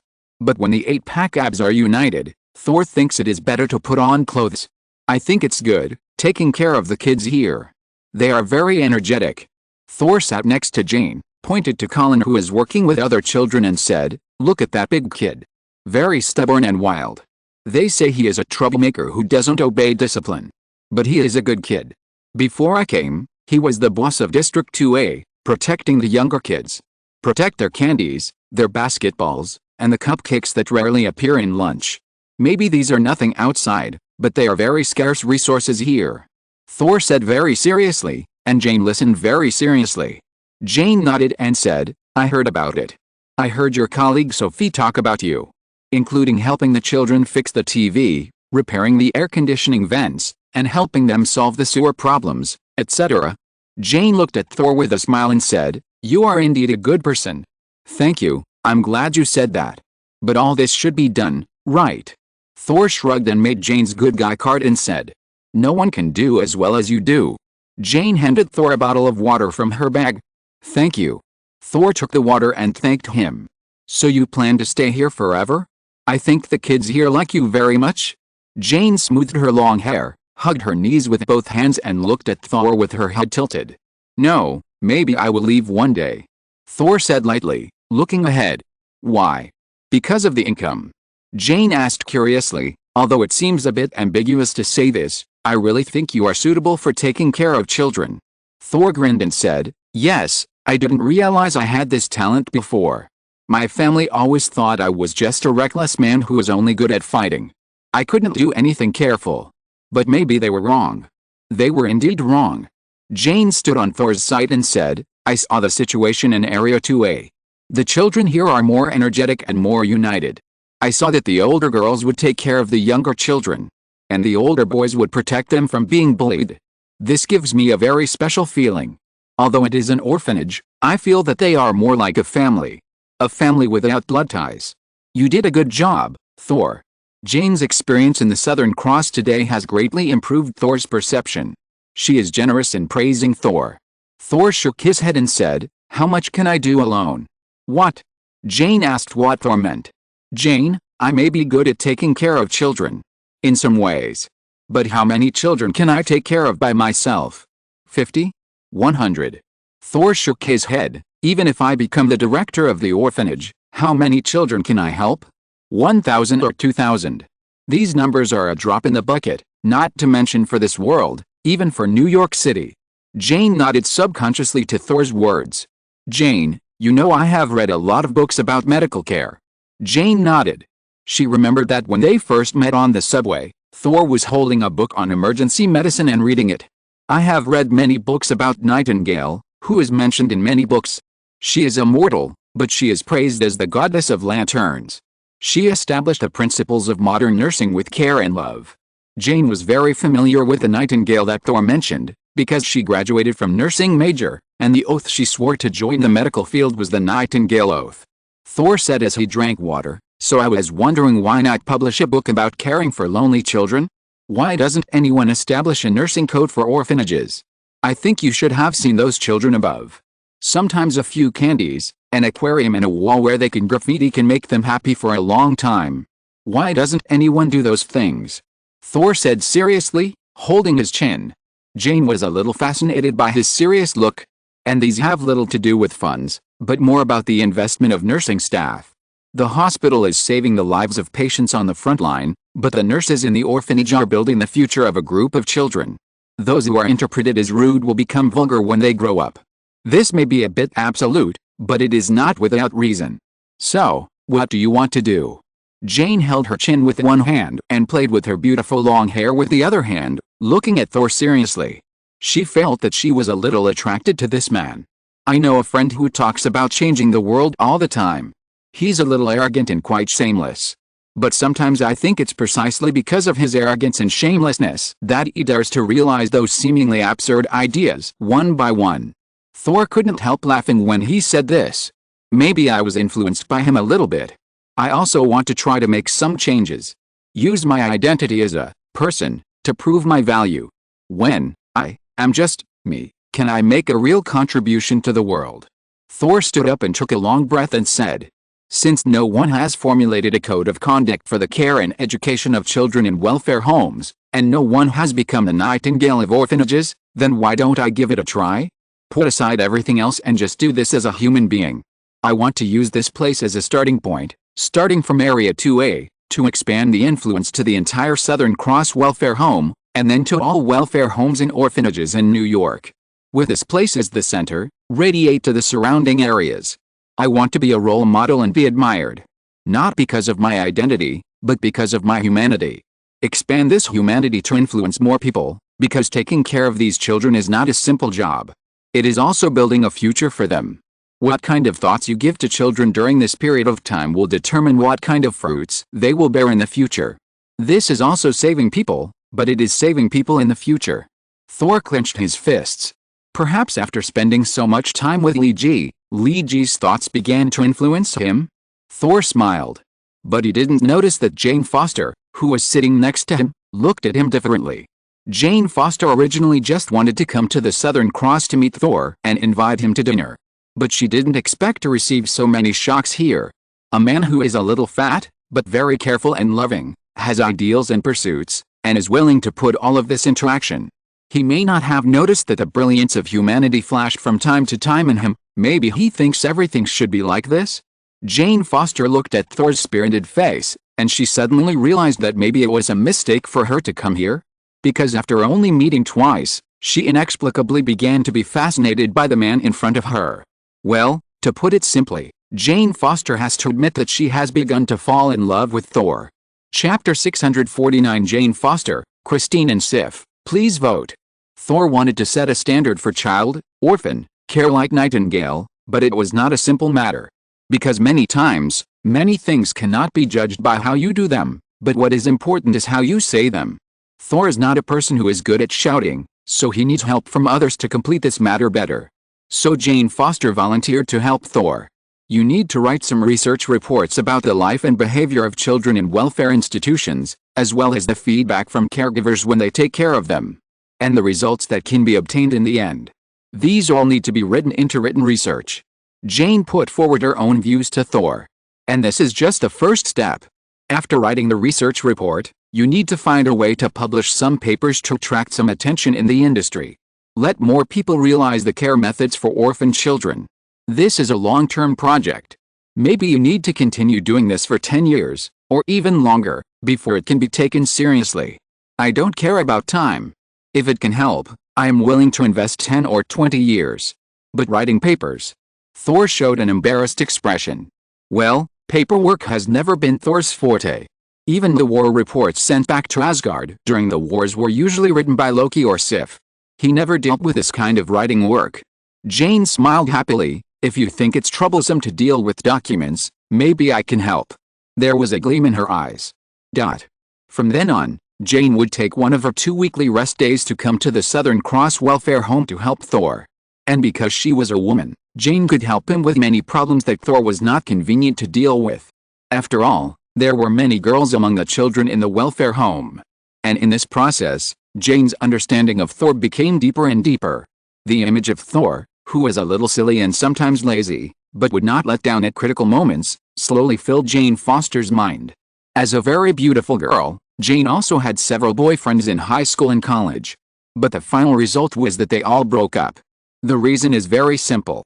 In this era, there are more and more people who like to shirk responsibility, whether men or women. There are more and more people who dare not take responsibility and have no decision when encountering things. Jane thinks that this kind of indecisive man is a sissy. This kind of sissy does not refer to a man's appearance. Maybe some men are big and strong, but Jane still thinks he is a sissy. Because personality and appearance are completely different things. Jane likes men who are responsible and capable of taking responsibility. This has nothing to do with appearance. Of course, it is better not to be too ugly, Jane added in her heart. Although Thor is a little fat, his facial features are actually not bad. He does not look like the kind of flowery boys that are popular in modern times, but has more angular and sharp feelings. When he is serious, his momentum is like a warrior or knight who is charging into battle.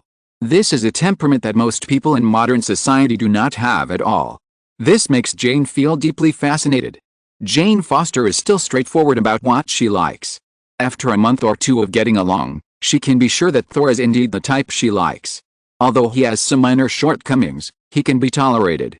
Jane Foster is an adult woman, 24 years old. She already knows what she wants.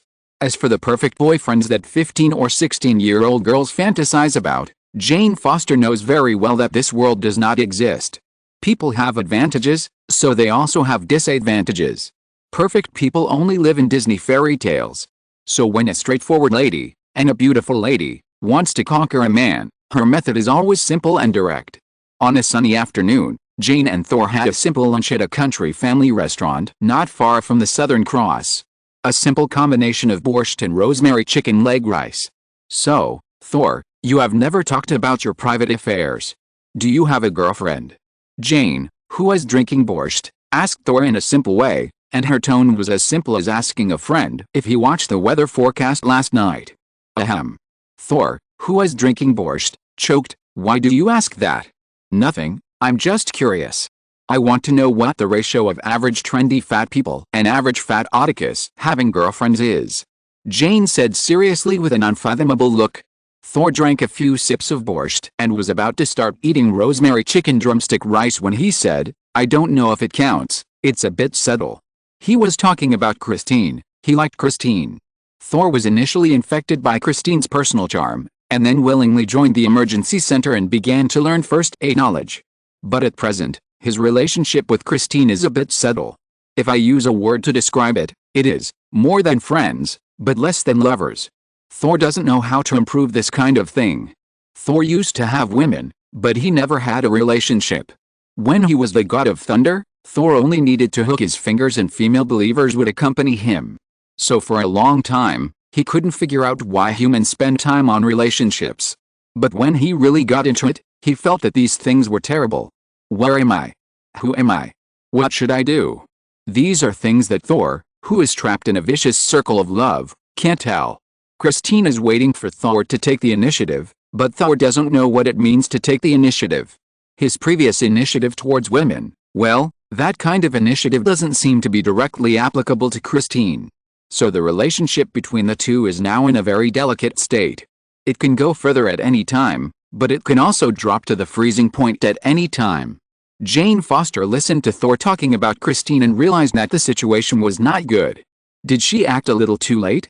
Jane didn't want to be a mistress, but Christine had not officially established a relationship with Thor yet.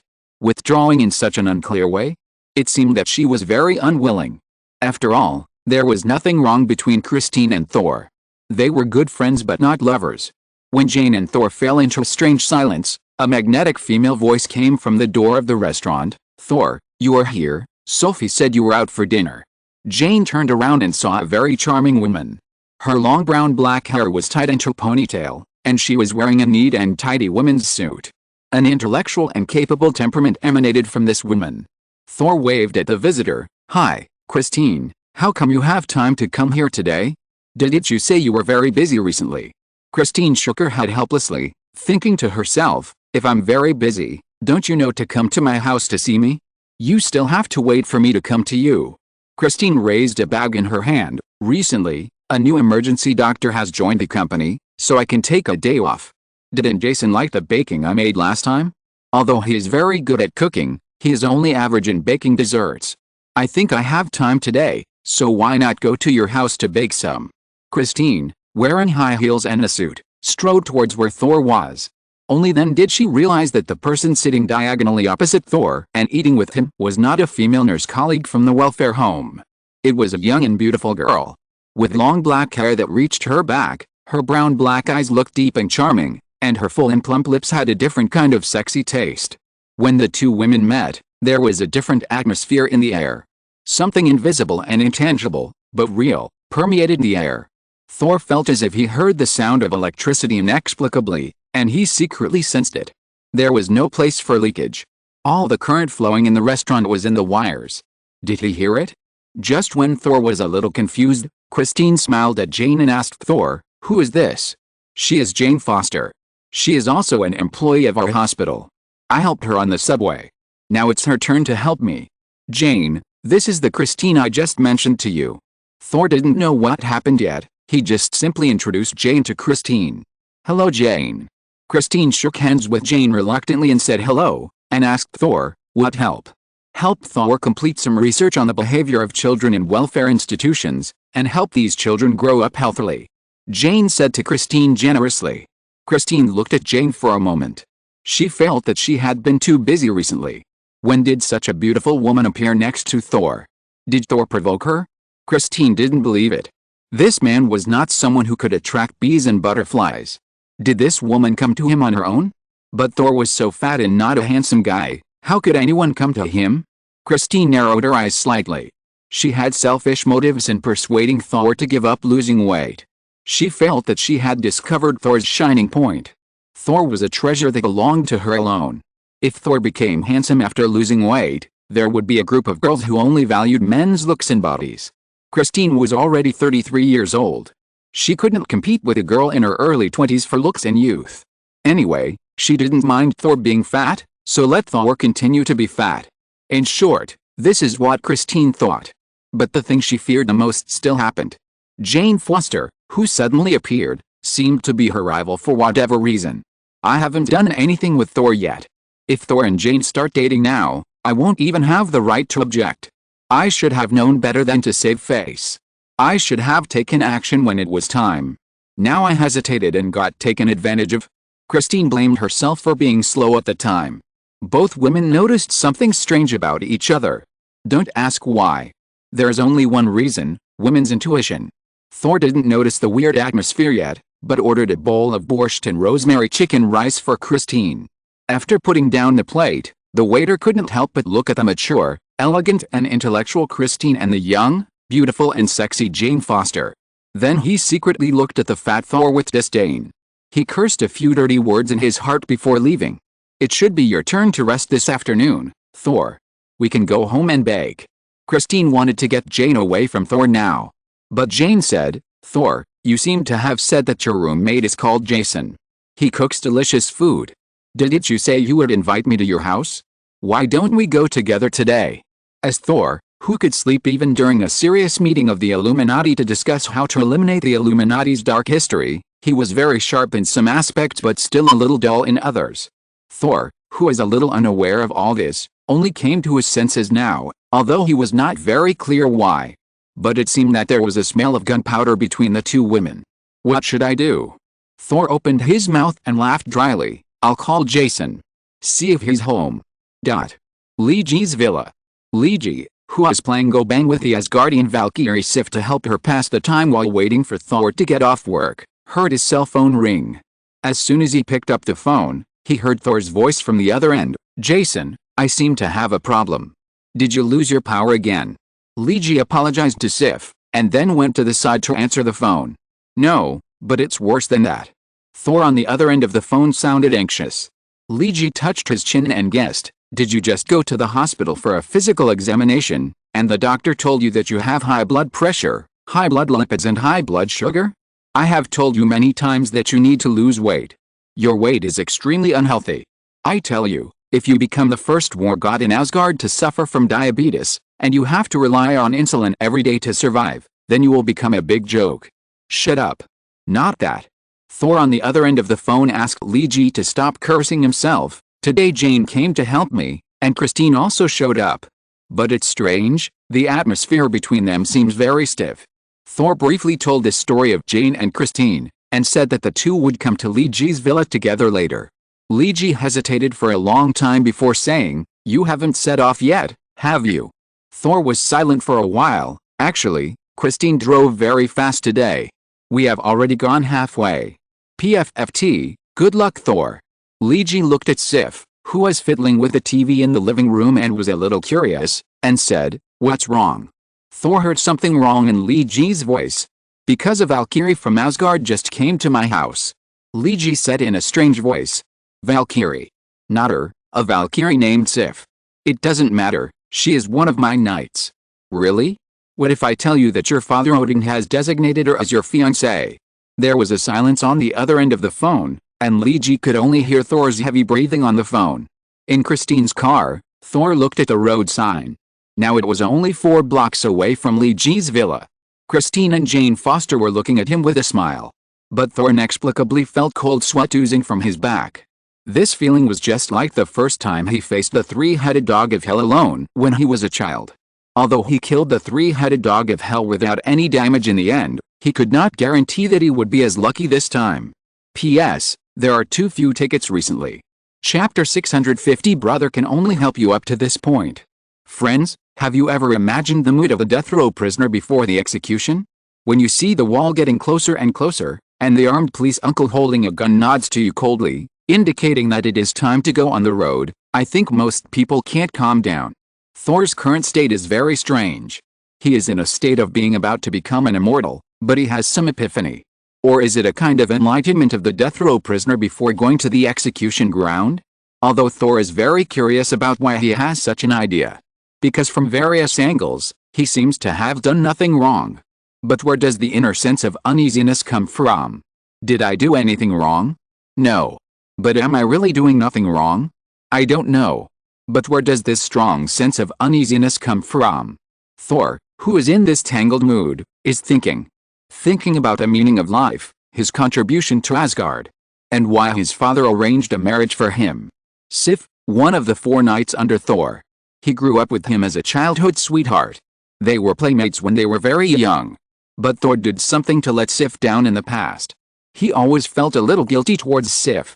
So when he was in Asgard, Thor took extra care of Sif. It could even be said to be gentle. This made Sif feel good about Thor. So this time she did not refuse Odin's marriage. Thor recalled every bit of his time with Sif, and at the same time he noticed the changes in the scenery of the street outside. Now the distance to home is getting closer and closer. At this time, Thor suddenly had a feeling that was unique to Chinese poets. A feeling called being afraid of home lingered in his heart and could not be shaken off. But no matter how far the road is, it has an end. The last kilometer was not as long as imagined. When the small building with white walls and black tile roof appeared in front of Thor, he knew that the destination had finally arrived. Christine had been here several times. After she parked the car skillfully, she looked at Thor with a smile. "Thor, can you help me get the baking raw materials from the trunk?" Thor got out of the car obediently and went to the trunk to get the baking raw materials. Christine said to Jane Foster in a tone of claiming sovereignty, "This is it. I come here often." Thor's oven and stove are very useful, and there is also a large center island kitchen. Christine's implication is, "I come here often, it's my territory. I have a good relationship with Thor." Jane said without comment, "Is Thor sharing this place with his roommate?" "It's indeed okay, but if he has a girlfriend in the future, he should move out. After all, it would be better to have a private little world." Jane Foster told Christine in another way, "Don't claim the so-called sovereignty, you are nothing at all." The two beautiful women smiled like flowers, but the sharp words behind them were tit for tat, and there was no trace of fireworks on the surface. So much so that Thor didn't know whether the relationship between the two was good or bad. But now is not the time to care about this matter. What Thor cares more about now is that there is another person in the family, Sif from Asgard, and Odin inexplicably arranged a marriage for him. He didn't even ask for his opinion. Well, Odin never asks Thor for his opinion when dealing with these things. But Thor was still very angry this time, because he was no longer a child. Why didn't he ask him about such private matters? But he was more afraid that Christine and Jane would have a conflict with Sif now. The Valkyries of Asgard were also very tough. As one of Thor's 4 knights, Sif was a tough character who charged into battle, killed generals and captured flags. She was the most outstanding martial artist among the 4 knights. She was also one of the most highly expected Valkyries among the younger generation of Asgard. Thor was afraid that if Sif drew her sword later, it would be troublesome. But just as he took out the baking materials from the trunk, Christine had already pressed the doorbell. Ding dong, the doorbell had just rang twice, and the door had been opened.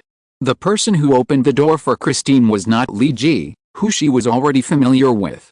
Instead, he was a middle-aged white man, not very tall, but handsome, with a pair of electric eyes and a very beautifully trimmed screw-plug beard. "Hello ladies, are you here for the party too?" The man who opened the door gave the two beauties a look of electric eyes. Christine and Jane were a little stiff, not because the man was handsome or electric or anything like that, but because this man was Tony Stark. Iron Man, the leader of Stark Industries, the boss of Dawn Technology, the founder of the Horizon Foundation, and now the chief consulting scientist of SWORD. He is a big shot on this world. How could he be here?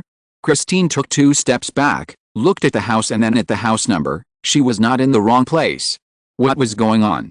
Just when Christine and Jane were a little confused, Li Ji came from behind Tony. He pushed Tony aside and motioned the 2 ladies to come in. "Tony Stark is my friend.